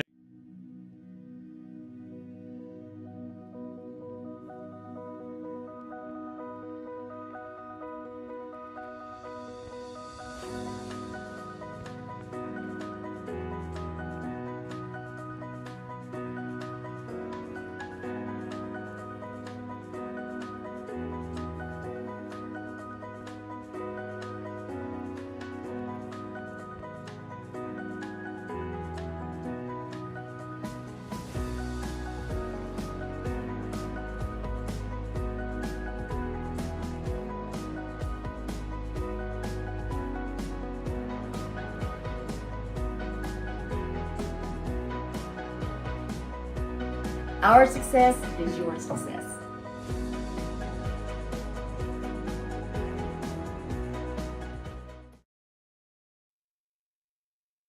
Back to action here. Great return by Science Hill in the kickoff when we were gone while we were away. And so a fumble out of bounds. Cyclones recovered. They say it was out of bounds. It'll be, I think, Science Hill football. Let's see. Cyclones say they recovered the ball down the near sideline. Great return by Science Hill's Darian Jackson. Gets it down to about the Cyclone. It's a heck of a run back by the Hilltop. He took it on the one on a sidewinding kick. Didn't get in the end zone. Returnable ball, and he did. Let's see the penalty. Larry Hutchinson been very busy in this game with the penalty bug. Let's see. They're going to say it's at the 50-yard line. Great return. Great start for Science Hill's offense here in the second half on the return of Jackson. Bumped out of bounds here low on this side by the return team. First and 10 at the 50-yard line. Coach Pless back with us. Thanks again, Joe Diaz and John Minton being with us. Handoff near side. Perry's hurt, so they're running the ball to Ian Mathis, who hurdles his way down inside the 45 to the 40 down to the 38-yard line. Tackle made by Sammy Orsburn and also by the Cyclones' Calix Dottery at the 38-yard line. Picks up about 7 on the play. 11:28, third quarter just got started. We trail 20-14. Science Hill with the opening kickoff here at the 38.5-yard line. Clement rolls out in the flat wide side of the field to that side. Looking the right-hander slings to the end zone, and it's going to be nearly picked off out there in single coverage. And he batted that ball away. He almost had the pick. He underthrew it. Who is that out there? That would be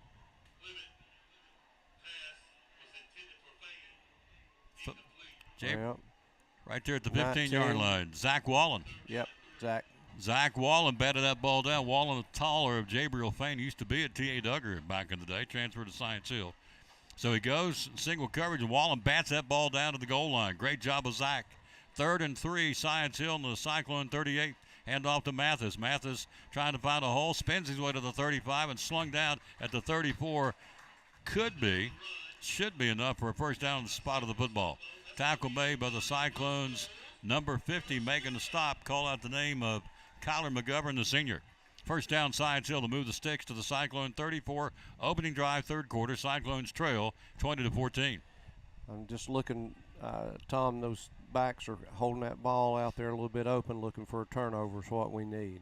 34-yard line. They're carrying him like a loaf of bread. Clement on the keeper. I think it was a busted play. They weren't where he's supposed to be. He'll keep it, get to the 31, and get popped. He kept that to the left side of the formation. He got in and got hammered by McGovern. Also, William McDuffie laid the wood to him. He will get up. He's okay. He got popped to the 31-yard line. Picks up 3. He got stuck. Really good pursuit. Not really sure what happened on the action in the backfield, but doesn't necessarily look like that's his comfort area, carrying the ball like that. I think you're exactly right. 31-yard line is where they spot the ball near hash mark, right to left, third quarter. Science Hill to move here.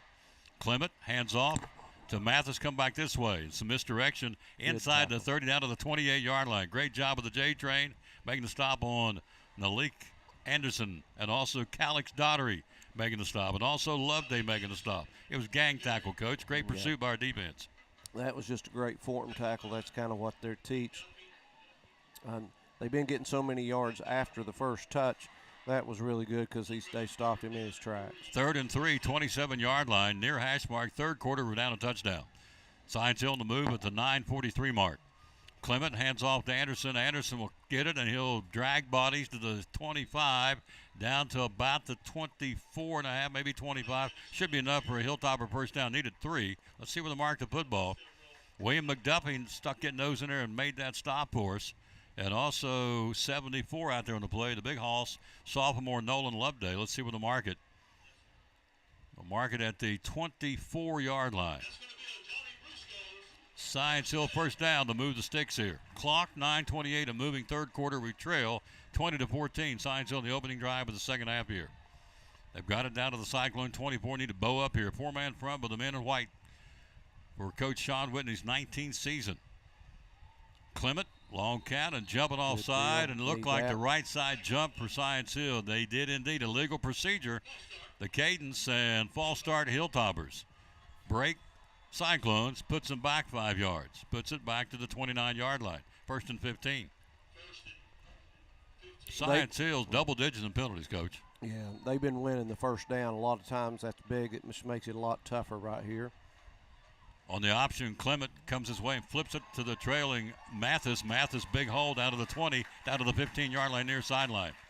Mathis, tackle made with the J train, but Mathis takes him to the 24, down to the 15-yard line. And Stacy Carter, head coach, going back to what he was doing in the first half, rotating running backs and keeping them fresh, gets it down to the 16-yard line. Big pickup, 8-yard pickup. Got a blower back right here, Tom. 3rd and 7 from the 16-yard, or 2nd and 7 from the 16-yard line. Clement hands off to Mathis. Penalty flag, going to bring it back. Illegal procedure. Yep, they jumped.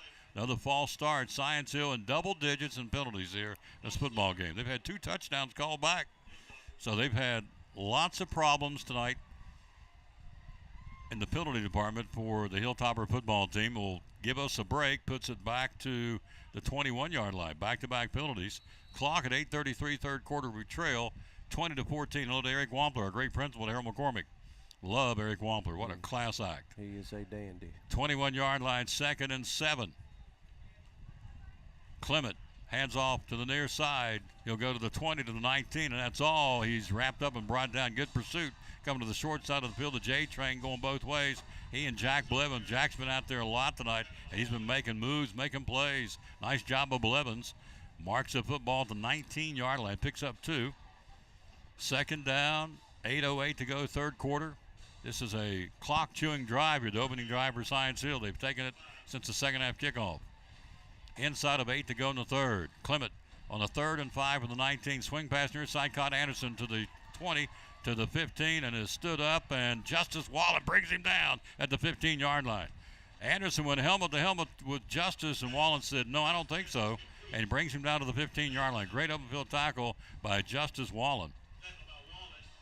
Puts the football at the 7:44 mark, Coach, at a 3rd down, and let's see what will mark the football at the 14-yard line. I wasn't sure that was a first down. They gave him a first down there, but generous spot. Yes, it was.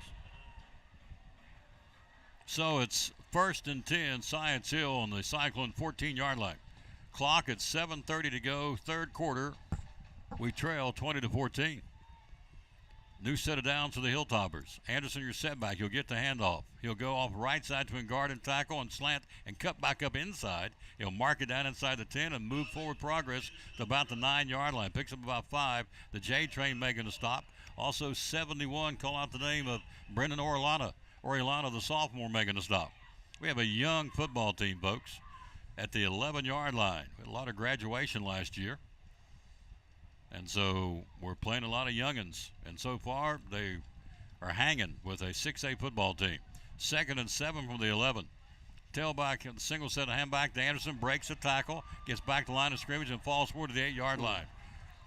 Clement looks like he is down. The quarterback laying face down and rolling around on the turf now. So Clement, I'm assuming, yep, they really immediately go out. It's a cramp. So Lane Clement rolling around on the field. Handoff to Anderson, took it from the 11 down to the mark forward progress to where, Coach, about the 7-yard line, 8-yard line. Picks up 3. 6:34 to go in the third quarter, and a television timeout here. Clement, meanwhile, being attended to with a cramp. He's still down on the field. I assume that's what it is. They went out immediately and grabbed him, started working on his, well, the obvious, on his leg. We'll take a break, see what's going on. We're in a timeout mode. Third quarter, we trail 20-14. You're listening to Elizabethton Cyclone Football. Millions of dollars of furniture in stock right now. Are you tired of hearing what you want is sold out? We have the largest selection of in-stock furniture in the area. We receive truckloads every day of special buys ready for you to pick up today or have delivered. Come get your new furniture at Cannon's Furniture in downtown Elizabethton. At Carter County Bank, it's our job to help you focus on the happy moments and check off the things on your to-do list to make them happen. We're here along the way so you can pull off the happiest moments in life. Carter County Bank, in the business of happiness. Tell us what you all do. So we're an accounting firm in Bristol, Tennessee. Crystal McDuffie is the owner. She's number 7 on the football team, Will McDuffie's mom. So the business is called McDuffie and Associates. We do have 2 locations. We have one in Bristol, Tennessee, and then one in Boone, North Carolina. We offer full service accounting. We can do QuickBooks Online training, accounts payable, accounts receivable, payroll. We're pretty much full service. You do corporations and companies and individuals, right? Right, yeah, we do. We focus a lot on small businesses, you know, the people who they go out and work every day, they come home, they're looking at their books, they don't understand it, and that's what we're there for. Absolutely, help them out. Mhm. Phone number is 423-968-9112. How do we find you on social media? So you can find us online at statax.com. There you go. New sponsor, glad to have them on board, Stanfield Thomas & Associates, sponsors of Cyclone Football and the Tom Taylor Sports Show. Back to action after the timeout. A handoff. Pearson Harrison now the quarterback for the injured Lane Clement. That's two starters, Aiden Perry, now Clement goes out. It looks like it's maybe more than a cramp. We'll see. We're not a doctor, don't pretend to be. But Harrison, the sophomore, handed off to Mathis, who tried to do a sweep to the far side, got hemmed in, reversed field, and flags flew everywhere. Yet another Hilltopper down on the field now. So you come back with a 3rd down and 4 from the 8-yard line, which is incorrect on the scoreboard, so that play ran, that counted. So we see this. I talked about this all week on the sports show, that here on Friday nights in August, you see a lot of folks down on the ground with cramps this time of year. A lot of Science Hill Hilltoppers down with cramps. It's the 3rd one here in the ball game. We've not had any yet, but they're working on one. He's laying down on his back at the 10-yard line to go get him up. That's exactly what it is. And so that's Ian Mathis, as a matter of fact. That's their running back. So Perry's gone out. Clement's gone out, 2 of the starters in offensive set. And now Mathis, looks like he's got a cramp. I think that's what it is. He's walking kind of. Yeah, looked like they were straightening him out, pushing his toe back, rubbing him. Yeah, it's kind of. They put Clement's back. Look like he's coming back in. He's limping a little bit. Yeah. His left leg is with a sock or a hose on it. His left leg's got a white hose on his right leg from his kneecap down is bare. So whatever that means. Maybe it's a fashion statement. 3rd and 4 from the 8-yard line. 6:20 to go, 3rd quarter. We trail 20-14. Another big ball, another big play in this drive. Cyclone's got to stop him here. Clement wants to throw. Rifles one over the middle. It's going to be underthrown. Great defense again by Zach Wallen. Intended receiver over the middle and misfire by Clement. It looked like when he tried to get the ball in the pass to Darian Jackson, it looked like that cramp. He favored a little bit, Coach, and he threw off balance as a wobbler. Everything he's thrown tonight's been a tight spiral. That one, I think, maybe because the cramp didn't get a real true throw. Wallen all over him like a fleece blanket. Incomplete pass over the middle. Here comes the field goal team. Carter Lockman from the 25 for Science Hill, a 35-yard field goal. In the 3rd quarter, we're down 6. Ball down. Lockman, it's up. It's blocked! We got it again. Justice Wallen blocked the field goal attempt, and the Cyclones stopped the drive. They took it almost a 6-minute drive, Coach. They've got nothing to show for it. They took the second-half kickoff. It's the 6:05 mark in the 3rd. We blocked the field goal attempt, and they've got nothing, and we got the ball. Great job of Justice Wallen on the block field goal, Coach. It was a great effort. I mean, kind of turnabout's fair play. I kind of got the same thing when we had our field goal attempt. So great job rushing. I will say I dare say we understand those kind of things better with Sean Witten's background coming from Virginia Tech. They understand that part of the game really well. So that's a big stop for us. Now we've got to take advantage. Like I said, we're an extra point away from being ahead in this thing, and need to see what we can get going. Television timeout. We'll be right back. 3rd quarter, we get the ball back down 6. You're listening to Elizabethton Cyclone Football. We're talking to our buddy Dr. Eric Carter from Lingerfeld Drug Center, one of our proud sponsors of the show and Cyclone Sports. A lot of pharmacies out there, a lot of drugstores out there. Why, in your humble opinion, should we come and trade at Lingerfeld Drug Center? Yes, I think our customers are our family. We treat people how I'd want my family to be treated. And that's, we can come in after hours for you if you need, or deliver to you. I think we just go the extra mile. A lot of times at a big chain or something, if you need a refill and it's out of refills, it's too bad. But we'll call the doctor, send them messages, and keep bothering them until they get them sent in to us. So we want to do everything we can to make sure our customers have their medicine and are happy. Customer service, folks. Again, Lingerfield Drug Center down here beside Carter County Bank in downtown Elizabethton. Proud sponsor of Cyclone Sports and the Tom Taylor Sports Show.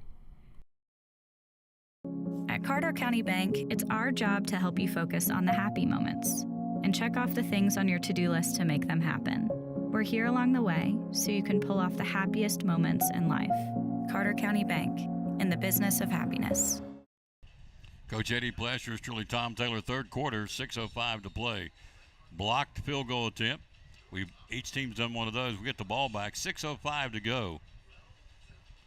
Got to be demoralizing, Coach. We'll talk about that this play. First and 10 Cyclones at the 18-yard line, working left to right, backs to the scoreboard near hash mark. Play action, Slagle throws out the rifle, and it's going to be picked off on the first play on the pick. Back up the field, Science Hill to the 21-yard line. Forget the demoralizing. Get the ball back on the pick. Who got the interception for Science Hill? INT for Nalik Anderson, and so they get the ball right back in great field position at the Cyclone. Let's see where the market, right around the 20, 21-yard line on the Anderson INT. Yeah, I think really just almost equivalent of what Wallen did earlier. A great defensive play. Not sure if Rhett just saw something, but he looked very confident on the throw, so he thought he was there. Just a nice defensive play. Anderson made a big play. Science Hill gets the ball back with the turnover. First and 10 at the Cyclone 21-yard line. Clement hands off to Anderson, who made the INT to the 20, cut to the outside, then shifted as he got hemmed into the outside and went up in between the guard and the left guard and left tackle in forward motion down inside the 20 to about the 17-yard line. Ryan Jones making the stop for the Cyclones. On that front wall right now is Jones and Daughtery. And who's the one over top of the ball, Coach? His jersey's. Rainwater? Is that Rainwater? Yep. And so four-man front. Get the other guy in just a minute. It's a love day. 2nd and 6 from the 17-yard line. Clement hands off again, this time to Anderson. Power move up the middle. Anderson grinds it down to the 10, down to the 6, and stopped right there. Cyclones in the defensive secondary. Zach Wallen makes a tackle, but Anderson motors it down to about the Cyclones' 6-yard line. 5:15 third quarter, 20-14. Science Hill knocking on the door again. No huddle. 5:10 to go in the period. Hand off to Anderson. Anderson hemmed in at the 7. He'll go up to the 5, crack it down to the 4-yard line, makes 2 yards out of nothing. And at the bottom of the play, who comes up off that bottom? Let's see, it'll be big old 59 for the Cyclones. Call out the name of senior Braden Rainwater. Blew out that knee last year, missed a lot of the season. He's back, going both ways. 4-yard lines where they'll spot it. 4:45 to go, third quarter. They're knocking on the door after the INT by Anderson on the pick of Rhett Slagle. Keeper Clement turns the corner, 5 near sideline, short side of the field, and ran out of bounds at about, and he stopped right there and grabbed his, he sure did, he grabbed his calf. He came off the field on a keeper.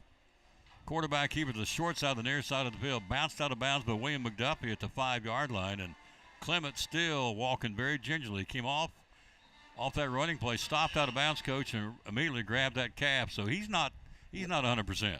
No, and once the cramps start, boy, it's really hard to work them out. This early in the year, and they called a timeout, try to give him enough time. Maybe they can massage it, things like that. But yeah, he's obviously still hurting.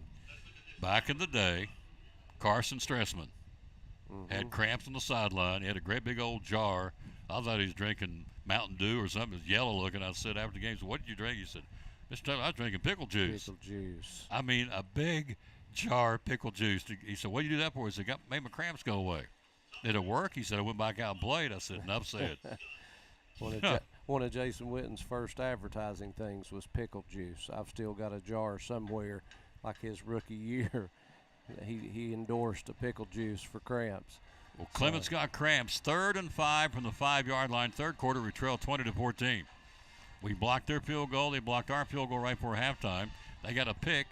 We've got a pick. Wallen picked one early in the game off of Clement. Anderson just picked Rhett Slagle on the interception. So the ball's at the 5-yard line. 3rd and goal from the 5.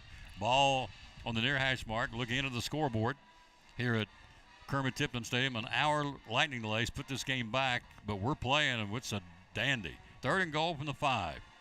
Clement, long count, bad snap. You'll have to go back and get it, then he'll fall onto the 25-yard line. Actually, Ian Mathis, it went Bad snap on the shotgun, went all the way back to the 24-yard line. They lose 19 yards on a bad snap, and that changes everything offensively, Coach, for the Hilltopper offense here. It sure does. We needed something. We needed a break. We haven't had a lot of breaks, and we needed a break and certainly got one there. So it'll be holding the ball. Let's see if they're going to try the field goal. Levi Torbett to hold it. Yep, here comes Lockman just now getting out on the field here for Science Hill, trying a field goal, which will be a 42-yarder. The ball's in the near hash mark at the 32-yard line. Torbett to hold it. Lockman's going to try it here. We blocked the last one. 42-yard field goal try. Here comes the snap. There's the kick. It's long enough, and it is no good. Missed it wide to the left. Not even close, Coach. No, he hooked it really bad. It had that side spin, so we came out of there with another break. Now we, again, got some momentum. Let's see what we do with it. 42-yard field goal misses. Cyclones get the ball back. Another gift for this Cyclone offense. Will take over the 20-yard line. We'll see what we can do here. Clock at 3:44, third quarter. It's a dandy. Science Hill 20, your Cyclones 14.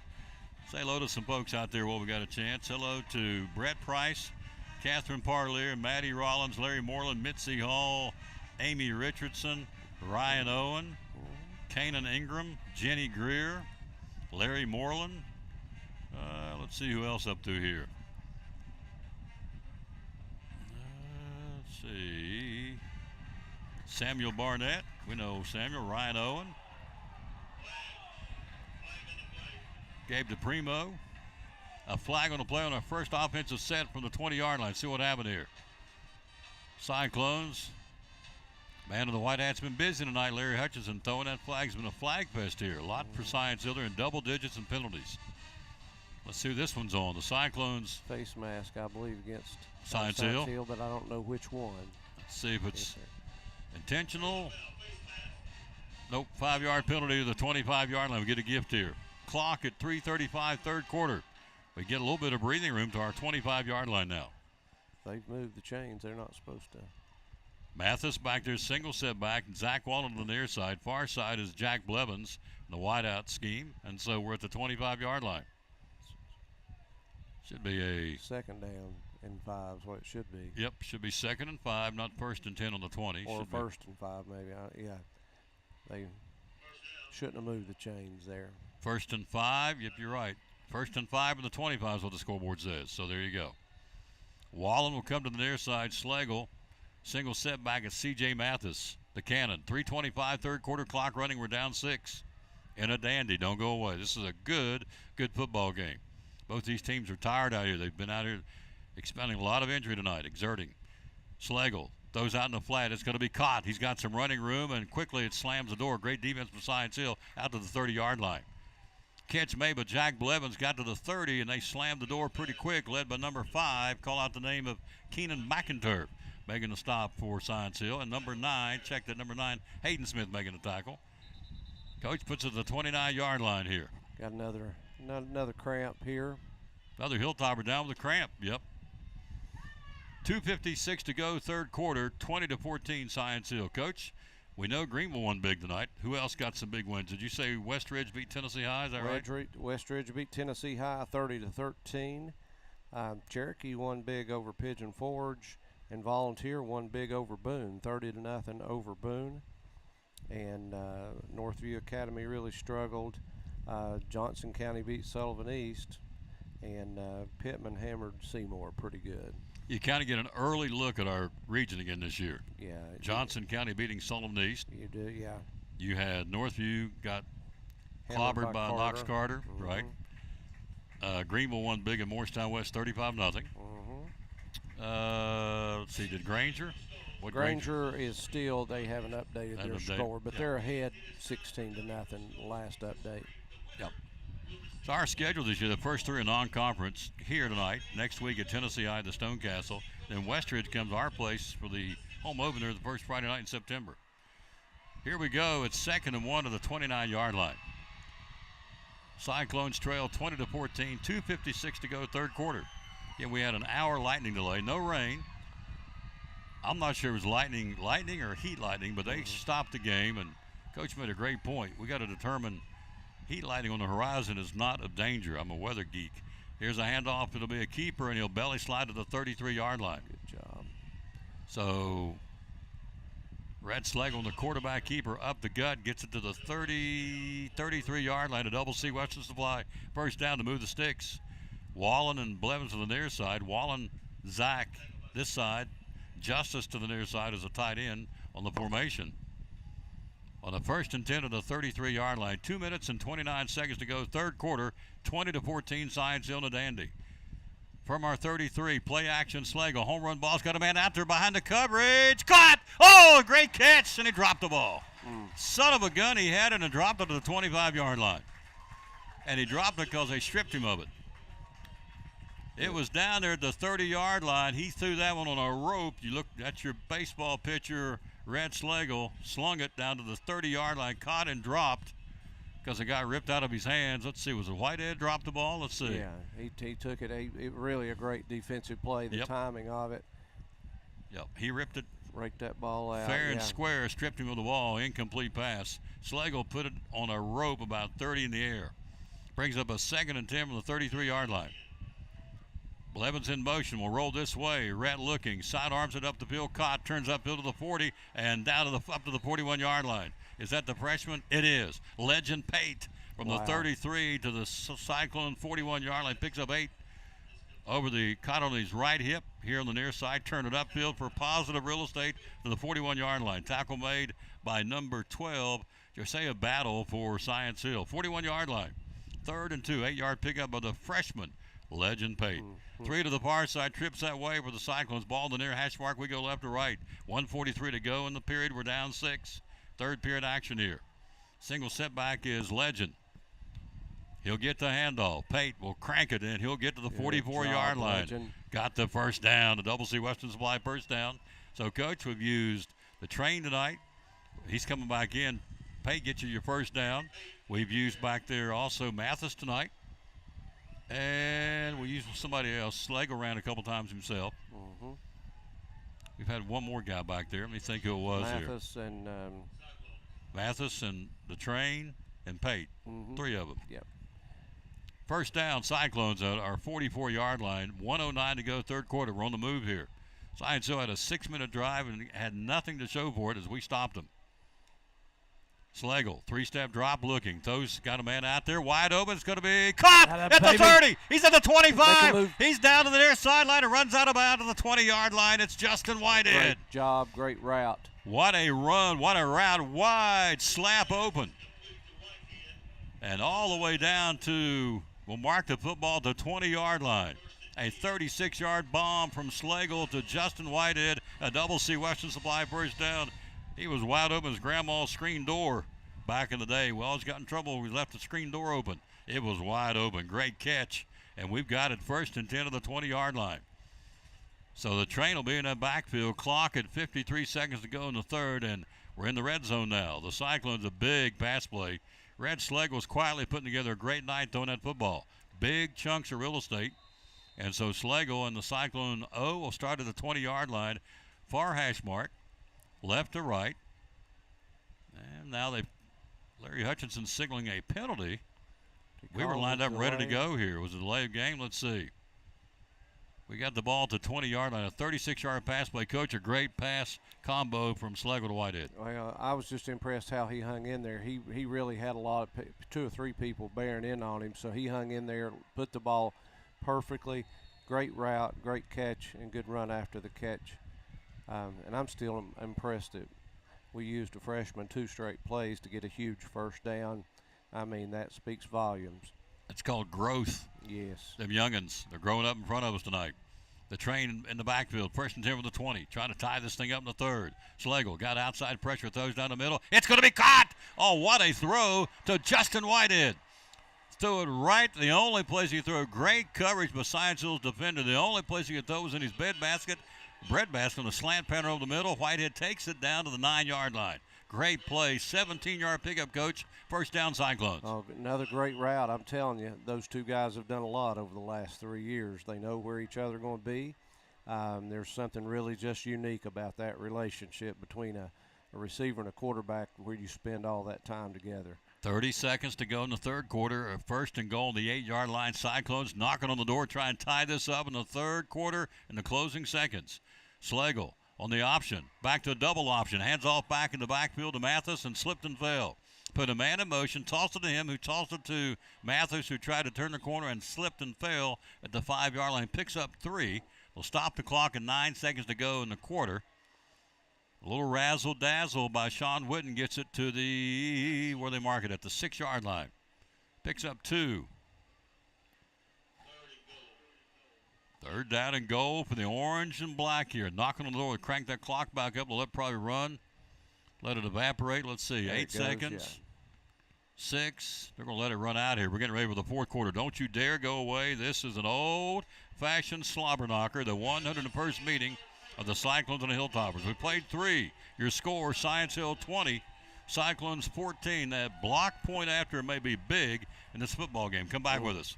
Brumman Sports Shop in downtown Elizabethton with your favorite school's T-shirts, polos, or hoodies. They can put your school, church, or company's logo on lots of different styles of hats, including Nike and Richardson and now Travis Matthew. Windbreakers, sublimated shirts, pullovers, koozies. They can order for any area school and your favorite team. Dry fit sleeveless hoodies, Nike dry fit t-shirts, women's and toddler sizes. You can order any uniform for any sport, including the pants or shorts from Brumman Sports Shop. And they always have a clearance rack to save you money. Plaques, trophies, medals, and ribbons, and all the engraving is done in-house. And they offer hard-to-find Letterman jackets of your favorite school for guys, ladies, and now elementary and middle school athletes too. And they offer all the different sports patches as well. Brumman Sports Shop, downtown Elizabethton, Facebook, Instagram, website, BrummanSportsShop.com, phone 542-2321, Brumman Sports Shop in downtown Elizabethton. With Coach Eddie Pless, yours truly, Tom Tucker, ready to bring it to you. Fourth quarter, don't you dare go away. This is an old-fashioned slobber knocker. So, where are we? Second and goal from the 6. Coach, we got 2 plays, get us 6 points. I like my chances. I do too. We're in it. We've got a little rhythm right here, so obviously a big call right here. I'm not really sure if we'll do a little play action pass. I also think something with Rhett keeping it is not a bad option. Gives you an extra blocker out there in front. We'll see, though. Thank you for watching, or in this case, listening to the broadcast. Audio only tonight, obviously. They asked no camera, and so here we are. We're painting it for you best we can without a picture. The ball's at the 6-yard line on the far hash mark, 2nd and 6 from the 6. Obviously, second and goal. We'll start the new 12-minute clock here. There's a television timeout. And so we'll be at the 6-yard line on the far hash mark. And, again, as Coach alluded to, you've got 2 shots in here to get 6 yards. That one touchdown pass early in the game was a 6-yarder from Slagle to the tight end Justice Wallen. I wouldn't be surprised you'll see him maybe come back to that again. We'll see. I'm not going to coach. I'm going to call, but I like it, Coach. 2 shots and 6 yards. Yeah, I really do right here. They've had a good break right here. Didn't have to take a timeout. Had some time to think about it. So we'll see what he dug out of the playbook right here. 2nd and 6. Looking into the scoreboard here in the fourth quarter. Cyclones knocking on the door in the red zone to the 6-yard line of Science Hill, trying to tie it up. Remember, the block point after, it's a 6-point differential right now, which is huge. We said it when it happened. We're saying it now. It's big in this football game. As Barney told Andy, it's big, big, big, big, big, big. 2nd and goal from the 6. Man in motion from far side and near side. Slagle rolls his way, stops, plants, looks, wants to throw. Now he's in trouble. He's going to be throwing it out of bounds. Incomplete. Rad Slagle get a little bump from Science Hill player there. Now, what's that all about? He threw it out of bounds. Sawyer Necessary came in and bumped him. Slagle rolled out in the flat. Everybody was covered downfield. So he just tossed it out of bounds from the near sideline. There's a flag. Is that intentional grounding? Let's see. I think that's what they're talking about. I don't think it got back to the line of scrimmage. It's a hold against Science Hill. Intentional grounding, Elizabethton, offsetting penalties. That's fine.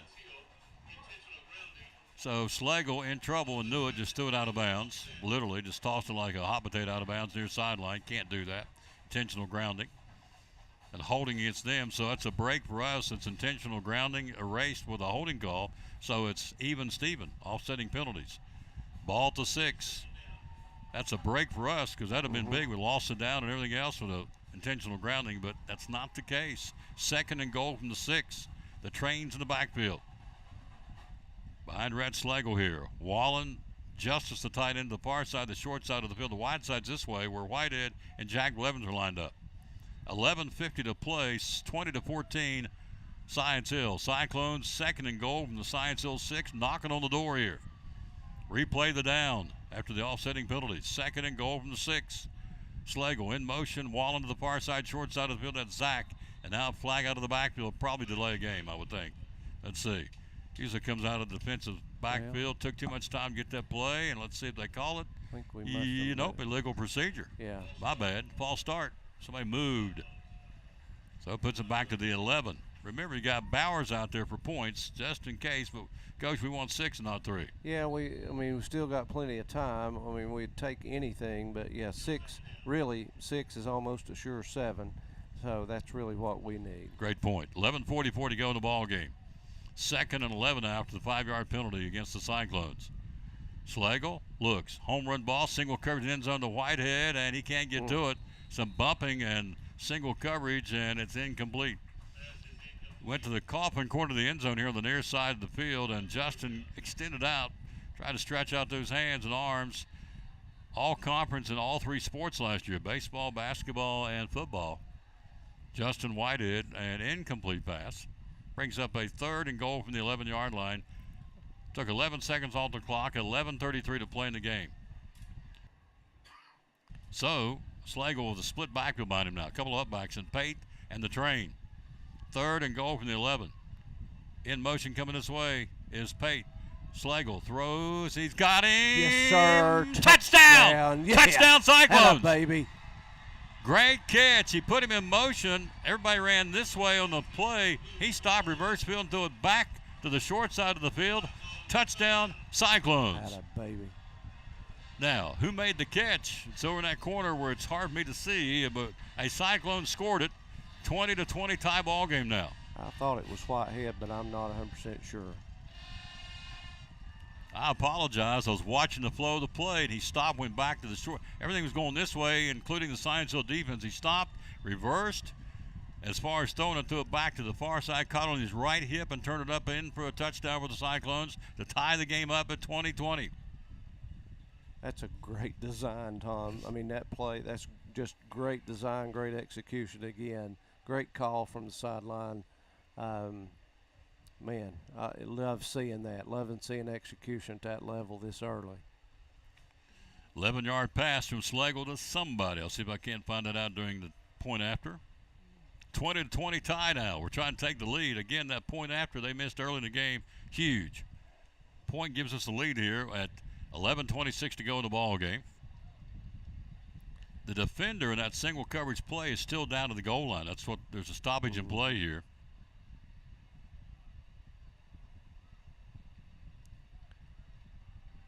And so he fought to get in the end zone. He wasn't in the end zone when he caught it, so it was a great effort to get the ball out over the line.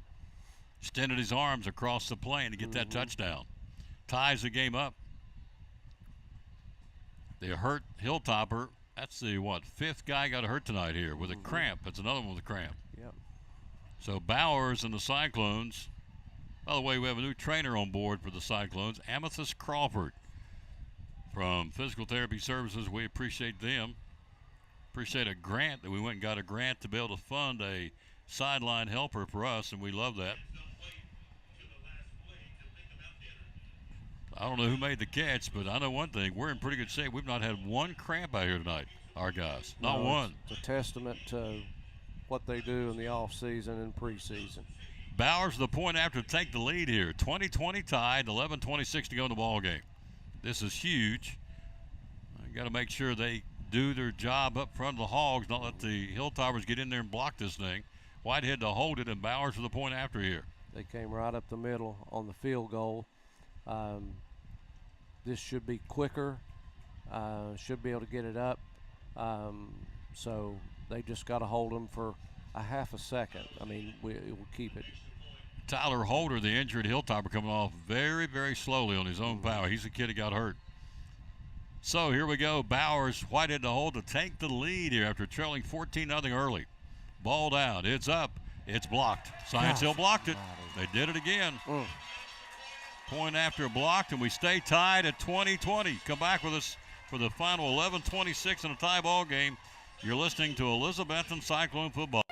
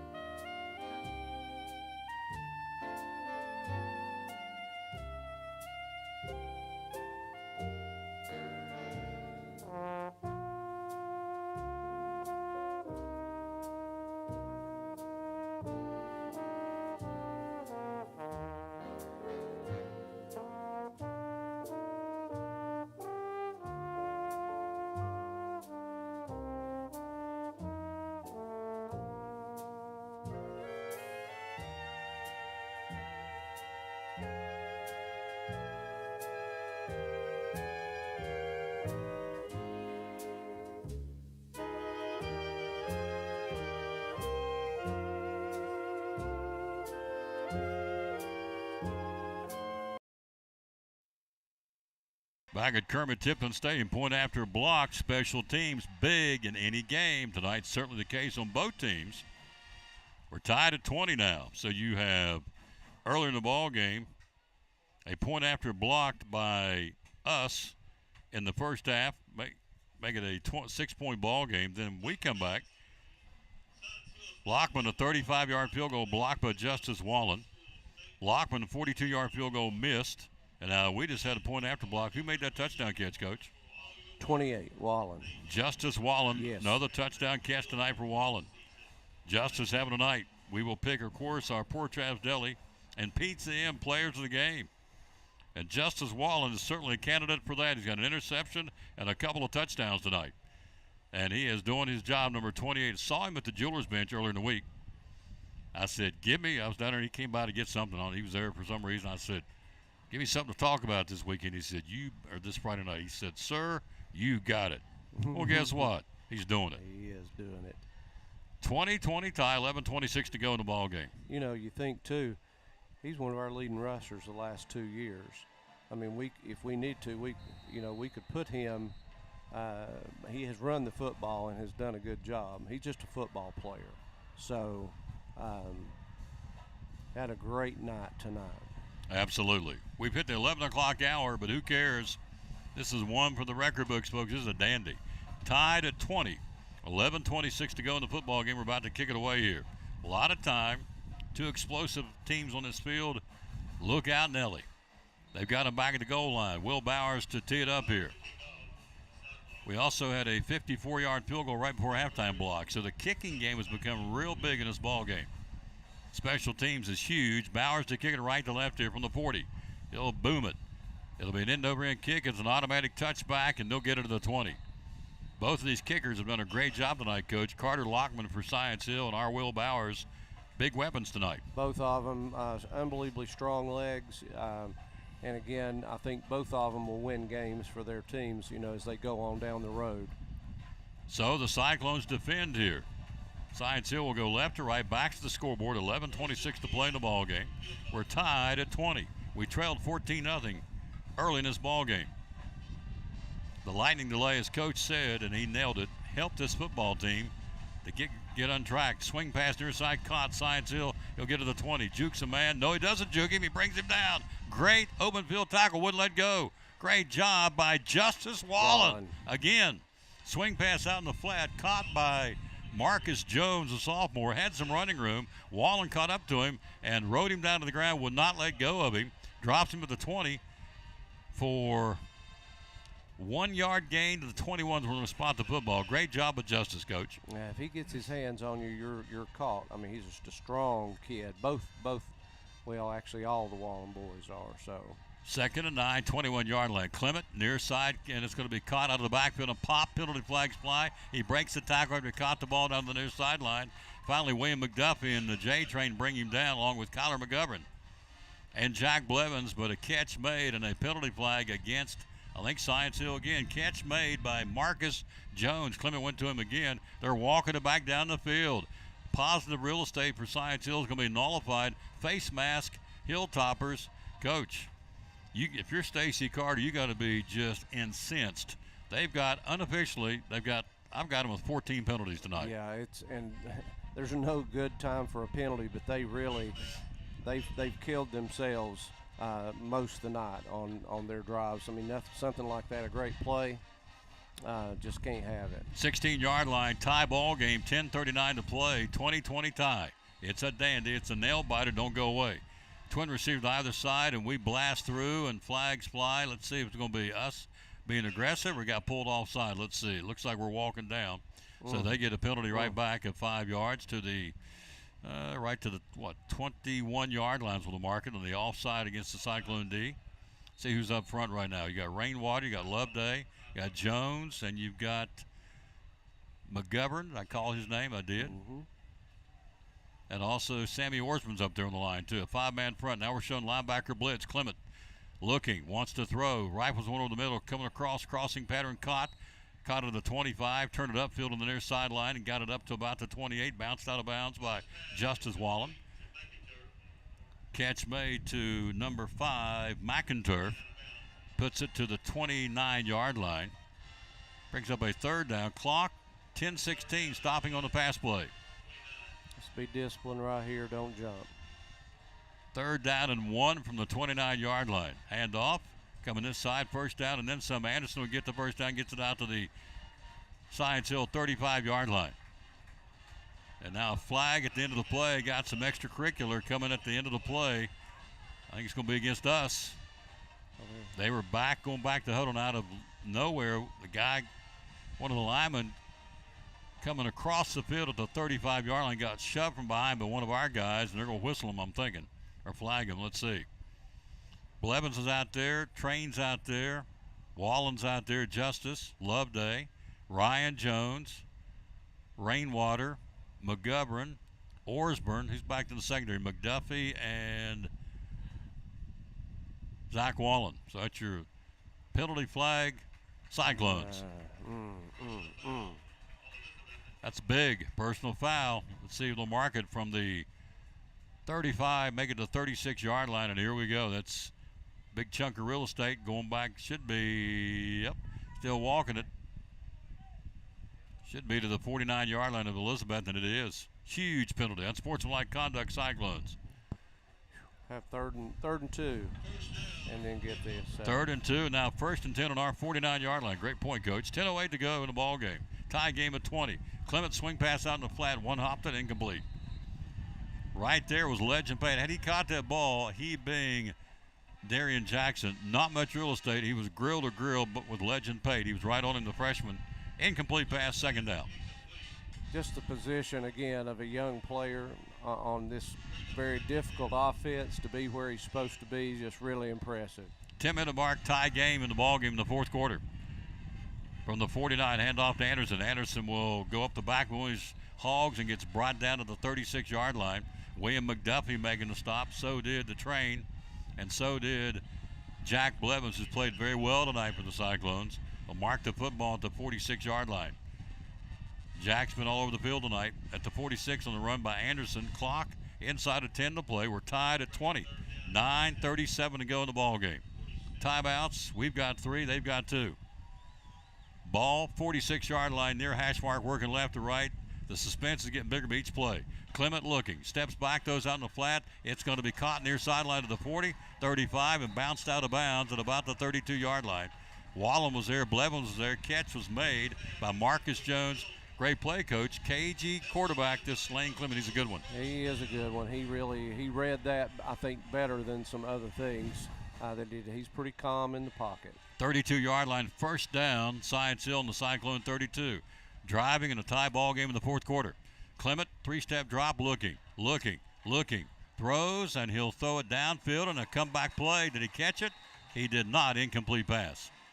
Came back to try and make the catch. He was covered by McDuffie like a blanket, and Branson Newberry couldn't come up with the catch. Incomplete. Stops the clock. 9:12 to go. 2nd and 10 on the Cyclone 32. Yeah, I mean, really a pretty good job, a great job defensively, really good job by the receiver to come back, try to help his quarterback out. Just really no room to stick that in there. 9:12 to play. We need a big break here in a tie football game. Clement, swing pass far side of the bubble screen, dropped the ball, incomplete. That's a break. He was open, had a little wall over there on the far side of the field, the wide side of the field. Catch was intended to Jabril Fain, former Cyclone, former Tia Duggar Cyclone, dropped the ball. 3rd and 10, coach from the 32. Big play here for Science's offense. It sputtered here the last couple of plays. It really has. They've really gone away from their run game, which is what gave us so much trouble. So we'll see what they're going to do here now with long distance to go. To the 22 to move the sticks. 3rd and 10 from the 32. Clement looking, plenty of time, not much pass pressure at all. Clement's got all kinds of time. Throws downfield. It's going to be batted down by William McDuffie. He threw it. He had a guy open on either side of the field. He tried to put it in traffic to the intended receiver, Branson Newberry, and William McDuffie batted that ball down. McDuffie, the junior. Great job of William. Yeah, I don't know that he took his eyes off of his target very well that time. It seemed like he'd locked in on him, which is good because I think our guys can see that. It's a huge play right here, Tom. They obviously don't want to try a long field goal. So let's see what we've got in us. Need a little pressure on him this time. 8:58 to go. It's 4th and 10. Science Hill on the Cyclone 32-yard line. They don't get 10 yards. We get the ball back. Clement rolls out in the flat. He'll sling it out there. It's going to be caught. He'll be hit and dropped. Great tackle. Great tackle. He made the catch. I don't think he got it. Who made that tackle, Coach? Again, he got surrounded by the white jerseys over there, and I apologize. We're at an angle where you can't really see on that side of the field. At least I can't. But we didn't. They stopped him. Let's see where they're going to mark the football. They did. They stopped him at the 25-yard line, 3 yards short. Pass play caught. Ball tackled immediately, and we get the ball back on downs. Great job of the Cyclone defense, and that secondary catch was made, turned up the field, and got dropped at the 25-yard line. Huge tackle right there. So the Cyclones, more importantly, stop them, get the ball back on their own 26-yard line. Tie game with 8:52 to play, 20-20. From the 26-yard line, 1st and 10, working right to left on the far hash mark, Slagle. Hands off to the Train. The Train will get it up. The J Train will belly slide to about the 30-yard line. Tripped up by the linebackers. He got him about 3 or 4 on the play. Timeouts, we have 3. They have 2. Clock rolling, 8:38 to play. We're tied at 20 in a barn burner. Woo, doggies, that's good here. After an hour lightning delay, it's been well worth you sticking around listening to this broadcast. And if you're still here, you're getting treated to a great game, too. 2nd and 7 on the 29-yard line. Slagle with the Train back there. To the near side, you've got split out Blevins and Zach Wallen. Slagle, long count, claps his hands, snaps the ball. The Train's got it. The Train up the middle. He gets it out to the 30 to 34-yard line. Good run. Good job up front. Great job of the Hogs. Wallen, as Coach alluded to, they did a great job blocking. Gets it out to the 34-yard line. 3rd down and about 2.5 for the Cyclone offense here. Mathis now in the backfield for the Cyclones. Zach Wallen and Jack Blevins split here to the wide side of the field. The ball's on the far hash marks. The wide side this way. 3rd down and 2 from the 34-yard line. Brad Slagle puts Mathis in motion. He'll keep it himself. Slagle turns the corner, gets popped. They were waiting on him, tried to turn the corner to the short side of the field and got hammered. No gain on the play by Rhett Slagle. He got mowed down pretty quick on that one, and so brings up a 4th down and big decision now. Needed to get 2 to the 34-yard line. They did not get it. Let's see what the market may have lost yards. Let's see. We're going to spot the football at the no gain 34-yard line. 4th and 2. 7:08 to play in the game. We're going for it. 4th down conversion. We need 2 to move the sticks. Can we do it? The Train's back there. Slagle trying to get them offside on the cadence. They're not biting, and now we'll burn a timeout here. Smart play. 6:54 to go in the ball game. We'll burn a timeout. Gives us 2 left. They've got 2 left. Coach has drawn up in the huddle, sir. You have 4th and 2 from the 34-yard line. Who do you think they're going to be looking for, and who do you want to fool them with and not let them get that? Who would, if you're defensively, who you think's going to get it? The Train? I think it depends on what they've got in the backfield. To me, if the Train's in there, you have to know that he's probably option number 1. But I still think maybe some kind of a little slip pass, a little play action, maybe to the Train, and then get something to Whitehead or Wallen has been awfully good for us too. And listen, if they punt, our defense seems to have been playing a little better. You got a lot of options here. I like going for it, just excitement. My job's not on the line. It's easy to say, you know. So well put. They'll come up with something good. I trust whatever they come up with. If you don't get it, you give Science Hill a great field position with inside of 7 minutes to play in the ball game. If you get the first down, you keep the sticks moving and a tie game to get you down there close to another Will Bowers field goal try. He's trying a 54-yarder that got blocked.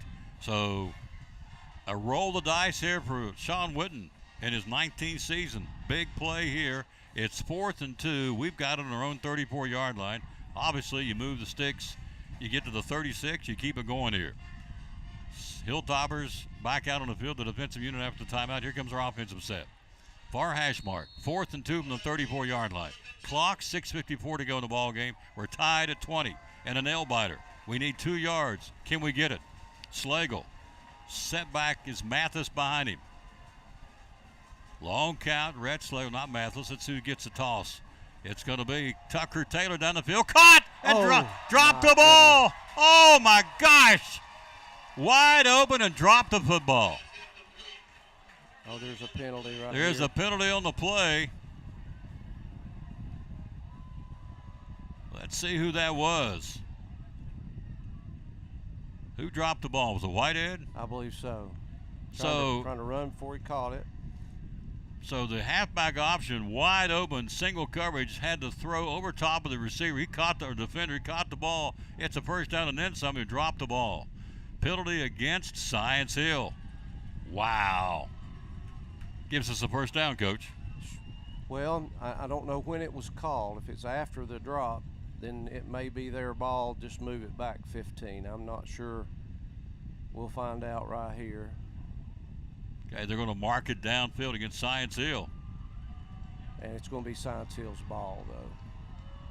So I think it was after excessive celebration, after the drop. Yep. Maybe said something to him. Great call. You're exactly right. So the penalties after the drop ball, they get the ball back. 49-yard line of the Cyclones. Tie game, 6:48 to go. So Science Hill gets the ball on the Cyclone 49-yard line. New life for the Hilltoppers. Tie game 2020. The option play was there, and Justin just couldn't hang on to it. Tough break. Something's going on the outside out here. There's too much room out here. Clement hands off to Anderson. Anderson will crack it in between the right guard and right tackle. Not much gang tackle. Great job of the men in white to bottle him up and stop him coming off the right side. Ryan Jones was there. Also for the Cyclones, he's coming off the bottom of the play. Anderson carried the ball. Clock rolling, 6:32 to play. Tie ball game. Who was the last not Blevins, but the bottom of the play. Turn around there, youngin. Rainwater indeed was there. Okay. Braden Rainwater's played himself one heck of a football game. Tough. Wow. Picks up 2, 2nd and 8 from the 47-yard line. Clock rolling, tie ball game in the 4th. Clement steps back. Time, pressure, run, flushed out of the pocket. Jones is coming after him. He'll throw it up the field. It's going to be caught. He went with his receiver on the short end. Ryan Jones putting pressure on Clement, flushed him out of the pocket, made him run for dear life to the near sideline. Stopped, planted, and caught his underneath man, his safety valve for the catch. And let's see, we got a Cyclone down out the 35-yard line. The catch was made. They'll advance the football down to the 41-yard line, where it's going to be 3rd and 2. Coach, to see who that is out there. He's at the 35-yard line, stretched out and in pain. Let's see if it's a cramp. We hope it is. We'll see who it is after the break. We'll be right back. Don't go away. We're in the 4th quarter, 6 minutes to play. We're tied at 20. You're listening to Elizabethton Cyclone Football. Talking to our buddy Molly Hurley from Chick-fil-A. It's football time in Tennessee, the late John Ward would say. On a Friday night or a Saturday afternoon or even on Sunday to watch NFL, you can get your trays from Chick-fil-A. Tell us what we can get there. Yes, you can. You can get nugget and strip trays, fruit, salad, mac and cheese. We've got cookies, brownies. We've got wraps and veggie wraps. And then we also have our sub sandwich trays that have our cold grilled chicken, lettuce, tomato. Those are really good. Sammy Orsburn, the man, shaking up now. So we go to the 3rd and 2 now to the 41-yard line. Cyclones at the 41, defending to the 39 to move the sticks. 6 minutes to go, tie game. Cyclones on that front wall trying to change the cadence. They're not biting. Clement now looks to see what the play action is going to be. Anderson, the single setback. 3 to the far side, the wide side of the field. Hand off to Anderson. Turns a corner. Got the first down to the 35. Still in speed to the 30. The bruising running back down inside the 30 to about the 27-yard line for a first down for the Hilltoppers. Tackle made by Rainwater. Tackle made by Pate. And tackle made by Jack Blevins again. Ball spotted now for the Cyclones at the Cyclone 27-yard line. First down, Science Hill. They got what they need. A clock at 5:42 to play. We're tied at 20. 3 to the far side. Clement will keep it himself. Clement runs it to the 25 to the 20. Lane Clement down inside of the 15 to the 14-yard line. The keeper for about 13 yards and a first down.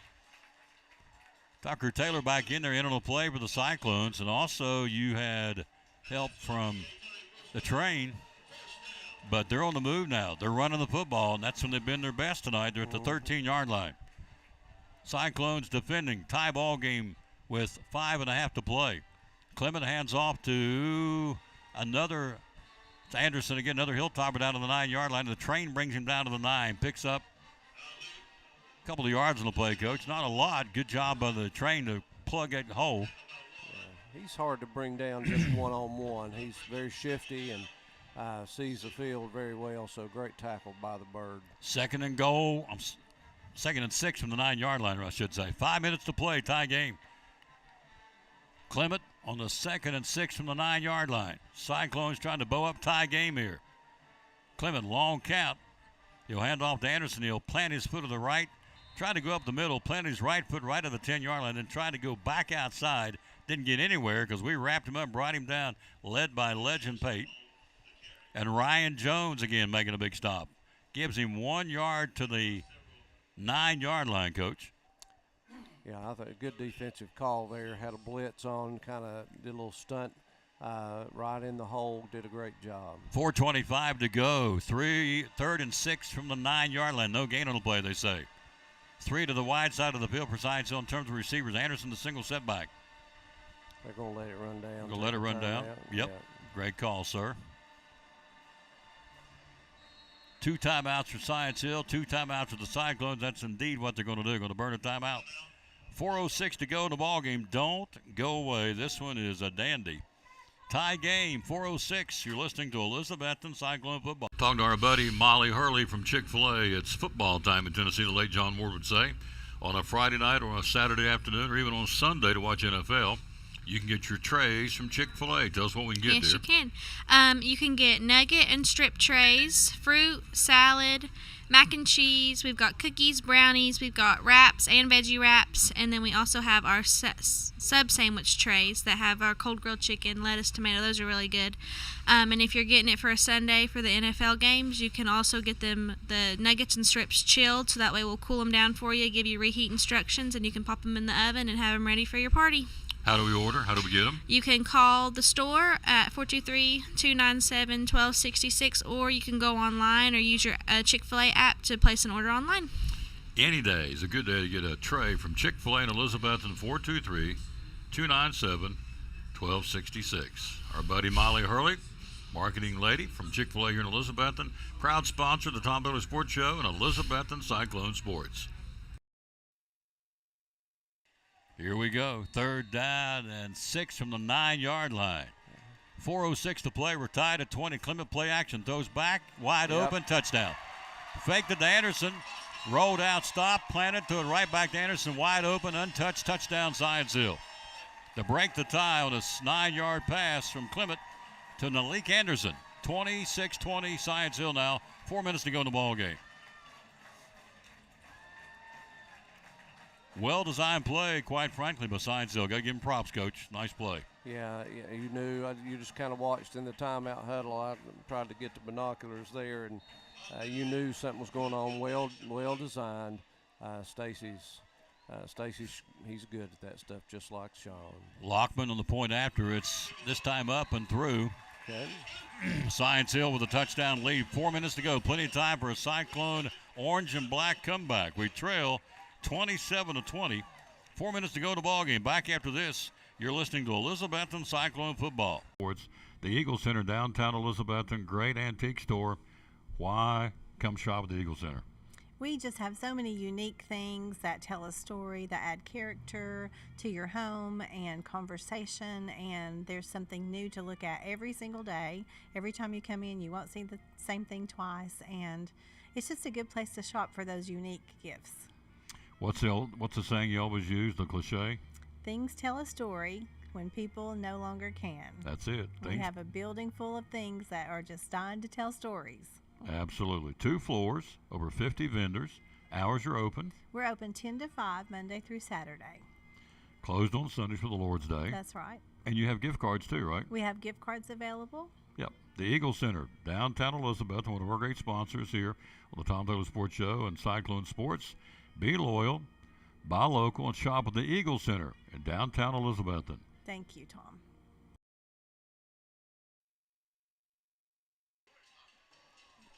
4 minutes to play in this football game. We have 2 timeouts. They've got 1 timeout. 27-20 Science Hill. Another classic football game in this rivalry that's in year number 101 here. Coach, you got to credit. They mixed it up with a run and came back with a little razzle-dazzle fake dive to Anderson and put him out in the flat. Caught the ball, went in untouched. Pretty nice design play with the Hilltoppers. Yeah, it really was. Now we got to answer the bell here. Lockman to kick it. End over end, twister, returnable ball at the 8. Here we come to the 10. 15, 20, 25. And he'll get it out to about the 31-yard line. Nice return for the Cyclones. Who got that for us? Who brought that ball back up the field? It was, turn around, C.J. Mathis, the cannon, get us a good return out of the 31-yard line. So now our offensive set comes on the field at the 31-yard line. Good return. He took that ball to about the 7, so about a 24-yard return. Clock, 3:54 to go in the ball game. We trail 27-20 in a dandy. Late night, we're approaching the 11:30 hour because we had a hour lightning delay. Here we go. See what the orange and black can do here. They've got the ball at our 31-yard line in the middle of the field, working right to left. Slagle, 2 to the near side, the wide side of the field. Rhett, razzle-dazzle. Slagle, home run ball's got a man out there. White in a double coverage. He's going to be bumped. Should be a flag. No call. Double coverage. He couldn't get to the ball. They had him double teamed downfield. He ultimately fell down. Officials were there. They say contact, but not enough. Incomplete pass, second down. Whitehead had it, or checked that wall, and he flipped it to Wall, and he turned around and flipped it back to Red, and Red aired it out down the middle of the field to Whitehead, and he got sandwiched, Coach. Yeah, he really did. He had a couple of options there to throw to. Either one of them would have been a good choice. Pretty good effort by both sides of the ball. Second down and 10, 32-yard line, 3:46 to go. We trail by 7. Slagle, 3 to the near side, the wide side of the field. Rhett looking. Rhett swing pass near side, caught, Legend, Pate. Pate will swing it up the field and get to about the 35-yard line. Check that. Not Pate. That's number 6. Braylon Britt, the junior, got his first catch of the night. And a Cyclone down. And that's not good. It's one of the Hogs. He got rolled up on a little bit. He sure did. He got rolled up on. Saw it from here. He's going to get up, and it's going to be the hurt Cyclone is Nolan Loveday. Now, Lennox went out early in the ball game with an injury. So now Nolan's down, and he got rolled. You can see from here, got his leg rolled on. Quick break. We'll be right back. Clock, 3:33 to play. We're down 7. 3rd and 8 from the 34-yard line. Big play in this football game. See if we can move the chains. Back after this from Advanced Heat Pump Systems. Yep, Loveday's being helped off the field. That does not look good. After a long, hard day at work, all you want to do is relax at home, right? But how can you possibly relax when your home's not comfortable? If you want to feel more comfortable at home, give Advanced Heat Pump Systems a call today. With over 30 years of experience and the most innovative solutions, you can rest assured that Advanced Heat Pump Systems will make your home more comfortable. Give them a call today, 926-2665, or visit them online at advancedheatpump.com.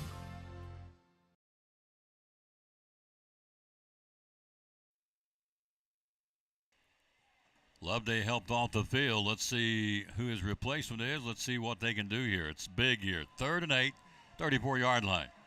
Cyclones to the 42 to move the sticks here. Puts a man in motion. Mathis out of the backfield. Slagle empty backfield. Bubble screen far side, caught option play. Whitehead down the field. He's got a man out there. He'll throw it to him. It's going to be batted away. Double coverage. Whitehead, the backup quarterback on the option. Red flipped it to Justin. Justin threw it down the field, and let's see who went up to get that and couldn't come down. It looked like Zach Wallen. He went up to get it, and they did a great job on double coverage that time and knocked the ball away. So now, quite frankly, your game comes down on this play here. You're 3:10 to go in the ball game, 4th and 8 from the 34-yard line. You got to get a first down. With 3:10 to go to get the ball back in our territory. So a timeout, Cyclones. Clock at 3:10 to play in the football game. It's we'll have one more timeout. So, Coach, what do you think? Let's go to the dry erase board. You're 4th and 8, 34-yard line.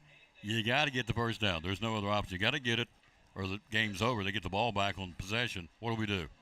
Oh, well, they've shown a whole lot of creativity, which I think's good, and will play well, serve them well down the road. One of these. Back in the day, we'd go to our best receiver, try to get maximum protection, may run a little comeback 10 to 13 yards and come back on the sideline was a favorite back in the day, but things are done, a lot differently right now. I think he's going to go to one of his veterans to see what he can do.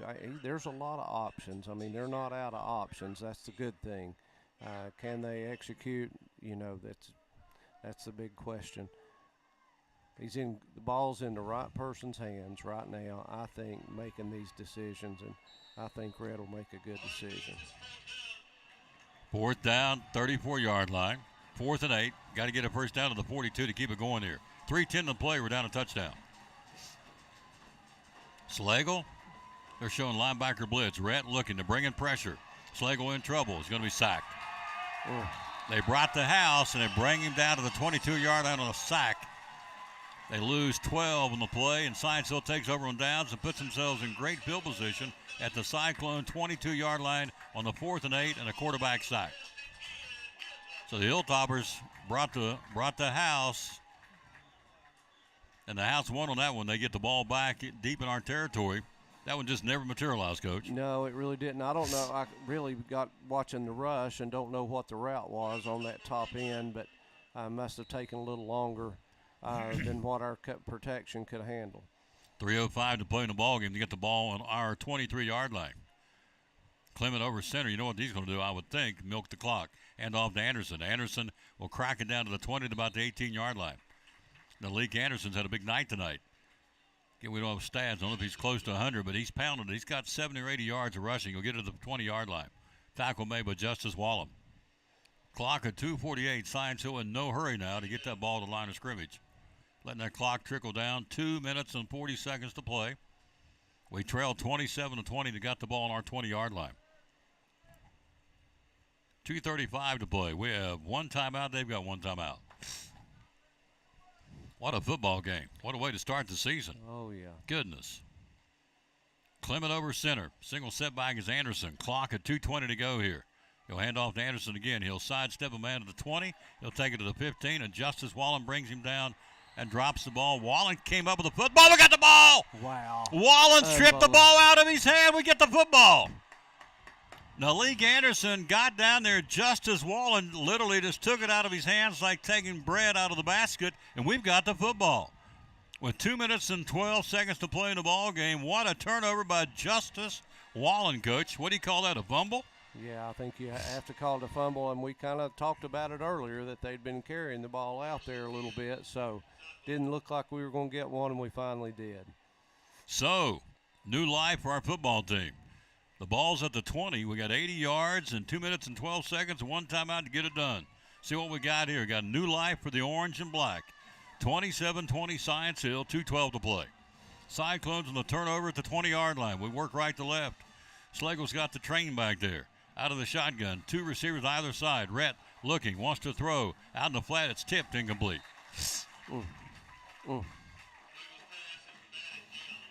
So, a tip ball. They've done that several times tonight. They got some hogs up front, Coach. You got some big old boys. And turn around, let's give credit to the guy that tipped it. Number 90, yep. That's the guy. He's been a problem all night long. Hayden Cox, he's a good football player. Their defensive front four are as good as I've seen in a while, so they play awfully well together as a unit, too. Actually, Trenton Hughes, the man, tipped that ball. My apology, he got the tip. Slagle rolls out in the flat, looking, pumps, fires, throws, and a catch made at the 30-yard line. Nice catch, a diving try, and a down and out pattern. Looks like Wallen. Zach Wallen makes the catch, and he did. Wallen in a down and out pattern.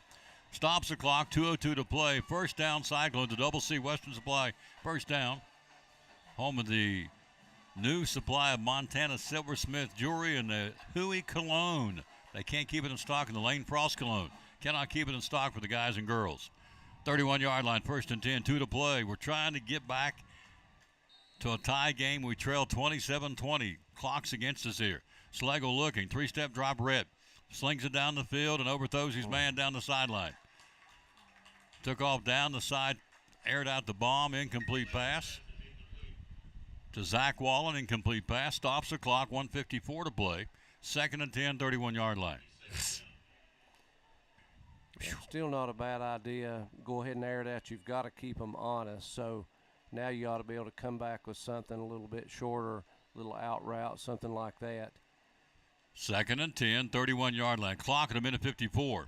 We have one timeout left. We're down 7. Slagle, and they'll stop the play. That ain't good. Let's see if they blow it dead on the penalty. Let's see. They spotted something. They blew the play dead as they snapped it. I'm going to assume it's against us. Let's see. No, maybe equipment's problem with. They have too many on there. No. Let's see. Number 9 had to come off the field. Hayden Smith. Not sure what it was. Don't see a flag. There's not a flag, so they stopped the play. I think number 9 had an equipment situation. Yep, he brought him off the field, which is an interesting call to stop the game to do that. Second and 10, 31-yard line. So nothing happened on either team. The ball at the 31-yard line, 1:52 to play. We're down a touchdown. Slagle, here they come. Brett down the field's got a man out there, and it's a misfire. He got double coverage downfield. And the intended receiver was. Is it for Wallen? No. Looked like it's Braylon Britt, maybe. Maybe so. Number 6.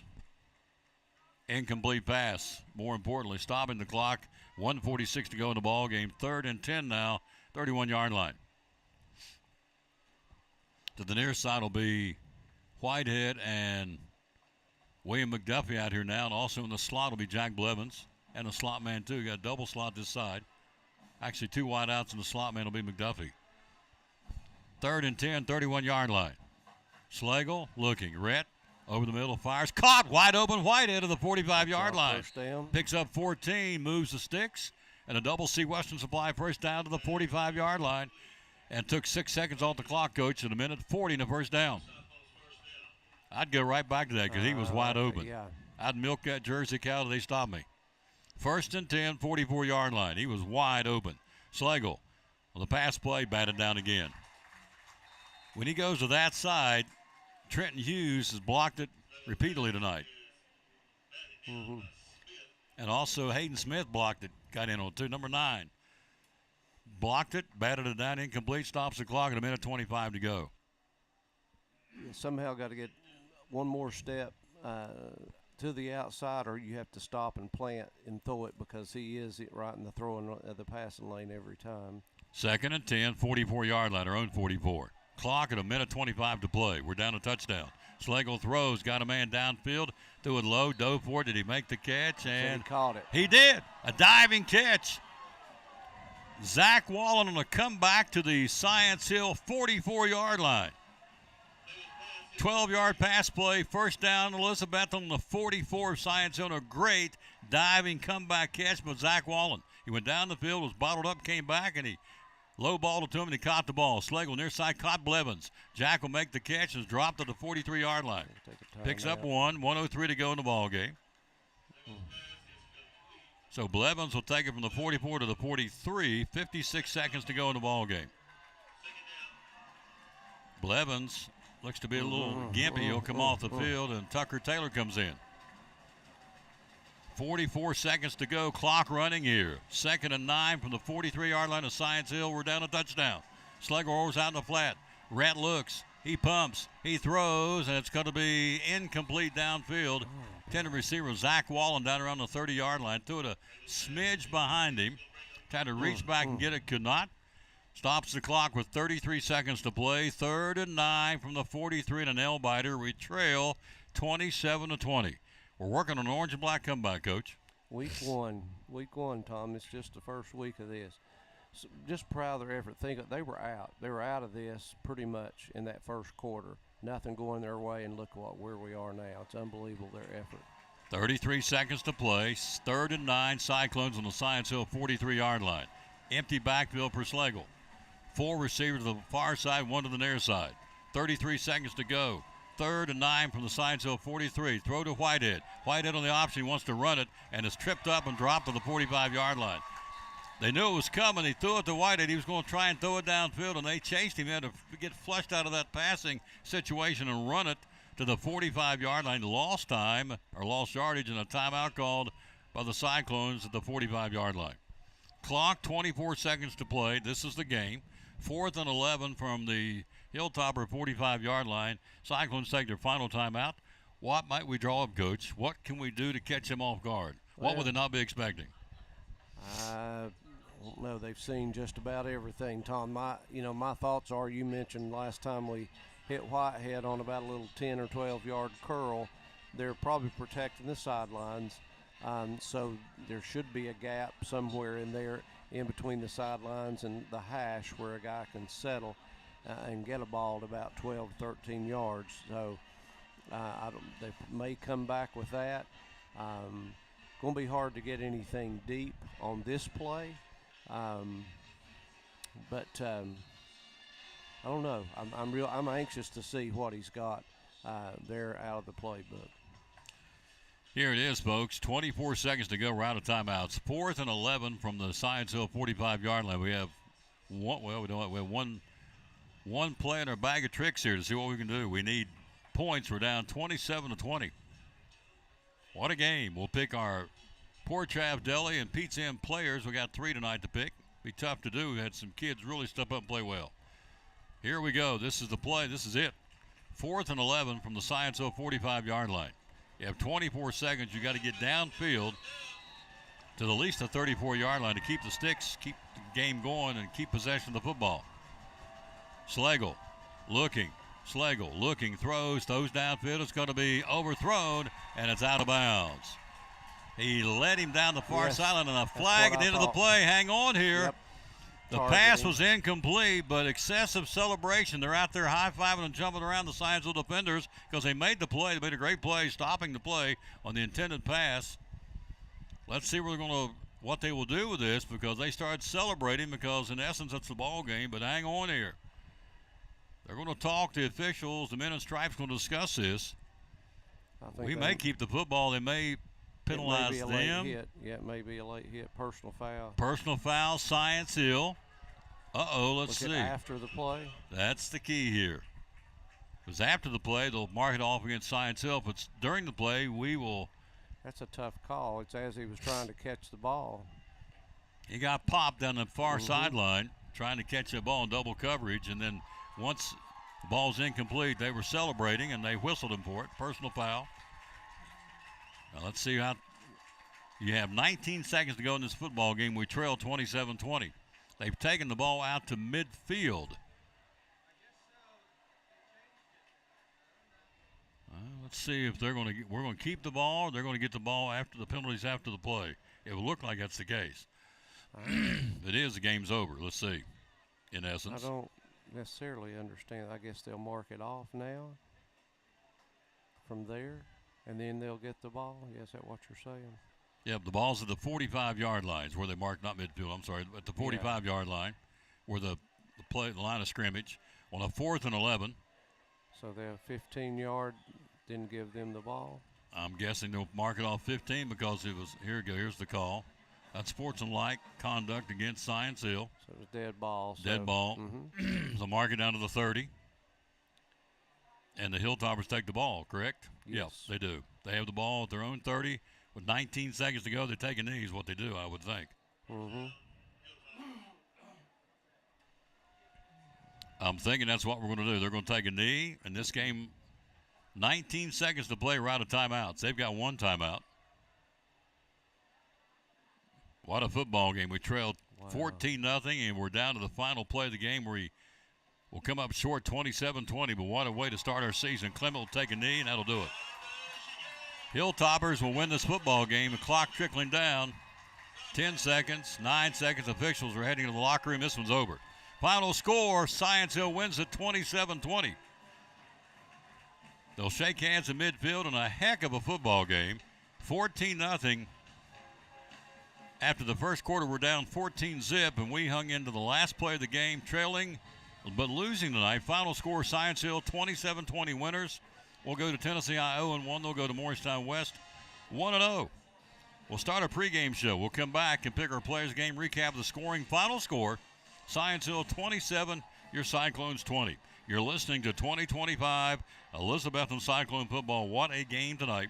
What a showing of a bunch of young kids. It's very promising for the future with all these young guys out there playing tonight. I'm liking what I'm seeing. I can't wait to get to Bristol next Friday night. Brumman Sports Shop in downtown Elizabeth with your favorite school's T-shirts, polos, or hoodies. They can put your school, church, or company's logo on lots of different styles of hats, including Nike and Richardson and now Travis Matthew. Windbreakers, sublimated shirts, pullovers, koozies. They can order for any area school and your favorite team. Dry fit sleeveless hoodies, Nike dry fit T-shirts, women's and toddler sizes. You can order any uniform for any sport, including the pants or shorts from Brumman Sports Shop. And they always have a clearance rack to save you money. Plaques, trophies, medals, and ribbons, and all the engraving is done in-house. And they offer hard-to-find Letterman jackets of your favorite school for guys, ladies, and now elementary and middle school athletes too. And they offer all the different sports patches as well. Brumman Sports Shop, downtown Elizabeth, and Facebook, Instagram, website, BrummanSportsShop.com, phone 542-2321, Brumman Sports Shop in downtown Elizabethton. In a world where cluttered trash and debris threaten your property, one man is ready to save the day. He's Container Man, your dumpster delivery superhero. Need to clear out your garage? Call Container Man. Remodeling your home? Call Container Man. Demolition waste taking over your job site? Call Container Man. From minor to major projects, Container Man has the perfect size dumpster for every task. With lightning fast delivery and the customer service of a locally owned company, he will help you restore order to your world. When you're ready to fight cluttered trash and debris, call Container Man.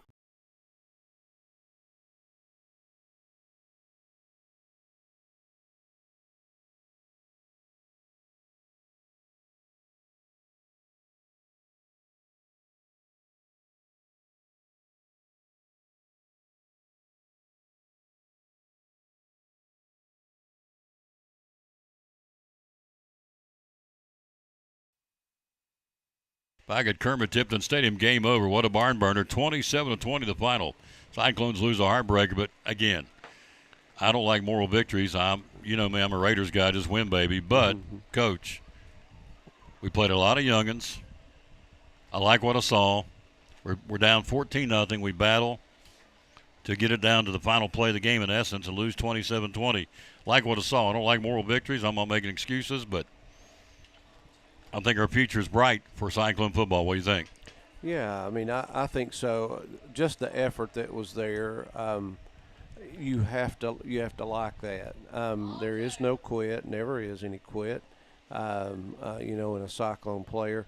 But to come here on this night with a lot of unanswered questions up front against, on paper, you didn't like what you saw when you looked to match up on paper. But our kids really stepped up and played well, and I thought our coaches did a great job getting them back in it. To recap the scoring, you got started early. Of course, we had an hour lightning delay, so we sat around for an hour. We went into the locker room at that point down 14-0. Aiden Berry went out hurt, leading rusher of the team from a year ago, 36-yard run. Lockman's point after is 7-0. Ian Mathis, 17-yard run in the first quarter. Point after makes it 14-0 first quarter score. Again, at that point, we had an hour lightning delay. Then we get on the scoreboard. We get in there and regroove in the locker room, and here we come. It was a heck of a night. On an option play, Slagle rolling that way, flipped it to Whitehead coming back this way. Stopped, planted, and found Zach Wall on the near sideline for a 74-yard bomb. Bowers point after 14-7. Justice Wallen gets an interception. At that point, when they get the kickoff and get it back up the field, he picks them off. And then 3 plays later, he scores himself on a 6-yard pass as a tight end from Red Slagle. Point after 14-13 is your score. We tied up, and then you got Darren Hill, 6-yard pass from Clement, 20-14. Point after blocked, it's 20-14. It's all in the first half. Then right before halftime, Will Bowers has a 54-yard field goal try blocked. Then you go to the halftime score, you're down 20-14. Second half, Lockman 35-yard field goal blocked by Justice Wallen. Malik Anderson interception of Red Slagle. Lockman a 42-yard field goal missed all in the third quarter. You go to the fourth quarter, 20-14. The last score for us in the ball game was Slagle 11-yard pass to Justice Wallen to tie it up. The point after failed, tied at 20. Big play in that ball game in this game because the point after got blocked. Then the last points of the game, Clement a 9-yard pass to Malik Anderson. Lockman point after 27-20. We were down for all intents and purposes, and Zach Wall and Anderson running the football, or rather Justice Wallen's run out and grabbed the ball out of his hand. This took him like stealing bread out of a basket. Fumble recovery. Went down and just couldn't get it done tonight. Ran out of time, not for lack of effort. Grade 9 for Cyclone football. Just didn't win it. It's one of those things. Coach, what I like, we don't like losing, but I like we lost with a bunch of youngins who grew up in front of us tonight. We had a lot of freshmen and sophomores out there that will pay dividends down the road. We go to Tennessee High, got beat tonight by Westridge there. So we'll go to Tennessee High tomorrow, Friday night. They're 0-1. We're 0-1. Then you got Westridge, and you get into our region that showed some weaknesses tonight, their conference or their opponents. So I like what I see. We one game a season does not make. You encouraged by what you saw tonight? Yeah, I mean, I really am. I think the 3 tough scrimmages prior to this helped prepare us. Like I said, I think when you can line up with a big 6A team on their field and play like this, and again, we had a chance to go ahead there on a great play call and just didn't work out for us there late in the fourth. But I mean, yeah, got to be encouraged. I tell you, what I saw 3 weeks ago in the first scrimmage and what I saw tonight, not the same team. No. A lot of growth. Very encouraging, folks. So, yeah, we lost the signs that we don't like losing anybody. But, again, sun comes up tomorrow. We get ready for Tennessee High up there. They lost tonight. What was it, 30-13 is what you said? Yes. They lost at Westridge, 30-13. Our players of the game will get free lunches or free sandwiches from Poor Travis Deli, and also a free buffet from Pizza Inn, and also free drinks from Tuffy's Cafe on campus at the school. And we picked 3 guys tonight. We're doing 3 every week. And so here we go with good reason. Our first player of the game, tell us who it was, Coach. Oh, well, we got I'm going to start with Rainbolt. Just a kid coming back from an injury, starting playing both sides, being outmanned size-wise, maybe not strength-wise. Playing pretty much every snap of the game, was in on so many plays on the defensive side of the ball and did a great job again blocking. So I think he's got to be one of our players of the game, Braden Rainwater. Player of the game for sure. Our second player, he was everywhere tonight. Had a fumble recovery, had an interception, scored a touchdown, blocked a field goal try. Justice Wallen, our second player of the game tonight, and with good reason. And a guy we called a lot tonight. He was out there defensively all night long making plays in the corner. Jack Blevins, who was hurt and did not play in the Union-Virginia scrimmage, and so was a question mark for the game. Well, he wasn't a question mark on the field. He got over that injury, played well, and so Jack Blevins and Justice Wallen and Braden Rainwater are 3 players of the game. All 3 will get, as we said, sandwiches from Poor Trav's, the best steamed sandwich in America, in my opinion. The Pizza Inn buffet, free. They can eat to their heart's content at Pizza Inn, and they will. They'll put it away. And also get some free drinks from Tuffy's Cafe on the campus of Elizabethton High School. So, cross-country team runs tomorrow. Good luck, cross-country run for the hills. That's the name of the cross-country meet tomorrow. Good luck to them. Our volleyball coverage starts on September the 2nd with Science Hill. Got that coming. Got Tia Duggar football coming. And next Friday night, we go to the land of the Vikings. Castle, yeah. Looking forward to it. It's a great atmosphere. I'll see you in 2 weeks. Yes, sir. Home game against the West Ridge Wolves next week. Our director of schools, Richard Van Nuys, will be back with us. RV back in the saddle. RV, he really does a good job, so I know he's looking forward to being back. And you do too, sir. I'm glad to have you. I'm Thank you. blessed to have you beside me. Oh, thank you. It's a joy. We'll see you back again Monday. We'll be at Pete's Inn with the Tom Daly Sports Show. If you don't have a church home, be sure and consider visiting our halftime sponsor, Pleasant Beach Baptist Church. Final score, Cyclones, Science Hill in a dandy. After an hour lightning delay, we trailed 14-0. We made it a game right down to the final play of the night, but lose 27-20 to the Science Hill Hilltoppers. Until we greet you Monday on the Tom Daly Sports Show, we'll say, as always, bloom where you're planted, and win or lose, be a good sport. And thanks for listening to Elizabethton Cyclone football tonight, losing on the road at Science Hill 27.